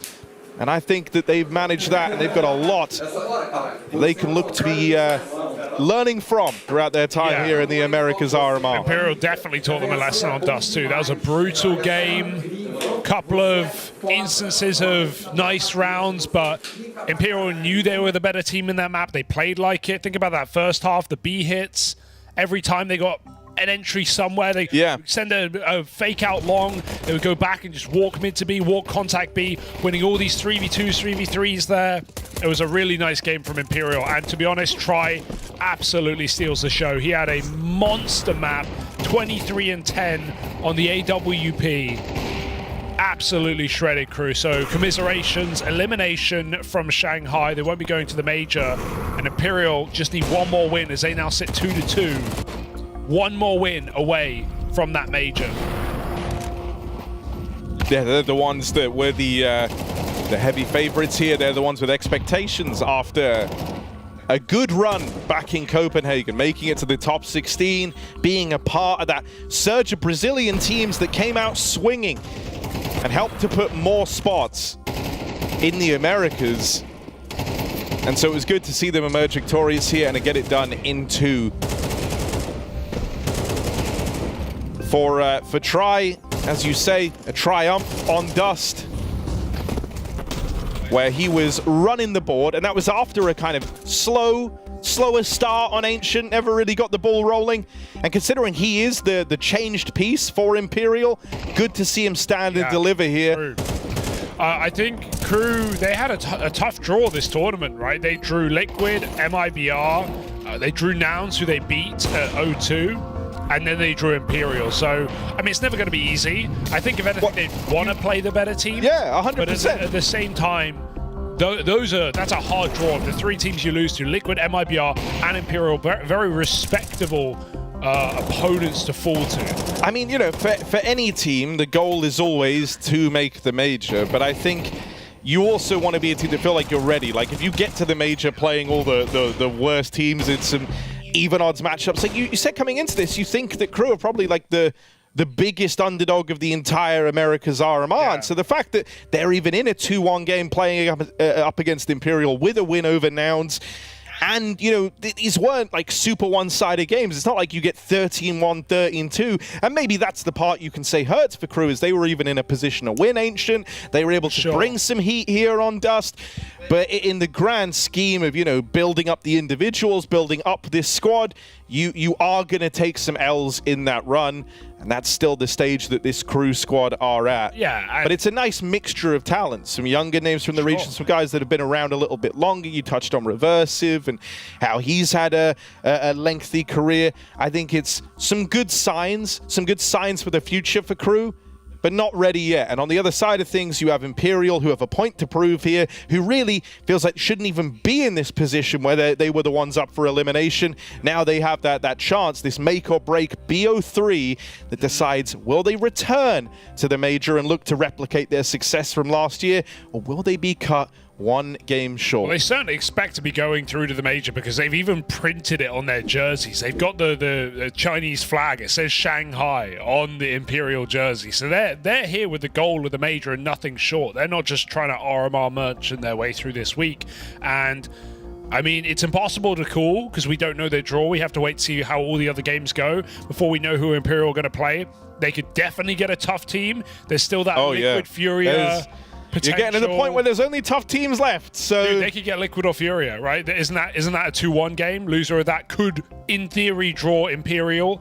I'm not going to go too deep into it. We have to see who they get, but that's a terrifying matchup potentially to be eliminated from the RMR. So it doesn't get easy at 2-2. It never gets easy, and it's never going to get easy. But we have more elimination to watch, Harry. We have Red Canids versus Legacy coming up next.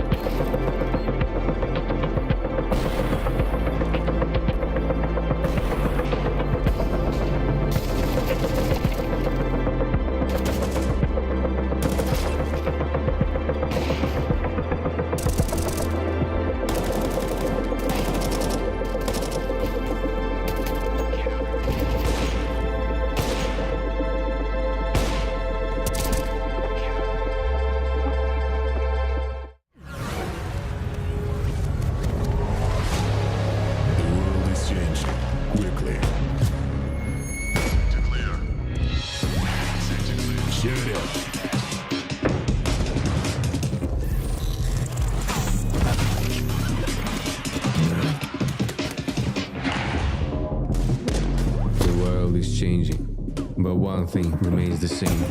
Victories with 1xBet.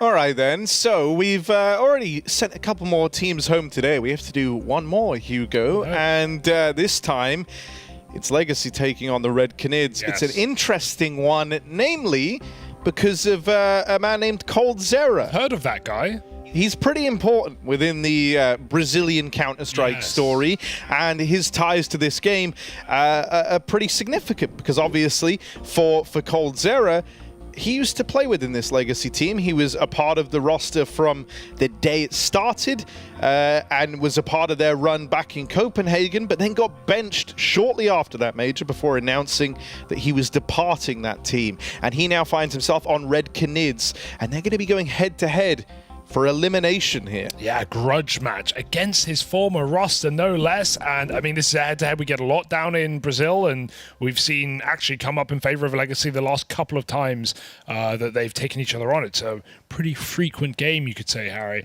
The thing is, I'm actually disappointed at Legacy right now, even though, you know, they may be favorites to win this game. They came into this event, they beat FURIA in overtime in a BO1, they started super strong. Then what happened? They got smashed by Nouns, they got smashed by M80, and they completely fell apart now to the 1-2 bracket. In fact, Red Canids have played the same two teams I just mentioned in Nouns and M80. Even they got more rounds. They lost both BO1s, but they got more rounds. They beat Carse in a BO3, squeezed out in 3 maps of a Dust and Vertigo, I think. So I don't know where my hat sits with this game, because while I should look at Legacy and go, yeah, they should be favorites, they've got some of the young guns, the Latu Dimao, a lot of firepower on this team, I'm a little worried because they just disappeared after winning their opening game. I thought they were a shoo-in. They were in the major last time around, so where is the Legacy from Copenhagen? Yeah, it's a good question. For Red Canids on the other side of things, I think they're an interesting one. You had that interview with coldzera come out where he said, I'm telling the guys, you know, like to he used terminology I won't use, but he said, you know, play confidently, essentially was the essence. Don't play scared. And I think you could feel that in some of their games, that the fear was maybe gripping them. For guys like Venom Zera, never attended a major, so, you know, you are in this position now where you're playing, I mean, for Venom Zera in particular, you're playing alongside the guy that you're named after. The pressure's there in the, you know, now you're up for elimination in the RMRs. You want to try and make this run to prove to yourself and the rest of the team that you can do it. And I think you felt those moments of fear be the case for Red Canids. Yeah, seen them in a lot of rounds. Like, there's moments where they should be winning, but it gets away from them because they freeze up. They go fully inactive. Yeah. Microscope on Nathan, right, calling for this team right now, because I think they're very static in a lot of rounds, and especially on Anubis, a map where you need to be getting info or taking space, making plays together as a team to trade out, especially on the CT side, to, you know, regain control when you're in the dark.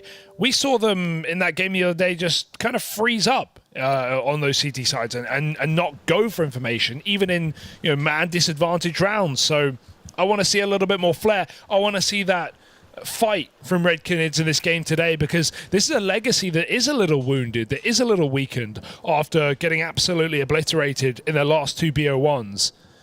I'd say this one is absolutely anyone's game as we look to eliminate the loser of this best of 3 and go into that final 2-2 matchup.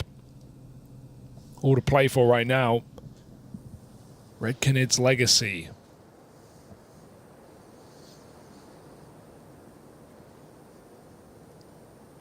And already it's that sort of start that we were looking for, right?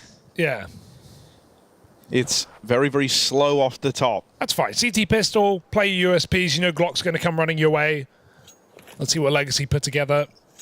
I'm going to be keeping a watchful eye on Henny here in this series. For now, it's Venom Zera with the dual Berettas. Him and those bloody Zeras. Cold Zera also springs up with 2. Nice. Neckers and Lato try to make it across. We'll tap one out. This guy's a bit of a beast. Lato and Dumao, a deadly duo. A lot of firepower on this young pair. Got all the info now. Bomb, P15, not a lot of time. You can't go A. 15 seconds. Realizes that, gets the tap in, goes for the deep peek, but he gets run down by Davideus as Red Canids take pistol.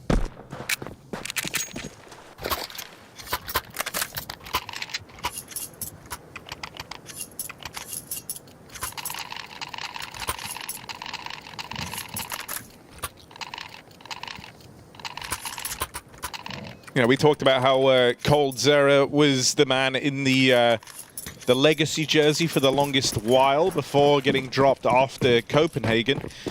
Sadzin, though, pretty new onto the roster, and he wasn't the immediate pickup. There was a moment where they were in a bit of flux. So, don't know if you remember who was standing in, but it was Stewie 2K, which was a bit of a wild time for the Legacy roster. But they settled on Sadzin, and so this is the series for him to show us why. Yeah, exactly. We've not seen him play internationally or play Tier 1 events at all, so very young player, 20 years old. He's not played in any notable teams, really, so he's been in this roster a while, in fairness.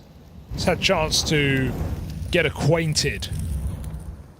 Keep our eye on him today. Lato moving in through camera, trying to win this 4-spy round for Legacy. They've got another player at A to worry about. A team kill is not perfect.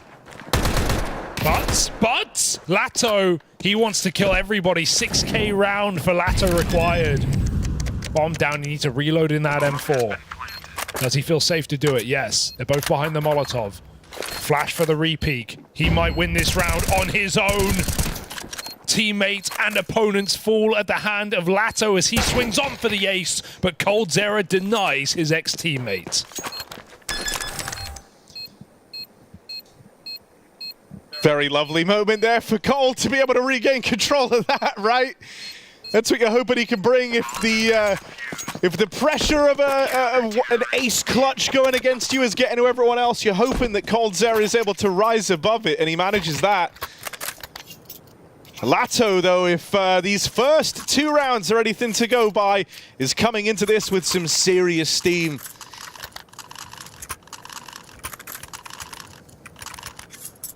Not every day you almost have the ace clutch just 2 rounds in, so let's see if Legacy can keep this up.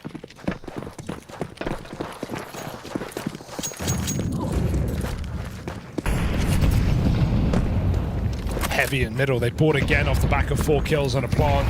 Very reasonable thing to do, but they've got to make it work or they'll be in the hole economically. Fast through the camera smoke, no respect. Looking for that Heaven player again. Double ace setup for Red Canids. Can they find them? Legacy, only 1 entry. Henny can give up the site, but he's very low. Gonna have to play retake here. That's fine. Advantage Red Canids despite the plant. They've got the guns for it as well. Legacy, however, have a lot of space. It's a bloodbath right now. Dumao 1v2 and Venom Zera overwhelms him. So Legacy, another close round, but not quite breaking through.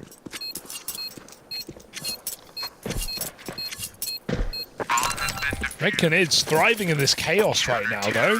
Very quick to group up and attack together there. It's a good sign.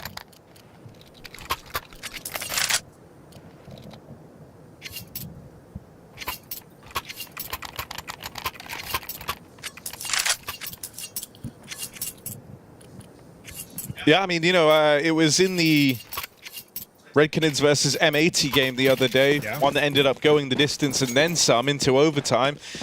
You got a taste for the Red Canids CT side, and honestly, I I liked it. I thought they put up a good CT half there, and truthfully, it felt like it was enough for them to close that game, and they certainly had their chances. Yeah. I think if they get more than 5 rounds CT, they're well and truly onto a winner here. So already doing a lot of the heavy lifting to open up this map. They definitely learned some lessons in that game, right?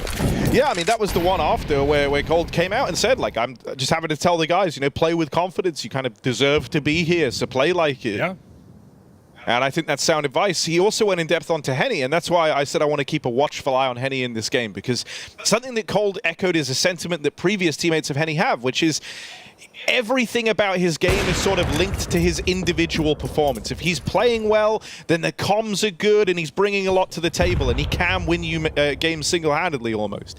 But if he's struggling, everything drops off. You know, the comms get a little bit worse. He's no longer like that positive presence within the team. And so with that being the case, and with him being the second most experienced member of Red Canids, you want him playing well.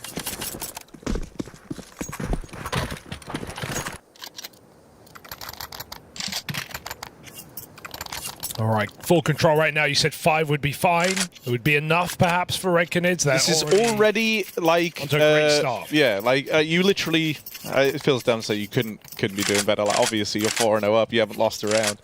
But you know, on the CT side of Anubis, where things can change very, very quickly, it can be really hard. Like if the T's start building up some money to kind of get back into the game, and you're a bit more limited in terms of some of the opening moves you can look for. This is exactly what they want. It's an interesting smoke. The right-click walk jump throw. Smoke off A main. Henny, you often see boosts over these. Maybe he's calling for Nython to do the same. Gonna break it first. And nothing spotted in A main. Nython's got some lineup. Gonna re-clear main with a smoke molly. Oh. Molly lands in the smoke. Dumao is on the edge. Peeking before the flash for Nython. Big mistake. 5v4 for Legacy. Rotate having to be called now. Davideus moving through CT to that A side. And so Legacy making a nice call to regroup for a B hit right now with the con control. That's really rough, man. Like, I think it's a good idea to try and retake that space, and they had everything in place, but the execution was horrible.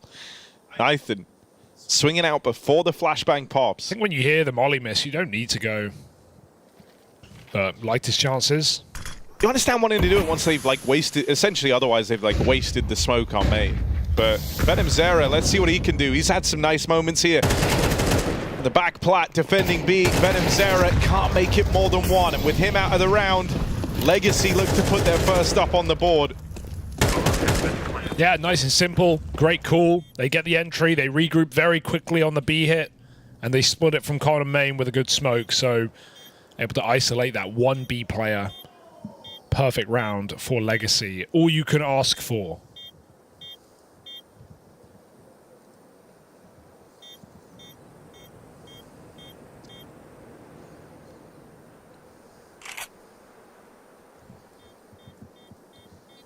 And fine to save this for Red Canids. Simply out of position with a gamble. Off the back of that entry kill. They lost all info. Terrorists win. Definitely a level of familiarity that will play into this game. As I said, 3 BO3s played between these teams this year. 2 of which being won by Legacy.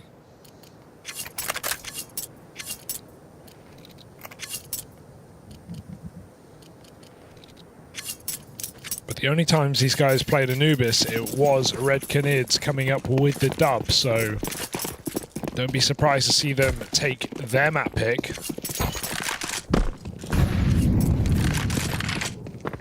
Feels like if any team would 2-0, it would be the Canids. But I'm expecting a long, hard-fought game between these 2 pretty experienced teams. We're fighting for elimination today.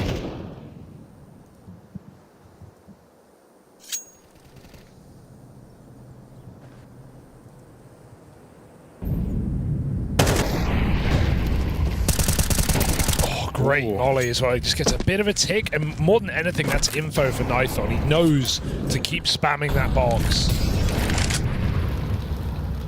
5-on-4, CT side.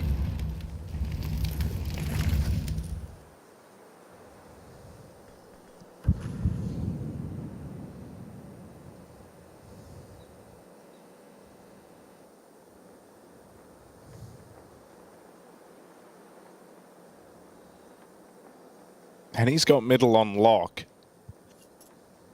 And he's even got Davideus making his way back over to lend a helping hand. First point of contact going to be this AWP. And Henny hits the shot. Sadzin dead. Davideus follows up. The interplay over in middle.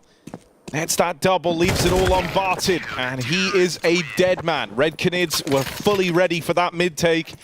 No gaps to be exploited there for Legacy. It's just a full dry mid fight, right? Like there's no util, there's no jump for the AWP, there's no flash to get them off angle. They're really just trying to go contact in a 4-on-5. And Red Canids just trade peaks really well there. Would like to see a bit of supplementary utility for Legacy. Cut off Temple at least.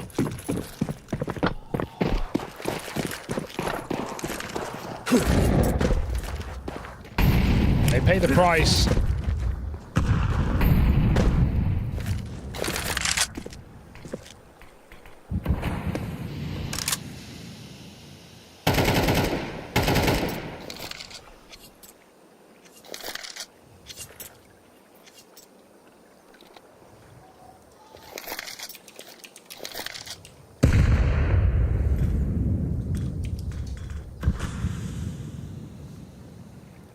I do want this A hit though. Mid player putting on pressure, but it's all about A main, which does get smoked. That's going to buy, or rather waste some time on this A hit.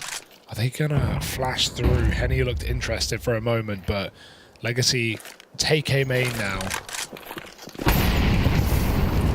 Red Canids util has been really nice in this game though. They keep re-mollying A main different ways. And look at this stack they're putting on. Still 3 strong. They just smoke off camera. They know this hit's coming right now. Nython holds strong, and his teammates are by his side. So many CTs in the sight to stop this hit. It is looking lackluster for Legacy. Trying to go through this A main smoke. Double entry does get found, but there's no win in this round. Sadzin yet to frag. A bomb part would be mighty. He could have got it. He goes for the kill. Oh my god, he didn't finish it. Now he's got time to run B just about, I think. He should be able to get a plant, but they're going to be there just as quick. Even if you get there with time to plant, you can't afford to take a fight here. You've just got to plug in the numbers. Sadzin, coldzera was the guy he replaced. coldzera is going to be the one to swing out and finish him in that one-on-one.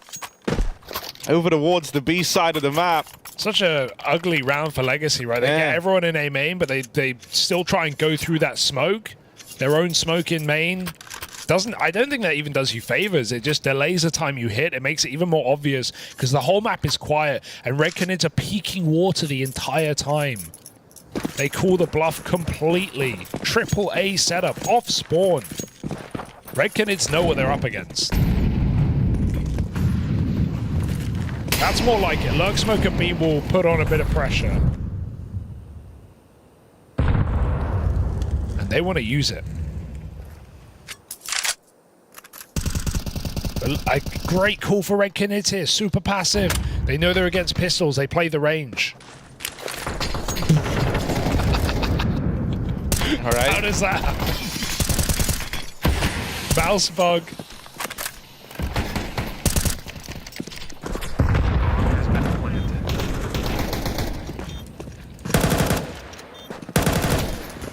Okay, little smoke spam. Red Canids playing the retake utility right now. Very impressed at their nades in this game. How does Sadzin win this? He kind of has to be the heavy carry in this round. He's checking the flank right now, leaving Dumao on his own on an island in the site. Needed a headshot to make it happen. They line up. There is a chance. They are low. Oh! He gets one, but they're not off the bomb. They line up again. I think he's won it. 1v4. There's no time. Sadzin wins the round off of spam through the smoke. The body block was not enough. Terrorists win. They did all they could to try and stop him. They're throwing bodies in front of the spam.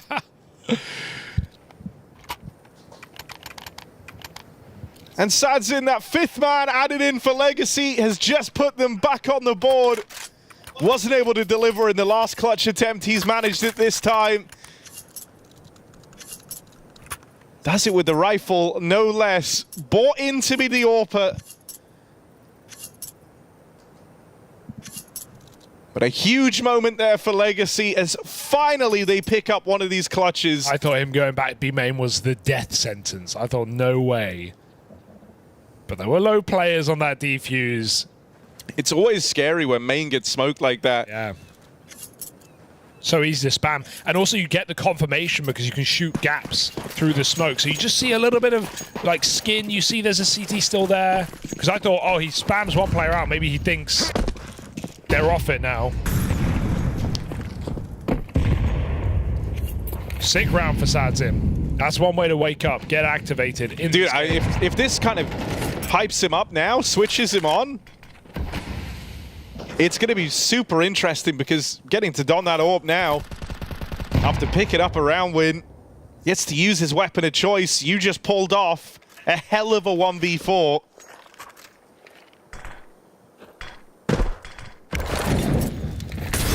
Oh dear. And the name. Whoa! Oh! Martin! Chill. Flying. Okay, this is a wild game right now. Venom Zera going to try and throw himself in down here. The Zeras flock together. But it's Barton, the one who's flying. Awkward flash there. Neck is trying to kind of pack roll down this side of the map, but Nithon's molly is perfect.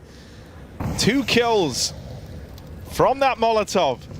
And it's teed up Red Canids to consider going for this retake. Dumao, dead to Davideus over in heaven. Now Sadzin's going up there. Trying to make this work with the AWP, but that's wishful thinking. Barton, now it's his time to try and clutch. Had that crazy opener with the jump shot, but full blind. Cold Zera sends his regard. The flashbang tees up Davideus for an easy triple there to close. Super unnecessary to go for that fight. Like, they want to thin it, but maybe they're scared of how sophisticated these retakes are, right? Like, we're seeing a lot of util get saved for the post plant, and to be fair, they had a couple of belts, but Legacy really jumping the gun at times, right? That molly push, the climb heaven twice. If you're going to do it, man, just swing, just commit. Because Davideus is jiggling. He sees you, and then he peeks into you. You got to be the peeker, not the peeky. And a blinding round for Red Canids again. 7-2.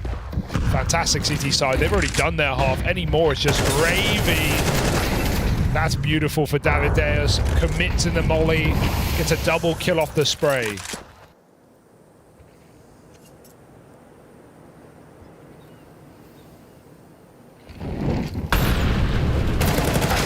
Oh, nice shot. Panic for Sadzin, but he saves it. Venom Zera is very low. They have to go. Oh, bomb's not across. What? Oh, legged, finished off by Nithon. And so this CT side for Red Canids, we said anything more than 5 was great. They're up on an 8 right now. They are running away with this opening map. Their map pick, sure, one they're very well versed on. But outside of a couple of bright sparks for Legacy, there hasn't been much there. Now, I know the Cold Zera is kind of the headline connection between these teams, but there's a crazy deal of connection between a lot of these players. Even taking a look at Barton, who's currently 1-9, having a really rough go at it. Came back from Valor into the Legacy roster, loaned to Red Canids for a while, and then recalled and put back in this team. And that was when they departed with NQZ. But then that left them wanting an AWPer, and that's what Sadzin was meant to plug the hole on. Cold even did it for a while. Yeah. Oh my God, Cold. Side by side. He's right there. I think oh, Nick he's is, gone past oh, him. he doesn't know. Nick is round palm of his hand. Can't find the other with the Tech 9. Man, he panicked there. Gotta just let him go. Your teammates are dead. Breathe. Play the trigger discipline a little bit. Just spamming the Tech 9. You don't win that unless you take a clean one tap on the first player so you can transfer. But Legacy, I think this is just heat of the moment. That's what this game feels like right now. They're getting caught up in a swell.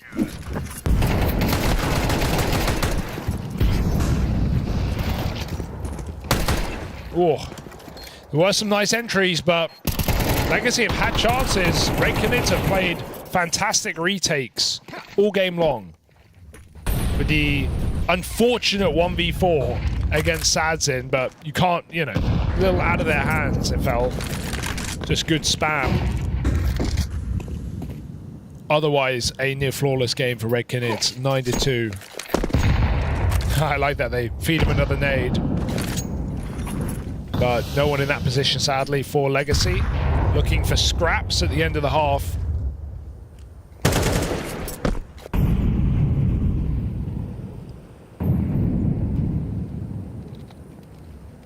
And it is sick to see Venom Zero, you know, just grabbing the ball by the horns, having a fantastic game right now as this guy.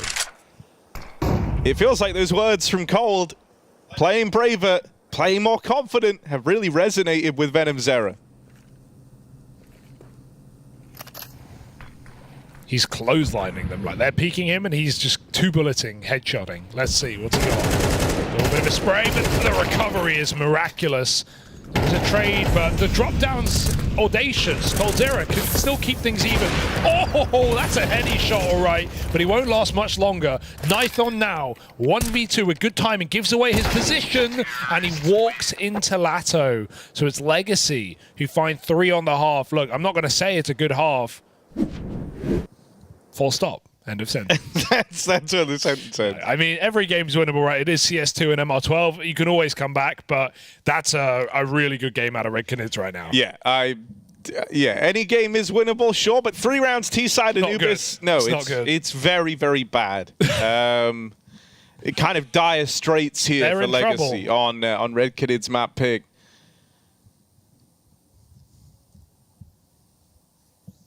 They're definitely in trouble, Harry. And I think it would be easy to feel like, oh, well, Red Canids picked this. They've really looked to go to Anubis a hell of a lot here across the RMRs, and it is a map that they play domestically a lot too. But it's not like this is a map Legacy aren't well versed on. They themselves play a lot of Anubis. They have some legit wins, some close games in there too, versus top-tier international competition. And so only scraping by with 3 rounds is not enough for Legacy. Not by a long margin.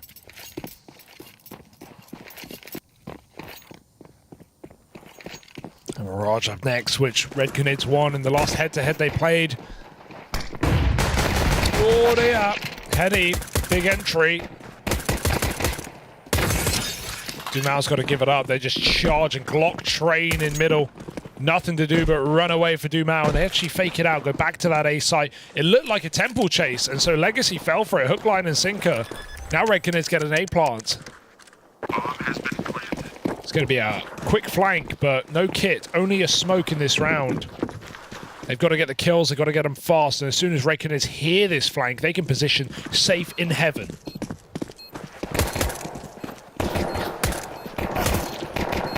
Sadzin is the first man in. Dumao and Barton up on the board. There's one more from Dumao. He's someone who's been a little quiet here.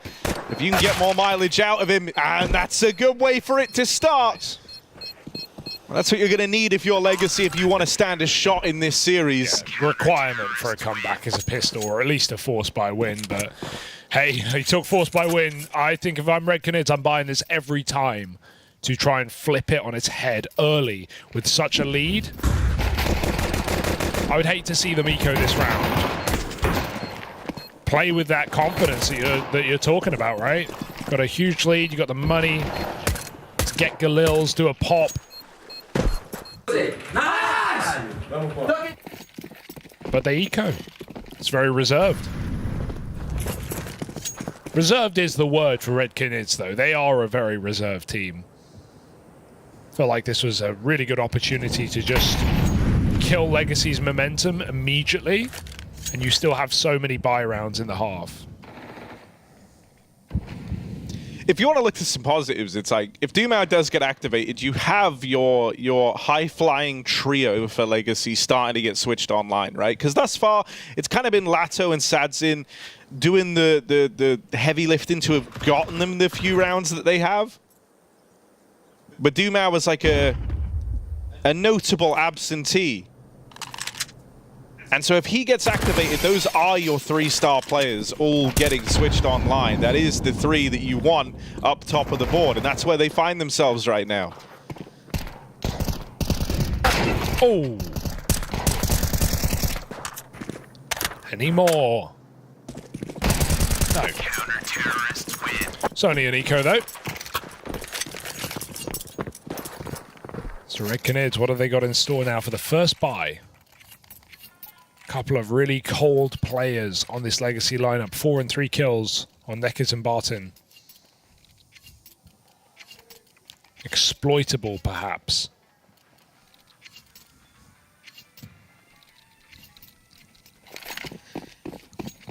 Yeah, I mean, those two names are meant to be like top in the charts, but you just don't want them to feel like problems, right? And I guess that's what we're going to get to see across this CT side is, can they be unproblematic? Because you want the room to go to that other trio.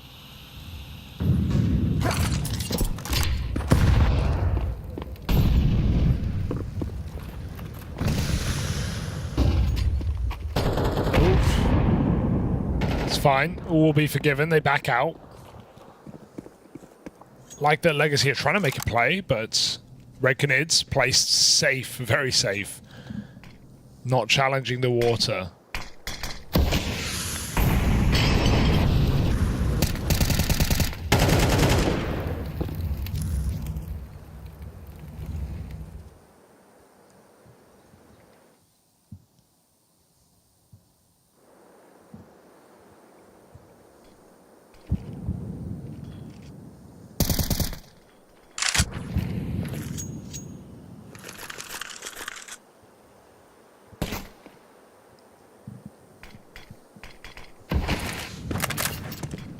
Neckers looking like he's having a rough game. Crosshair placement all over the place.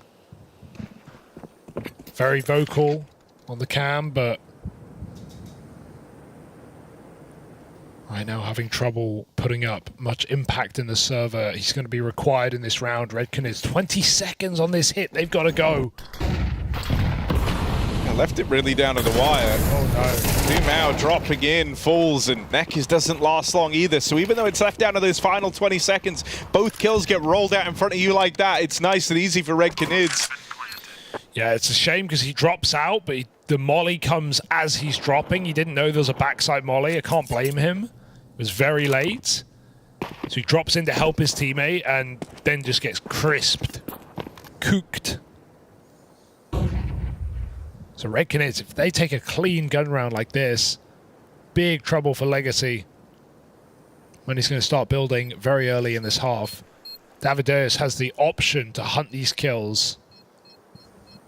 Yeah, I think it's going to be hard for Neckers to get a tool activated before this ends, right? The guy helming the ship, and you've had some big problems here to open up this map. So, as you say, you're seeing him in the cams. He's motor-mouthed, he's talking a lot, he's trying to keep everything in line. And with that comes the drop-off of focus on his own game. And so in those moments, it becomes even more important for someone like Doomau to bridge that gap when they're on the site together. But unfortunate there for him, as you say, dropping out of heaven, gets mollied. Can't do a thing. Red Canids about to break through, and if they break Legacy's money here and now, this map is looking over.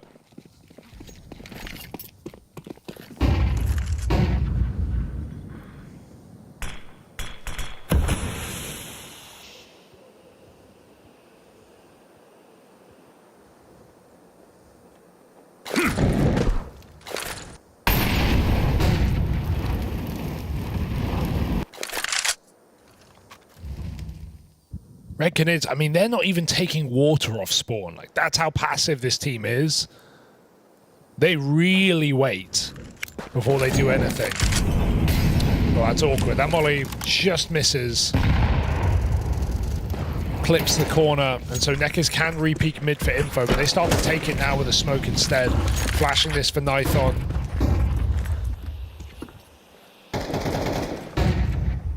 This is all the makings of an A split yet again. They don't even have A main control.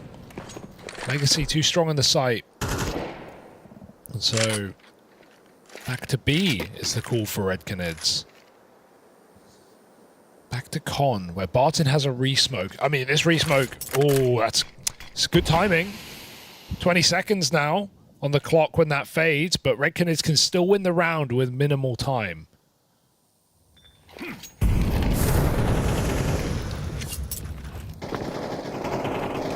Smoke going to cut off the sight lines of this temple rotate, but it will also allow Sadzin to actually get in and lend a helping hand. Are they assembling this boost? Lost in the smoke right now. They're trying to. Lato up and over, throw it in, and 2 kills from it. It's worth its weight in gold. Chaos to get them there, sure, but they capitalize. It's now 5v3, bomb down, Red Canids. They needed that. Doomau dead on his flank in through water. Legacy try to move out. They don't have a smoke here to get on that bomb, so they need to be given some fights. They need to thin the herd. Red Canids are just able to play around the timer. Venom's arrow with a wide swing, but it's teed up for Henny to be that man to close. Oh, no. Not planted for him, though, so he's going to bring the fight to Legacy, and he can't find it.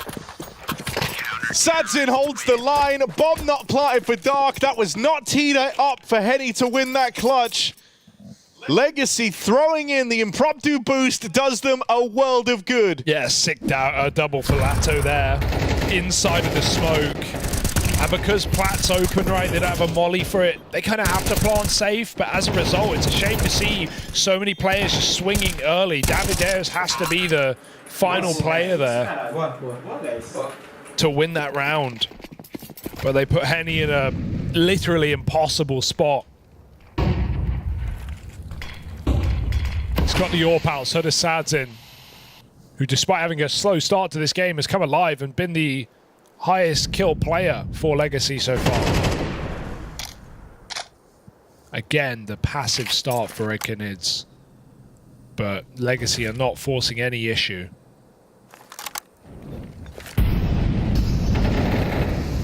Entries in middle, that will do. Smoking the molly and trying to fight. Legacy pay the price.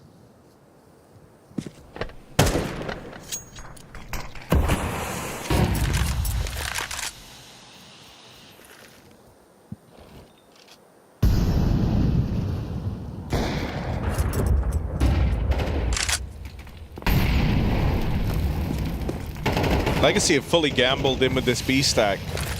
And that is where Red Canids are leaning right now. The bomb on the back of Henny making its way up towards Dark.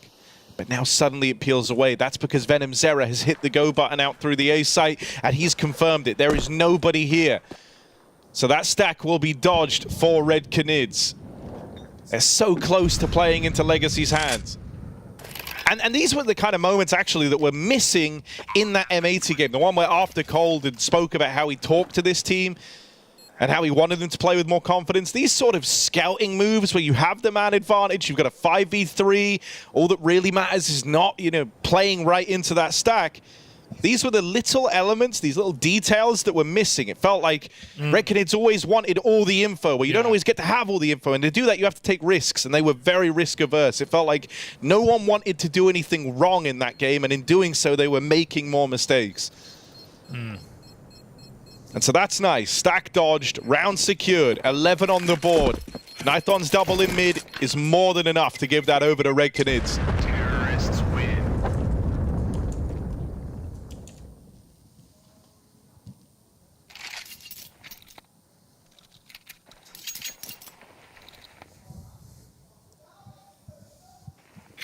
Still winnable for Legacy, but they've got to be near flawless now.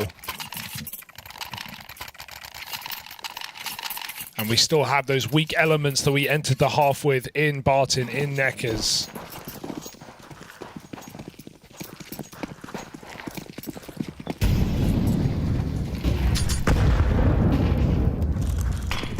Sadzin taking matters into his own hands. He's got a good pre-aim here, he knows. This is so time risky. limited on how long he can hold that for, though, Impressive right? that he gave it a go, but like we said, Red Canids do not take water. It's not like even because Legacy have been super aggressive. Sure, they pushed it in the first gun round, but they bailed pretty quickly. And Red Canids don't even move out rugs. They don't even take A stairs. They wait a while. They put on the mid pressure instead.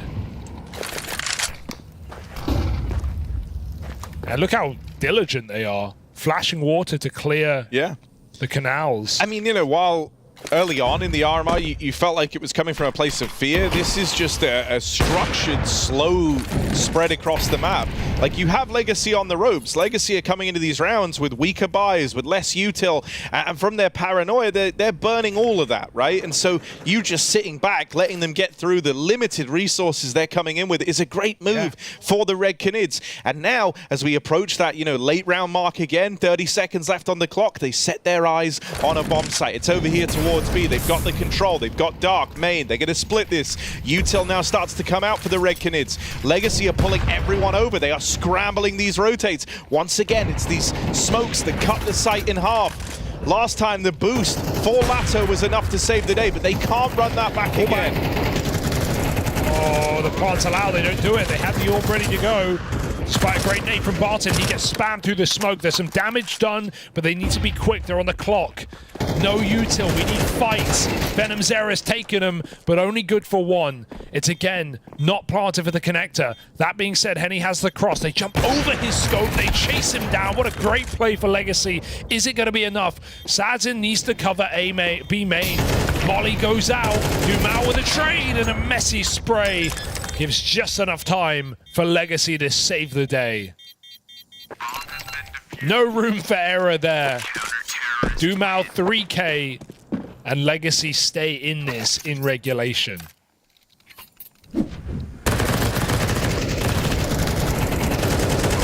It's just a mess of spam, right?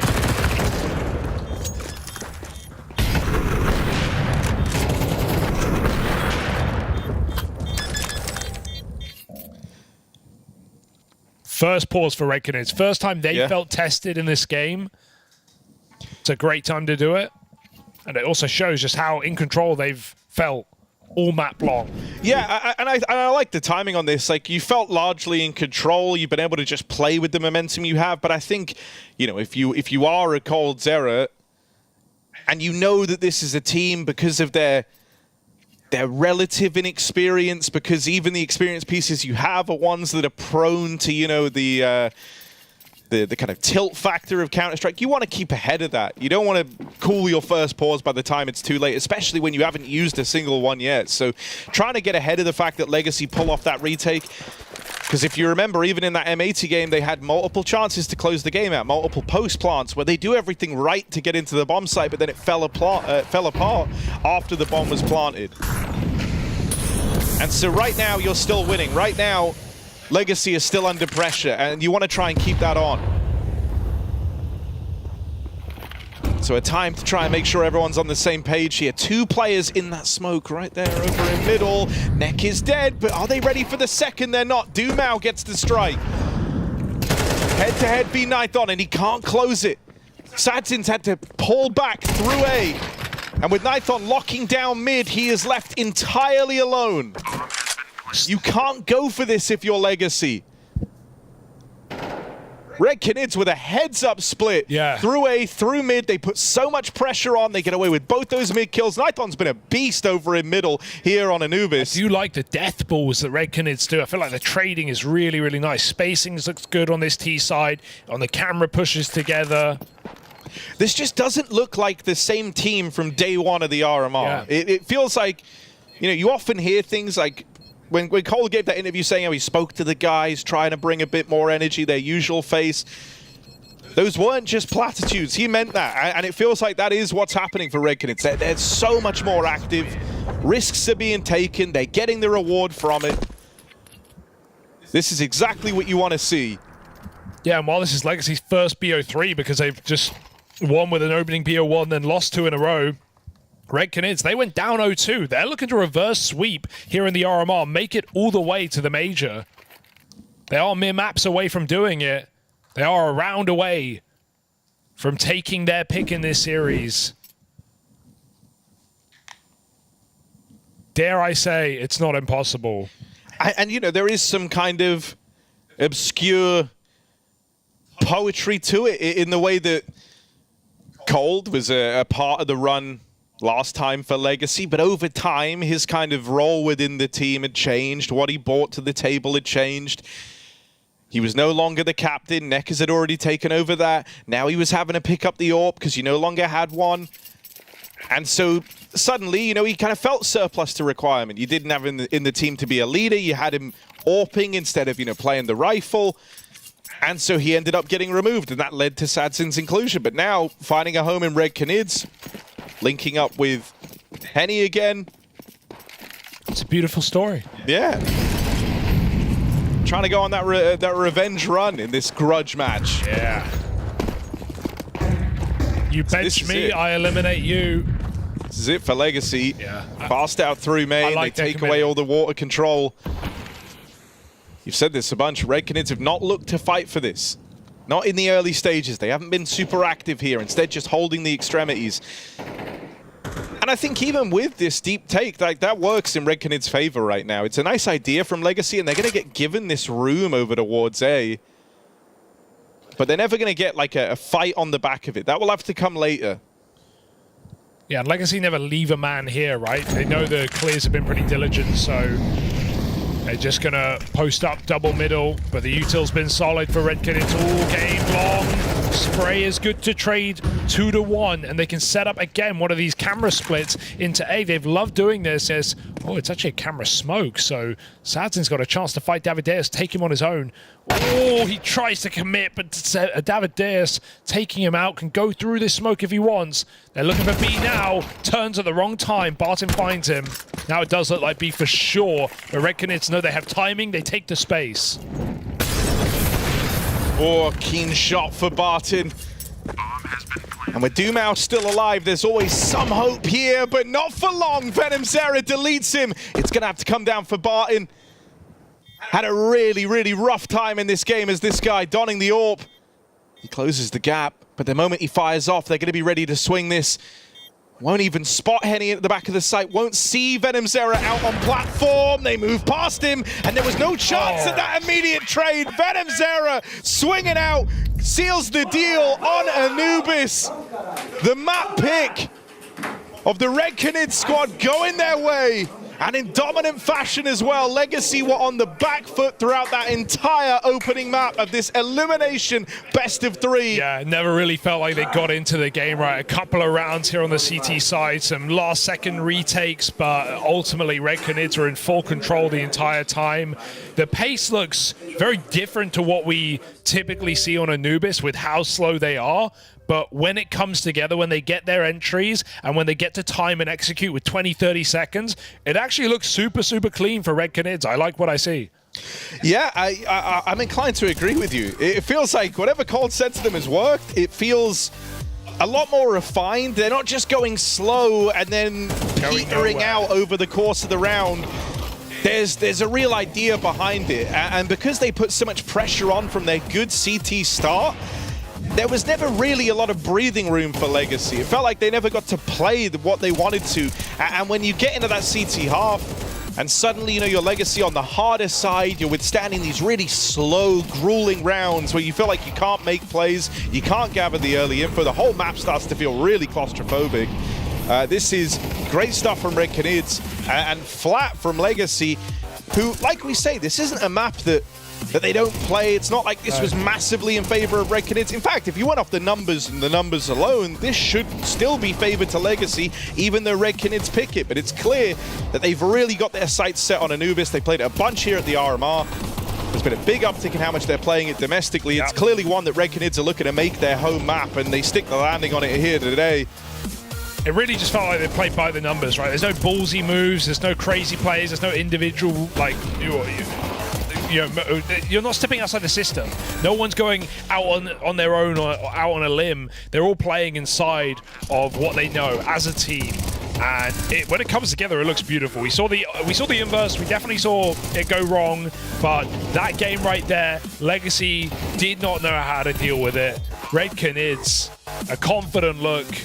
A decisive game. Nython putting up numbers as well. David Deus red hot, and the Zeras are there. And there's something that I think as well that was like a bit of an X factor. Not only was the cooling good, and we like the way that Nython put it together, but he's someone who like isn't supposed to pop off and have those crazy games. You've seen him even look problematic in games gone by for this Red Canids squad, and just then he was fantastic individually. He finishes up top of the board for his team, and that's while being the guy calling the shots. And then when you kind of contrast that for Legacy, Nekkers was getting outmatched in terms of the cooling, and his individual ability wasn't there. And at that point, it felt like he kind of just had to pick one. Is he helping the team, or is he focusing on himself? And as the man entrusted with the leadership of the Legacy squad, he can't focus inward on himself in those moments. And you would see times where it looked like he was distracted, where maybe he's focusing too much on the big picture, and as a result would end up being that first player to fall.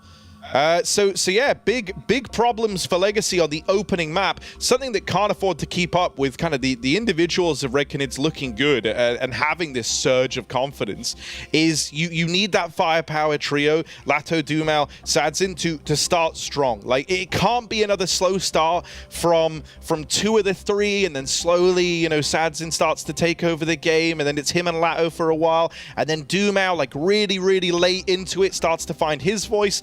You need to have taken that as your warm-up now, moving into Mirage. You need all three of them looking good from the get-go. Too little, and was certainly too late. If anything, I think it's a 13-7 where the scoreline is complementary to Legacy. I don't think they were in that game at all. I think it was just a couple of economy rounds at the start of the CT side that made it look a little bit more interesting for a moment. But Red Canids also super solid retakes on CT. I like how they play together and very methodical. They make use of every single bit of util they have available. So a great game from Red Canids, and they're looking to 2-0 this series. They're looking to go to Mirage. Their opponents pick a map Legacy play a lot, so we'll have to see if Legacy can wake up and avoid elimination in just a minute. The world is changing quickly. Shut up.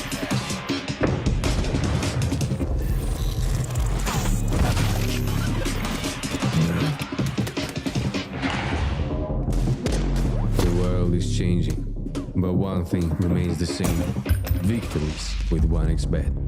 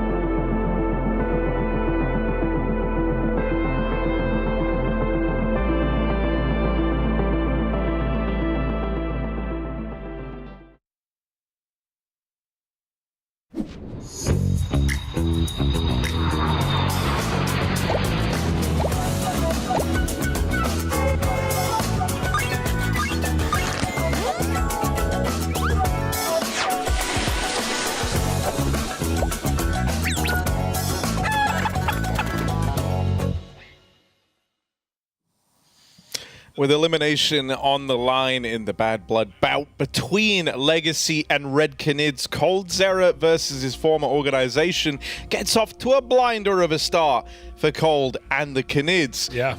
As we get ready to head to map 2, Hugo, do you see the route to recovery for Legacy? I definitely. And what are some of the conditions for that to happen? I definitely do. I think individually, obviously, they struggled massively, but that's a result of the style that the Red Canids kind of play with a slow and suffocating net, trapping you in your bomb sites and throwing very competent executes. But we go to a map now that Legacy love to play. They obviously play it in North America as this team is residing there, and they play it a lot. They win it a lot as well. So that's something worth noting. Is we don't have the same track record. We in fact have a sea of red for the Red Canids when it comes to Mirage, and Legacy even have wins over teams like Monty over in Europe when they played a Challenger recently. So I think there's definitely a way back in. The question is, how will the mental game play in? Because it certainly seems like Red Canids have a reason to fight, not just the idea that you could eliminate coldzera trying to eliminate his former team, but the idea that you're playing for elimination as well can light a fire beneath you. And we just saw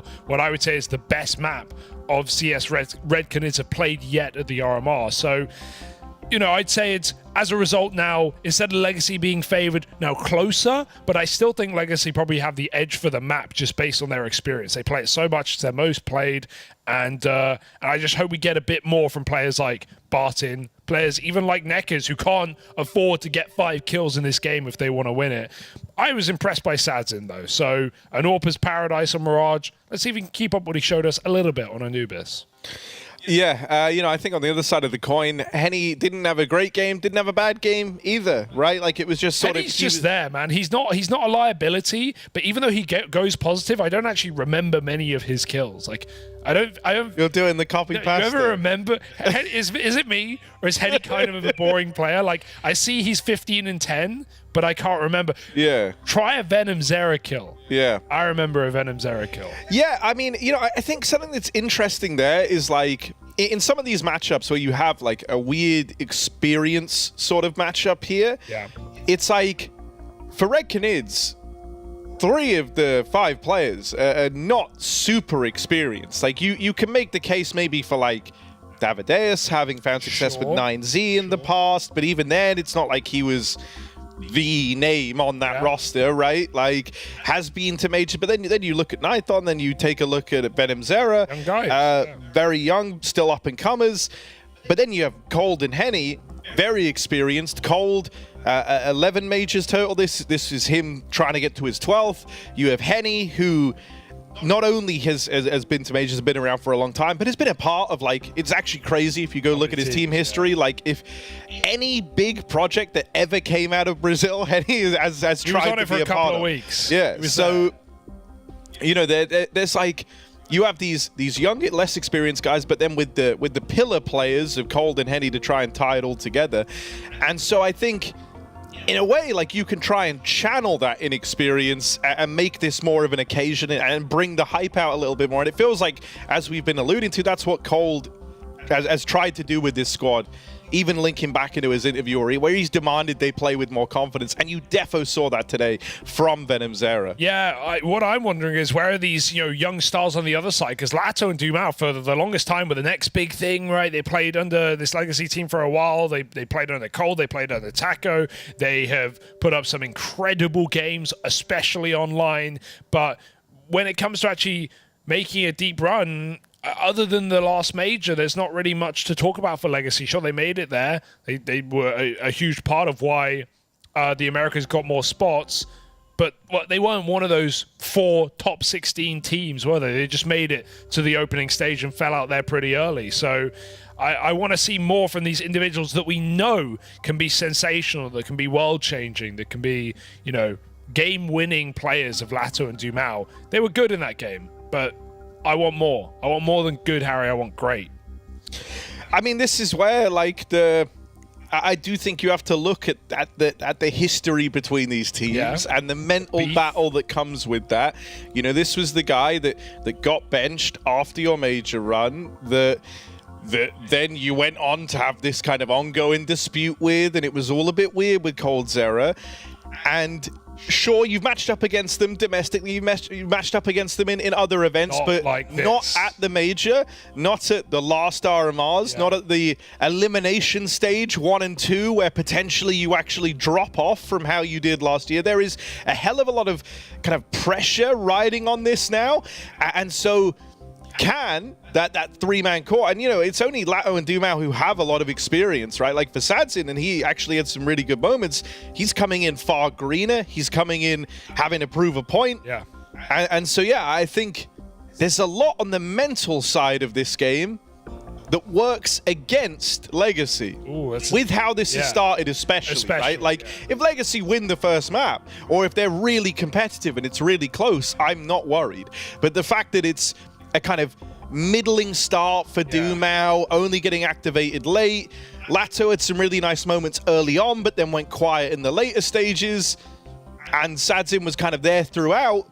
It's not the winning trio you were hoping heading into this series. That is how you sell the 2-0. I'm buying it. That's how you sell it to me. Like Canids breaking the streak, managing to pick up Mirage in an important game, because it's not been a great map for them. But I think the mental aspect is pretty heavy right now. Because also then, like, on the other side, you have Venom Zera, who Venom Zera, Cold Zera, like he's playing with the guy who inspired him, and the guy who inspired you is telling you to play harder, play better, play more confident, and now you're doing that, and you are just straight deleting his former team. You know you're making him happy. You know Cold is sat in the same room as you, smiling away as the performance you're giving is helping get this team over the finish line. I think it's super interesting how connected these teams are, the history between them, and then even for the individuals where, like, there's not some crazy deep connection, like Venom, Zera, and Cold, the connection's there in the idol factor.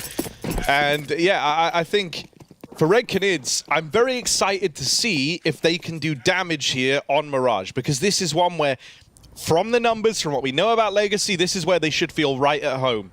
Well, no time for idle eyes. You've got to pay attention to this one.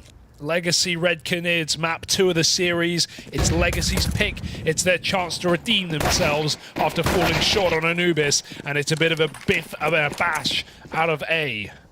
Quick trade, bomb plant. Close ET, they don't clear it, they don't check, they had no idea. Cold Zero is up on the bin, puts them in it. Next with a big trade, and a retake's on.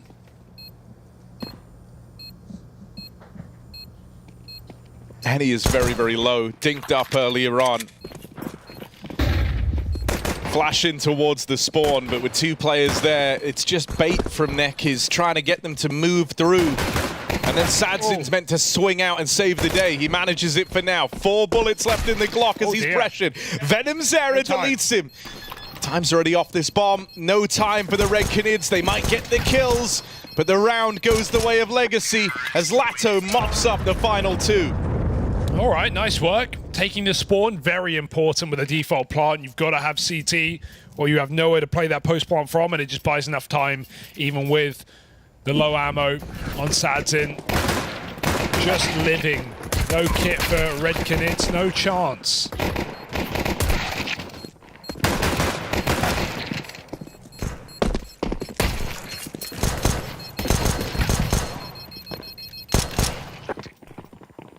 Full eco, not surprised to see it. A couple of Deegs. Davideus gives it a go. Oh. You can already see Legacy looking more confident in the duels they're taking. Far more of a heads-up map when it comes to gunfights than Anubis, right? How many of the rounds did players just get burnt out of position or forced into awkward crossfires? There's going to be a lot more head-to-head on a map like this, and I think that could favor Legacy, who we know have strong individuals.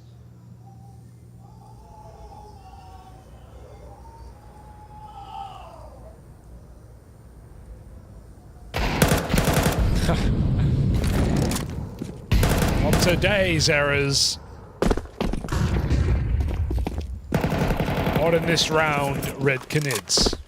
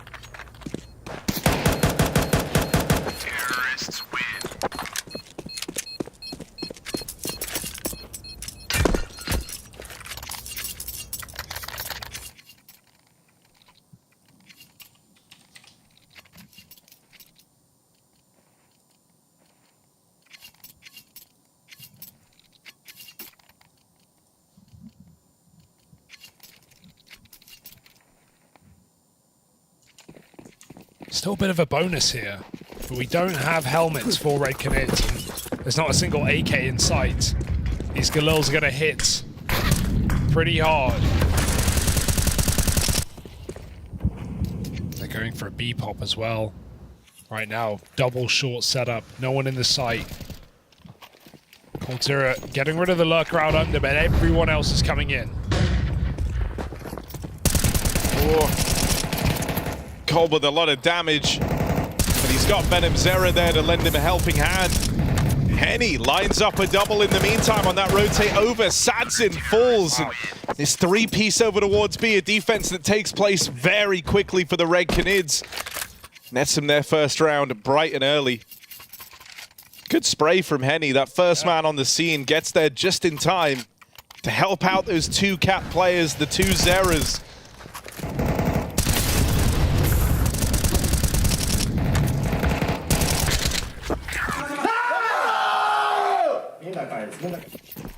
Safe to say they're pretty hyped right about now, Red Canids. Yeah, they know. They're just one map away from eliminating Legacy and one step closer to that major.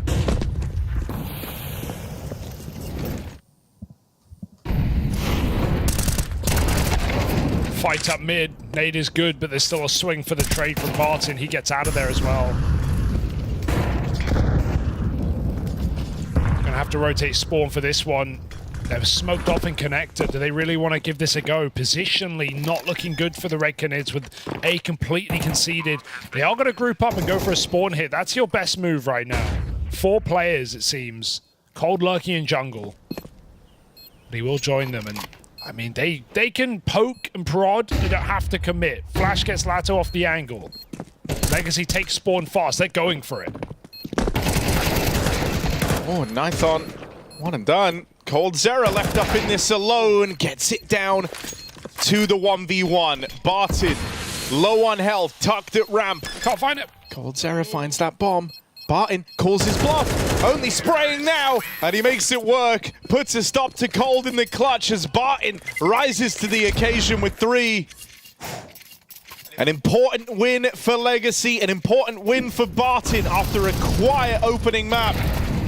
Standing tall versus Cold on his way to a 1v2 is not easy. Yeah, well played. To delay his peak as well, it kind of guarantees the round. If Cold is faking, then he gets the kill, but he's not going to have time. So Barton delays it just enough. Fortunately, hits a spray as well. Cold, you know, experience. He knew he had to stick. He didn't really have a choice there. If he fakes, he's going to get played with, even with the low health.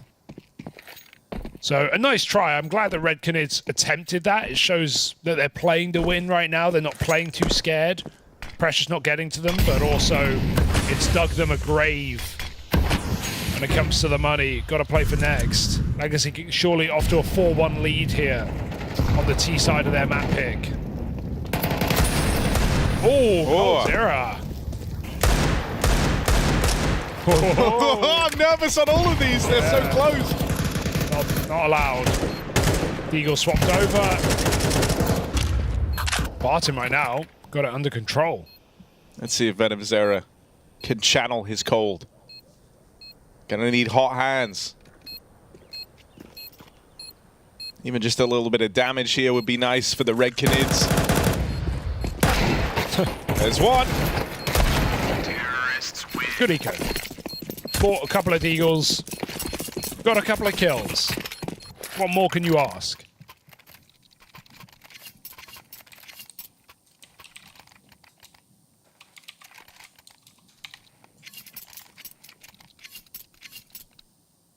No, Henny's been dropped in AWP. Didn't have the cash to buy one himself, so someone's bought that over for him.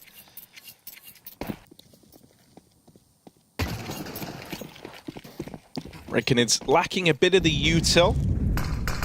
But everything they could need in terms of having that AWP. Enough to make some moves early.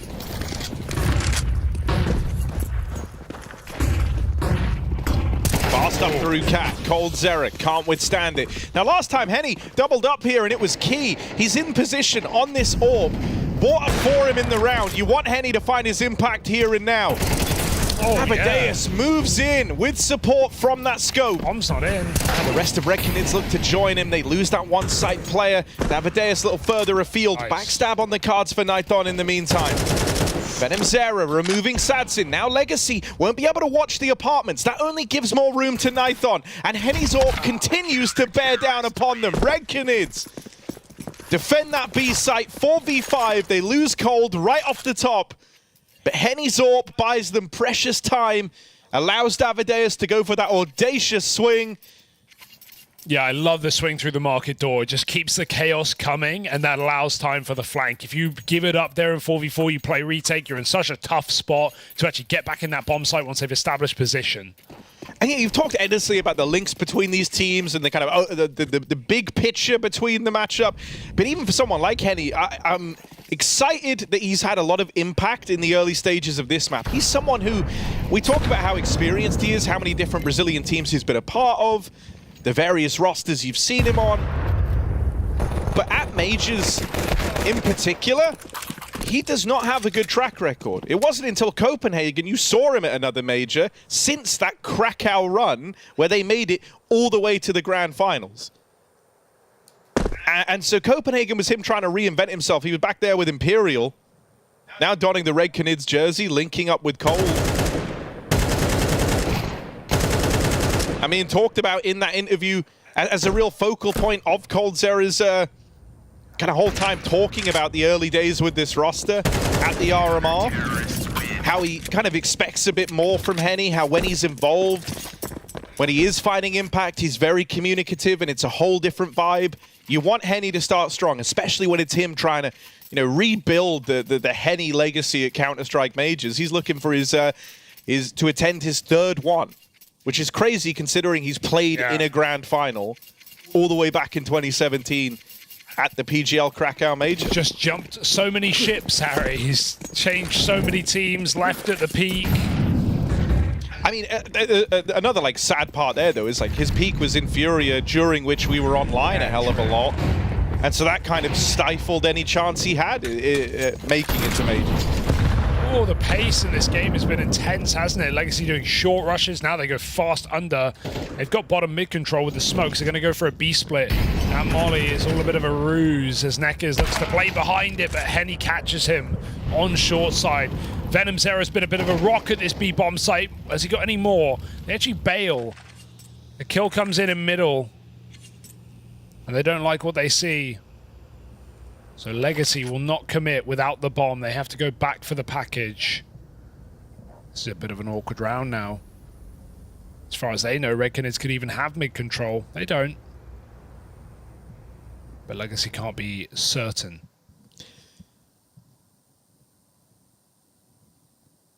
Legacy might be up in the lead, and you might be getting a far better game from Barton, but I'm still worried as once more it's a slow start from Dumau. And that was exactly how that first map of Anubis opened.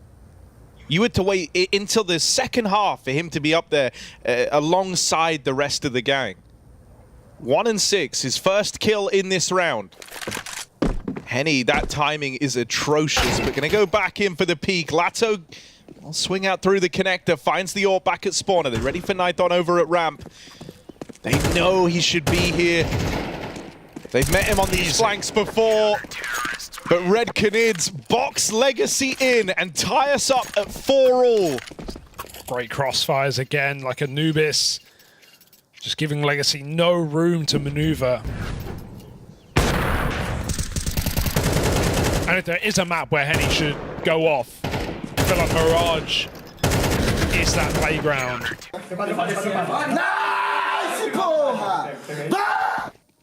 A lot of energy in Shanghai. Legacy on an eco now. Finally broken. Red Canids with the chance to take the lead back.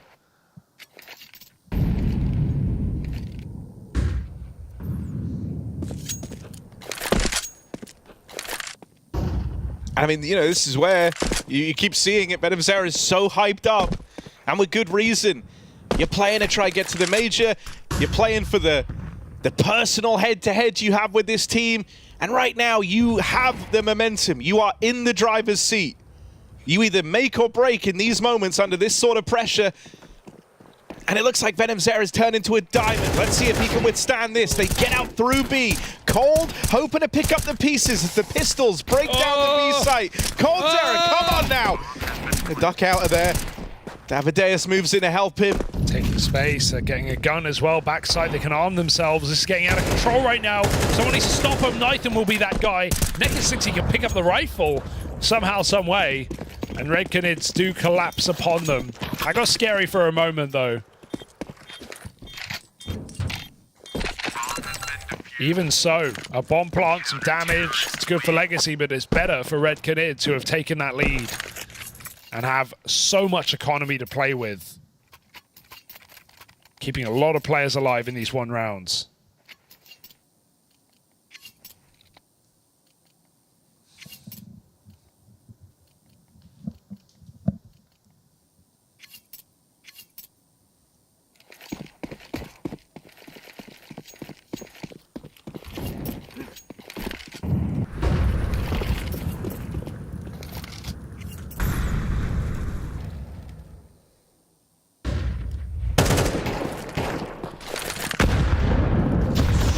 Oh, double nades.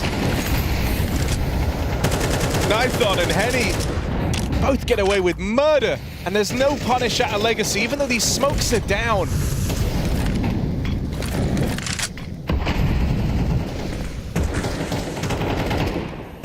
And there's just problems all across the field here for Legacy. They need to take something. They need to take some real estate. And as they go looking into the spawn, sure, they deal with Davideus, but he is laid waste to Legacy before they're able to do so. Red Canids running away with this CT side. What started strong for Legacy with an early lead has very quickly fallen silent. And there is not a weak link right now for the Red Canids. Like, so cerebral right now, right? No slow retakes, no passive rounds. The brawl has continued, and Red Canids are certainly coming out on top.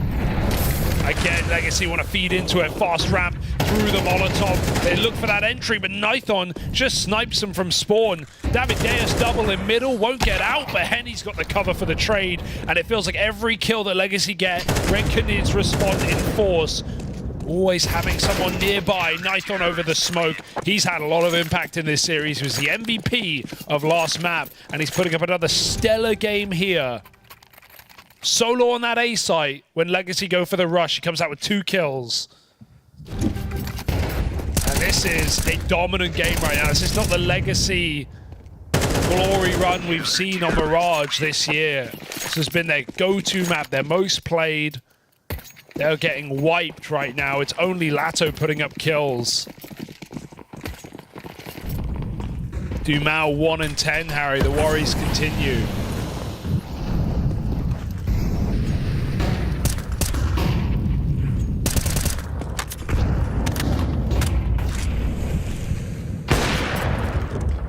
Can they overwhelm them? They try another time. The MAC-10s do work. That Daybreak does no favors. But Nithon and Coldzera still keep things even. He finally falls in the spawn. Henny again, a trade from short. All too consistent. Bombs getting planted. Finally a slowdown, but for how long as Venomzera closes the gap? The one shining light here for Legacy, right down the tail end of the half. Lato is still alive. The bomb is not planted for Sadzin. Yeah. If Lato dies, this round is over. But Lato has been operating alone across this game so far. No change. He has to deliver. Shots miss. Venomzera finds him. Sadzin too far away. It's not going to kill Venomzera. He just holds the defuse. And so Red Canids 8-4 on the half. I felt like it disappeared so quickly, that half, right? Like, so many rushes, so many brute force XX for Legacy, just trying to go B-pop round after round, running up short, running through ramp molly. Felt desperate. Legacy are not a one-man army team. They have a trio of stars. They have 3 players that can stand and deliver. It's Lato, Sadzin, Dumao. And right now, Sadzin in that round is so out of position. There is never a way in which he can help his team. He's bogged down, stuck in the weeds of fighting Henny over on short. Lato is having to operate entirely alone in terms of being a driving force for this squad, and Dumao gets his second kill on Mirage in that one there, running it up con with a MAC-10. Red Canids, meanwhile, you've got the man of the helm of the ship, Nithon, topping the charts alongside Davideus. These are not the two usual suspects, but they are both playing up to the level. Venom Zera might not have the experience of his namesake in Cold, but he is doing all he can to leave an impression right now. Looking great across both maps in this series. Red Canids now move on to the T side. And there is no one from Legacy in A. They are going to an entirely empty site. Now, Legacy know this. They know that they were going to be left to retake if it's the A play. They have a kit, they have a smoke, they have the tools for the job. But can they do the work? Got to pick where you're going from, right? Don't want to go through jungle as a unit. Not against the Glocks. Venom's Era cuts it off. They regroup spawn. This is the right call here for Legacy. It's the making of a round, but they've got no flash for this position. Neither do Red Canids. It's going to be another 4v3 in spawn, and it comes out for Legacy. Brutal pistol kills. Oh, it's getting awkward. Henny had a chance, and Davideus could absolutely win this round. They run in. No one's looking. No one's looking at him. Davideus dancing around the boxes, and Dumao able to wrangle him back in. It's not comfortable, but they convincingly win that CT fight, and even though Henny and Davideus gave them a run for their money, Legacy do emerge with a pistol round locked in. That needs to be the second win. That has to be where you dust yourselves down and pick yourselves back up if you're Legacy. Oh, I really thought Davideus was going to win that, right? If he tucks in, I think he might. There's no way they're checking that position with a triple plant on the front side. But he lines them up. He certainly had an opportunity. Instead, he's given Legacy a chance back into this map. They need to take it with both hands. This time, Red Canids don't play passive. They don't go for the full eco. They force.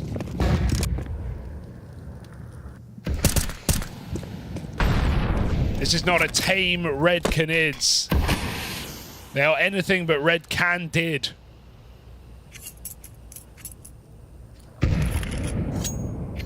And look at the guns they've got. AK double Galil. It's a fantastic buy. Legacy do expect it coming. They go for rifles themselves. And to be fair, Legacy have a great setup in this round. 2 on the A site. Sadzin hiding in.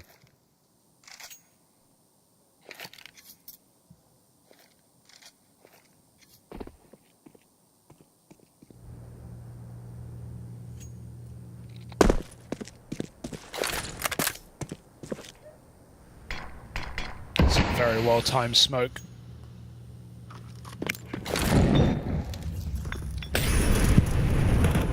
They're out behind Lato. Got to keep his head on his swivel. Sadzin could try and bail out his teammate here up on top, but Cold Zera swings on out and finds him. Henny in the meantime also picking up Sadzin, and one more from Henny's Galil.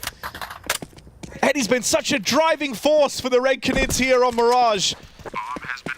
Barton late out through the spawn, Davideus up close, ready to deal with him. And Red Canids on their force buy immediately bring the heat with 3 from Henny. Sick 3K. I mean, he's doing it with the rifle, he's doing it with the AWP. He's playing positions and roles that are highly communicative and very influential how these rounds are playing out.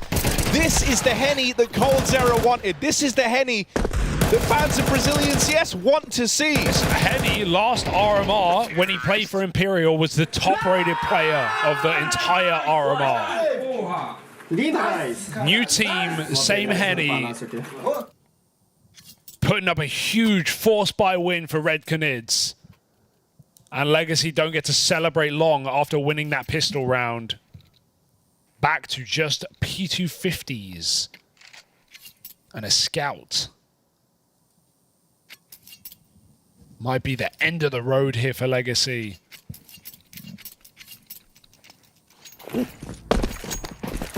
What can they do?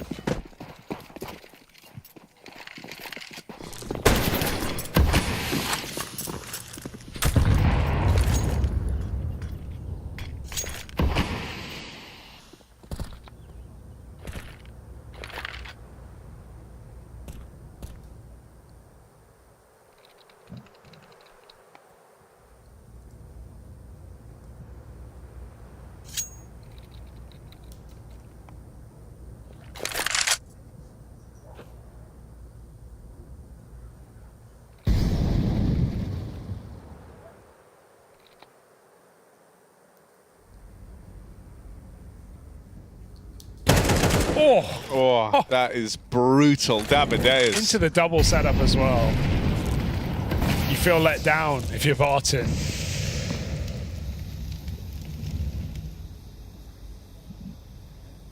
And now he's pulled a second player over here towards B, making life easier for the rest of the Canids as they meander up through connector. They don't check for Lato, which is going to let him get away with one, but that is all she wrote. This round over.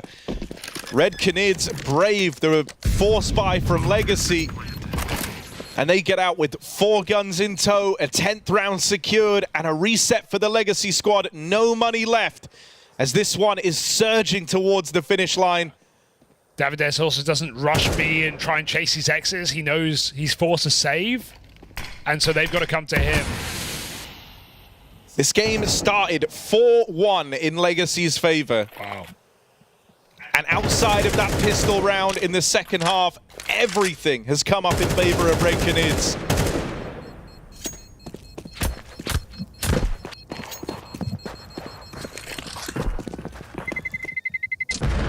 Absolutely earned. Can say nothing less. Red Canids have controlled this map even better than Anubis, somehow. And it doesn't help that Legacy won't even field a rifle round until Red Canids are on the doorstep of eliminating them. Even that buy is not going to be great. We're looking at 44 to 4,600.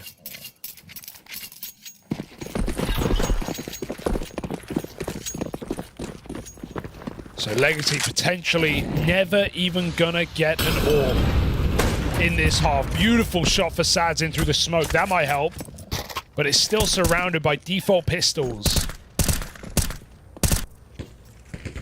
They throw the gun out of there.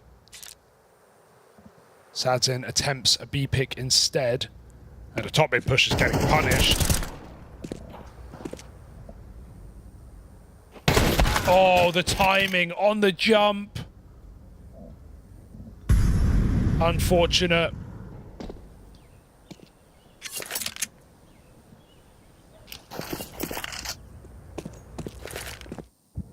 And Legacy knowing they have to make a move, go for the ramp push, but they just uncover nothing, and information is not worth anything at this point in the game. Red Canids are about to end it on B and sit up 11 to 5. And so that leaves Legacy with one chance. One opportunity to try and save themselves on Mirage. Save themselves at the RMR.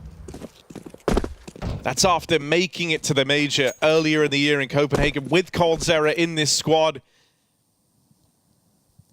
He gets benched. It's a very tumultuous exit. It's not pleasant between them. You don't end on good terms. And now he might be the guy to eliminate you from your chance at the Major and send you out from the RMR 1 and 3. Quite a fall from last season.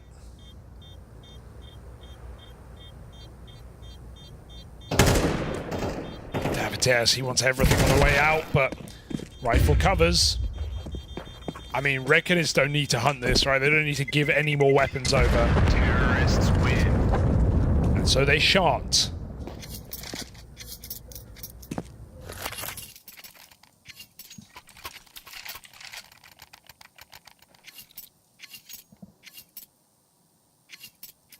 Final try, final buy for Legacy, unless they somehow break this amassing streak.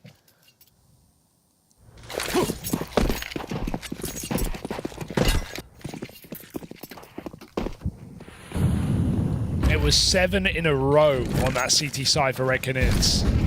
Only broken by a pistol round.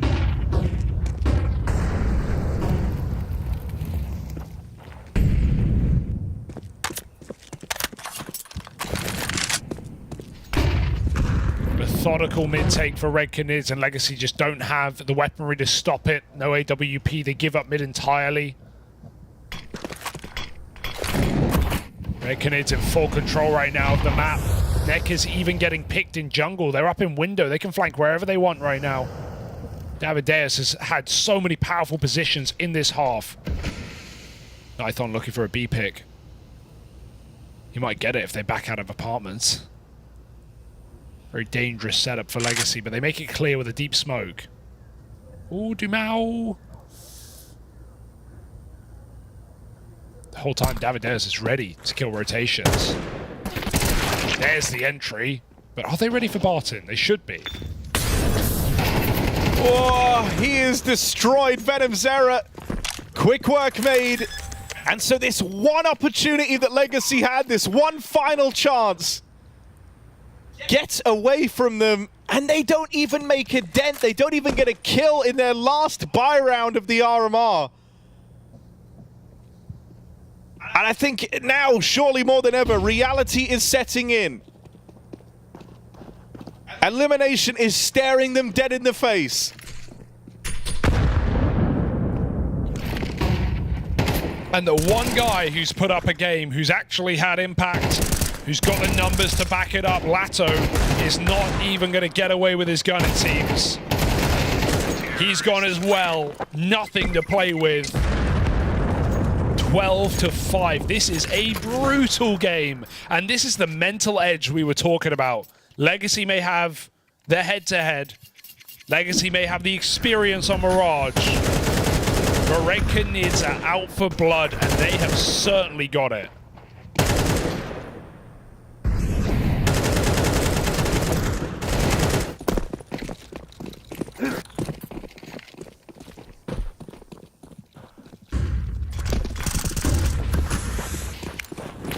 Mid-rush, desperate. It's all they've got. Good flash, but there's still a second player there. Dumao doesn't realize he runs away. They'll just take the 5-on-4. If you're Red Canids, you see that. I don't even think you're too perturbed. You're expecting something aggressive here. You know that Legacy are going to be left wanting in terms of the util, in terms of the firepower, and you know they're desperate. You've got them backed into a corner. And so that's where these moves come out. It's a sign of the times. Red Canids group, they play this slow, they play it together. They've lost Henny early on, and he's been a big driving force behind this game. And so now they send the remaining 4 into the apartments. Over here, it's been Davideus just destroying Legacy at every turn.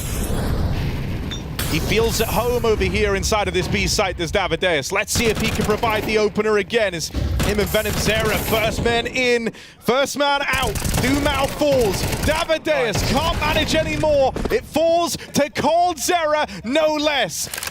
You have seen this guy deliver highlights on the B site of Mirage versus his former team now to eliminate them from the RMR. Can Cold Zera do it? Boxed into a corner. Cold Zera, one more to find, but Sansin stops him. One more round for Legacy as Cold is just cut shy of a 1v4 clutch. Never were Legacy comfortable. You know in that spot more than any other what Cold Zera is capable of. They are trembling. It's one more round for Legacy, but how much longer can they keep this up? Surely they can't, right? Surely that's just a blink of a round for Legacy. It almost would have been perfect, poetic for Cold Zera to do him like that. But I don't think Red Canids are worried about their opportunity. Plenty of chances.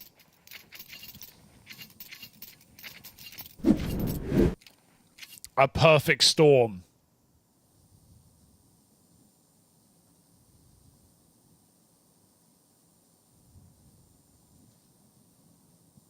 All they need is one.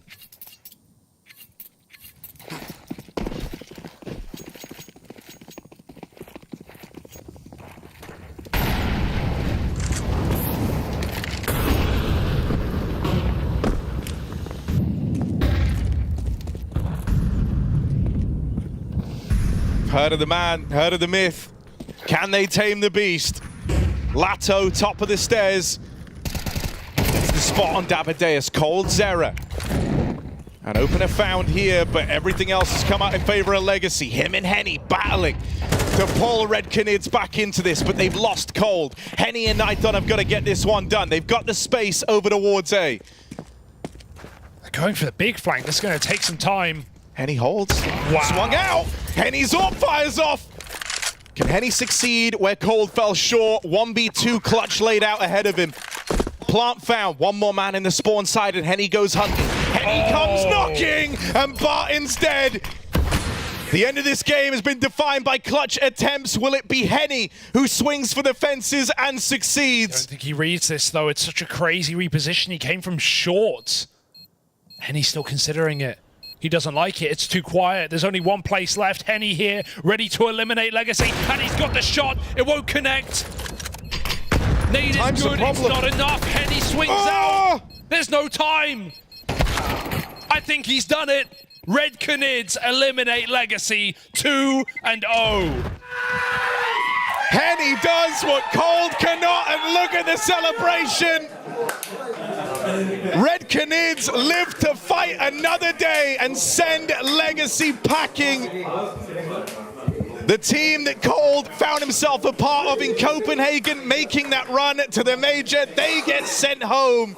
A moment of regret for the Legacy squad. Dumao, Lato, Sadzin, the big three, heads in their hands as their run in the RMR comes to a close, falling short of the precedent set back in Copenhagen. It has to feel disappointing, absolutely, for Legacy, right? A massive drop from, you know, making it to the opening stage to going 1-3 and barely even showing up in this series. It felt like that Mirage was nothing like what we expected, what we've seen before. We've watched these two teams play time after time, but in the context, when it mattered on LAN, with it all on the line, it's Red Canids who make quick work of their opponents.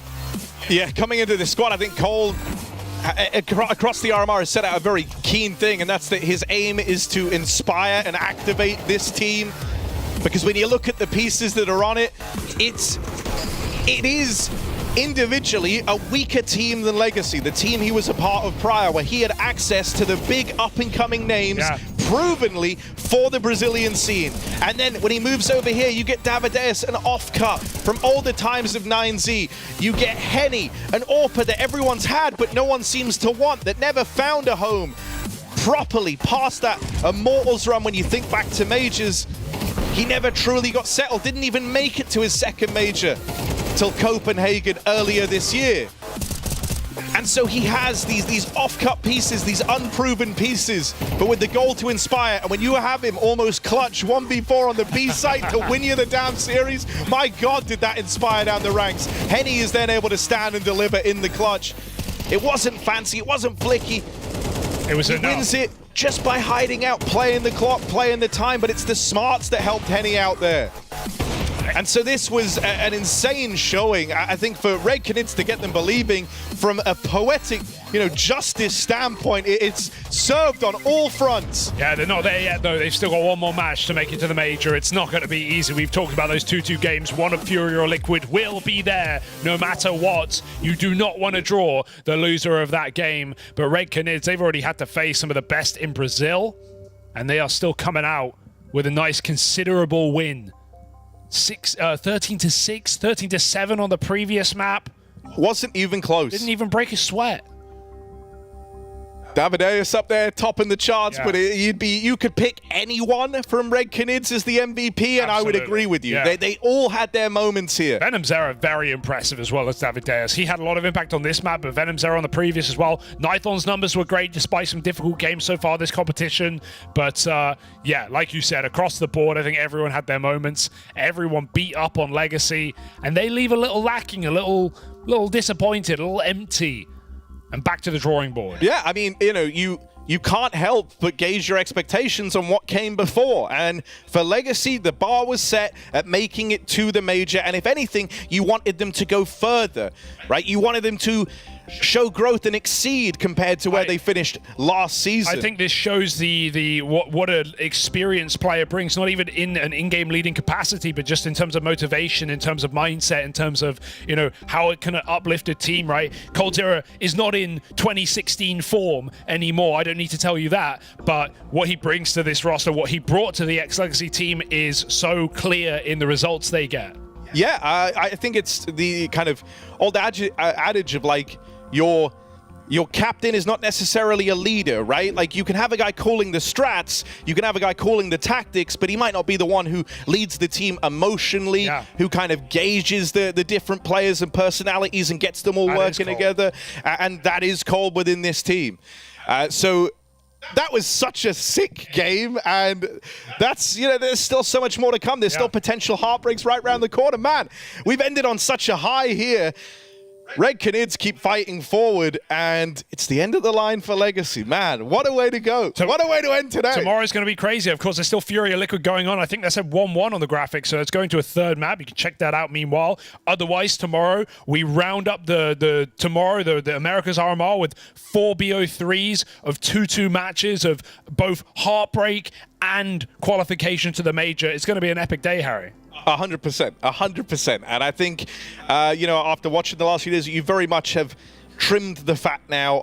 That's the sad thing about the 2-2 games. You can make cases for all the teams to be deserving. And so that is what makes tomorrow so special. Oh, I can't wait for it. That's going to be going on as well. Same time, same place. For now, go check out FURIA Liquid, our final game of the day on the other stream. And we'll see you bright and early tomorrow.